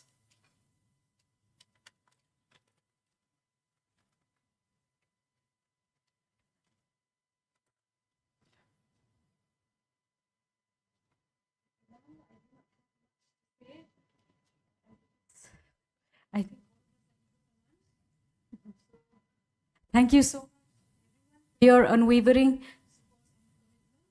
Let's hope that by the end of the day, one or all of us will be able to bring a smile to a child in adversity in one way or the other.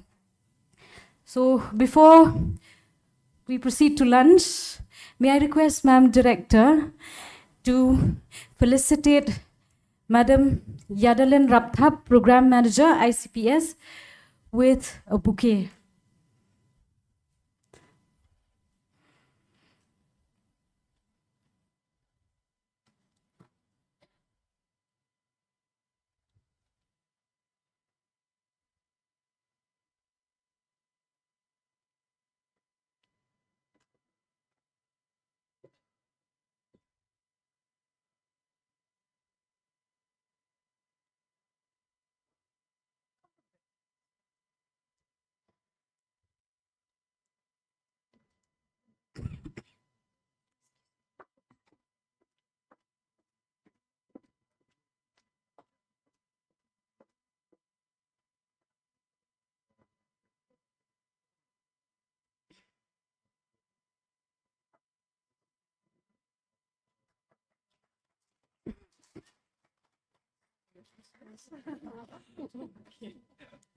May I also request Madam Director to facilitate Srimati Mary Ann Kharbhi, Assistant Director, Social Welfare Department, with a bouquet.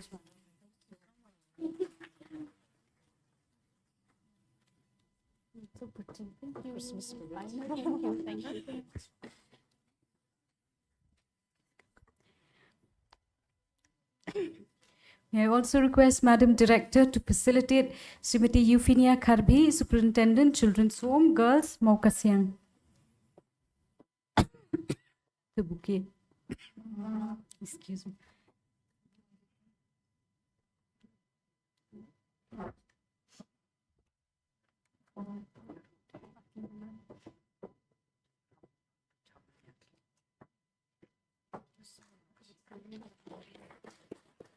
May I also request Madam Director to facilitate Srimati Ms. Aime Bandri Wadri, Superintendent, Place of Safety, Boys, Shillong, with a bouquet.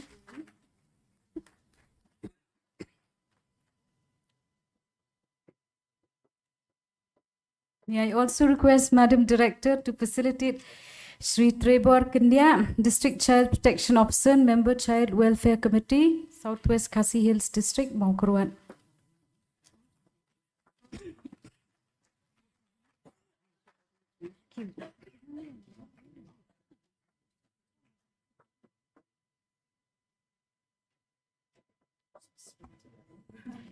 Last but not the least, may I also request Madam Director to facilitate Sri Balkim M. Sangmam, Joint Registrar Listing, come OSD, High Court of Meghalaya and former Principal Magistrate, JGB.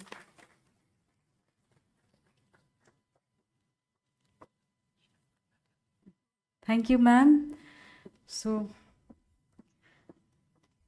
thank you all. Hope you have a meaningful day ahead.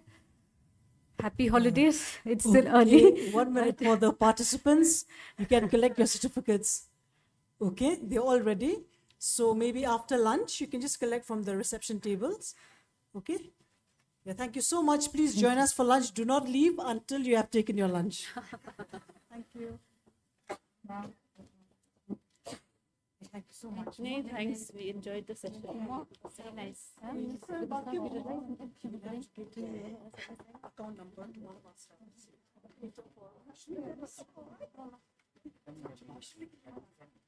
Otherwise, you take the number and